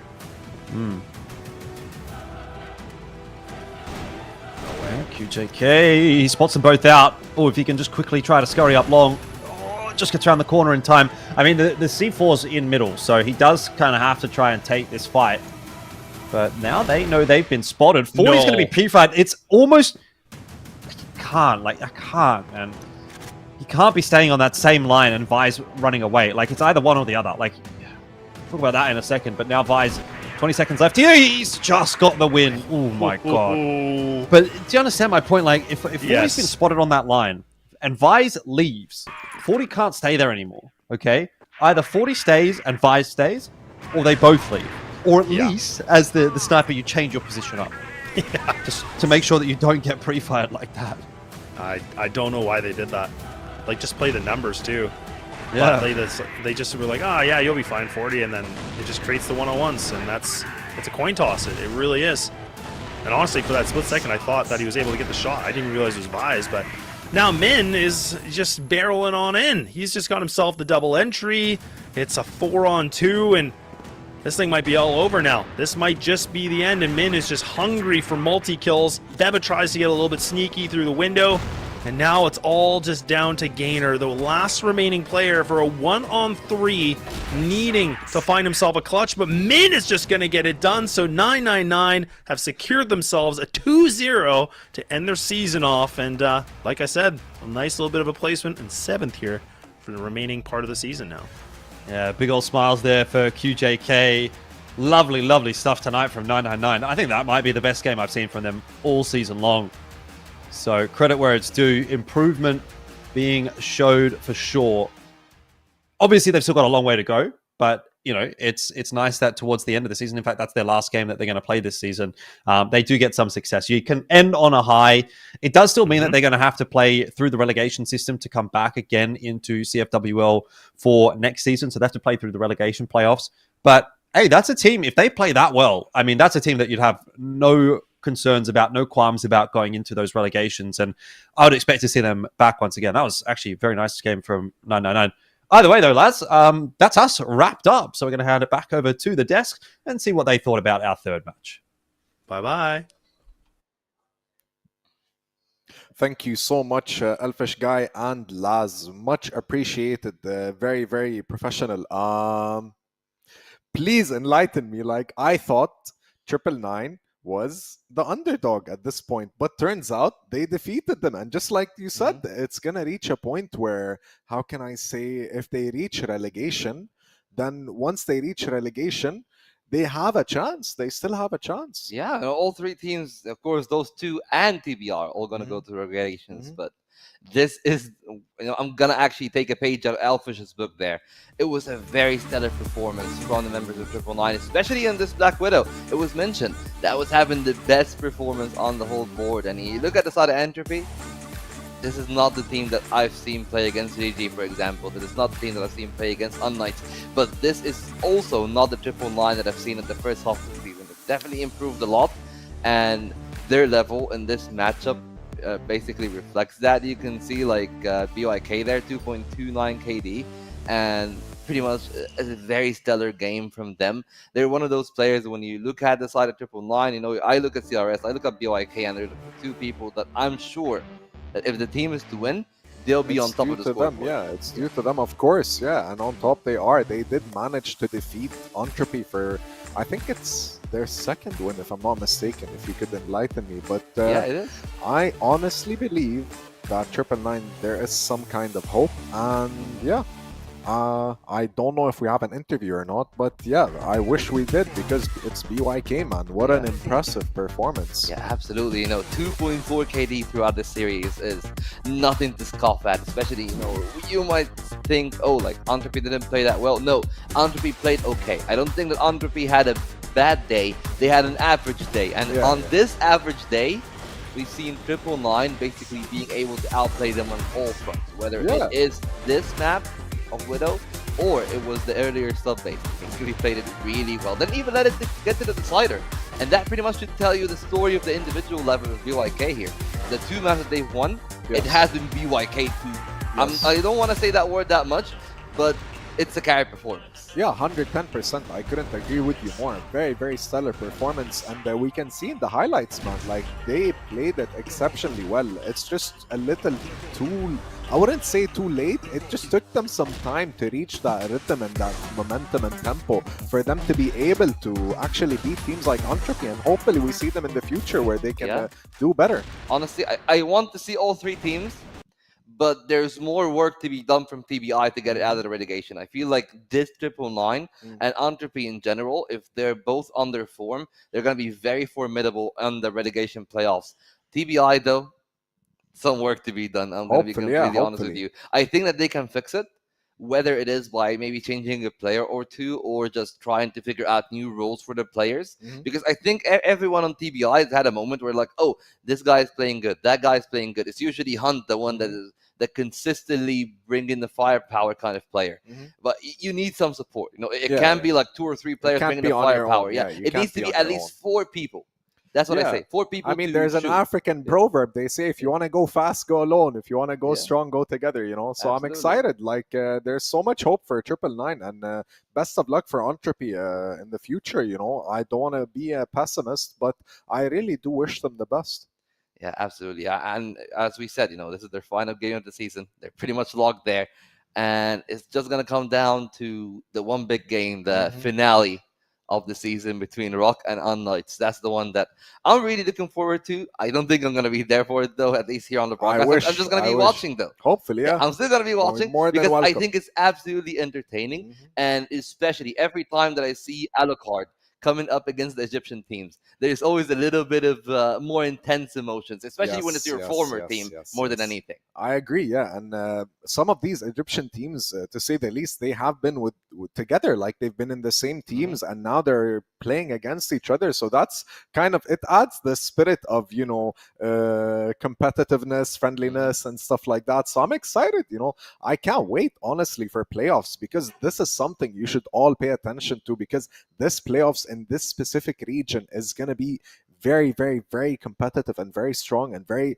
formidable, to say the least, and very entertaining. Yeah, especially, you know, we've been playing best of 3s all the season. When you get to best of 5, suddenly it's like, oh, I only got 1 ban. So I ban my perma. Like, I'm just going to say this, I ban sub base as my perma ban. But I don't like playing Black Widow. Suddenly the other team has the option to force the Black Widow in that best of 5. And I'm going to be tested in the depth of my map pool. Something that I think GG is the best team, and that's why they're the first in the league at doing. Something that I think ROC is actually a little bit better than unKnights at. So a lot of pressure is onto unKnights to maybe win this best of 3 and then transition that into a deeper best of 5 map pool. I mean, I hope so. I wish all the teams the best of luck, especially the top 4, because now the heat is on, right? If you think about it, they reached a consensus with, like you said, the top 4 and the bottom 4, and now the top 4 are gonna actually start integrating what their coaches have taught them, what everything else that came into play, what they've learned monitoring the other teams and stuff like that, and how is that gonna improve and scale into the future. Yeah, absolutely. And you know, when you say that, you know, there's tape on all of those teams. And that's why I think, for me, my biggest worry is unKnights. Because unKnights already, just in the best of 3, some of the teams already figured out a way to try to wrestle them, you know. Take them to compound. That has been the real solution. Take them to compound, they suffer. They're not the exact same team. But when they're off that compound and they're on the other maps, they really look neck and neck with GG and ROC. All right, thank you so much, man. Thank you so much, and thank our casters as well. Here we can see the standings. I'd like to end it on that, and we'll see you all next week for more CrossFire West. Oh, wait. Oh, sorry. Standings. Yeah. Wait, I just wanted to point out one thing before we end. Sorry, I rushed it. I really think there is still GG, unKnights, ROC, who still haven't played the game. GB as well. So this, what do you think? Well, I mean, from what I think, you know, it's just going to be GB unKnights. GB, and that is going to be the interesting one. You know, GB is actually a little bit up and down, and their last game against Gaimin Gladiators was a 2-0 for GG. Maybe that's gonna be repeating again. GG is just the best team right now for me, in the depth of the veto, which is the main thing. Because I think individually, GB has shown a very good game today. But outside of that, unKnights and ROC, this is the firework game. You know, it's the exhibition more than anything definitely else. agree. I 100% agree. I don't want to end. Trust me, this is not up to me. I wish we can stay here forever and talk and more about Crossfire West and everything else that comes with it. But we're going to have to end it for now. Please be here next week on the weekend. We're going to see you all, and I hope my partner is going to be here as well. Good night, everyone. See you guys.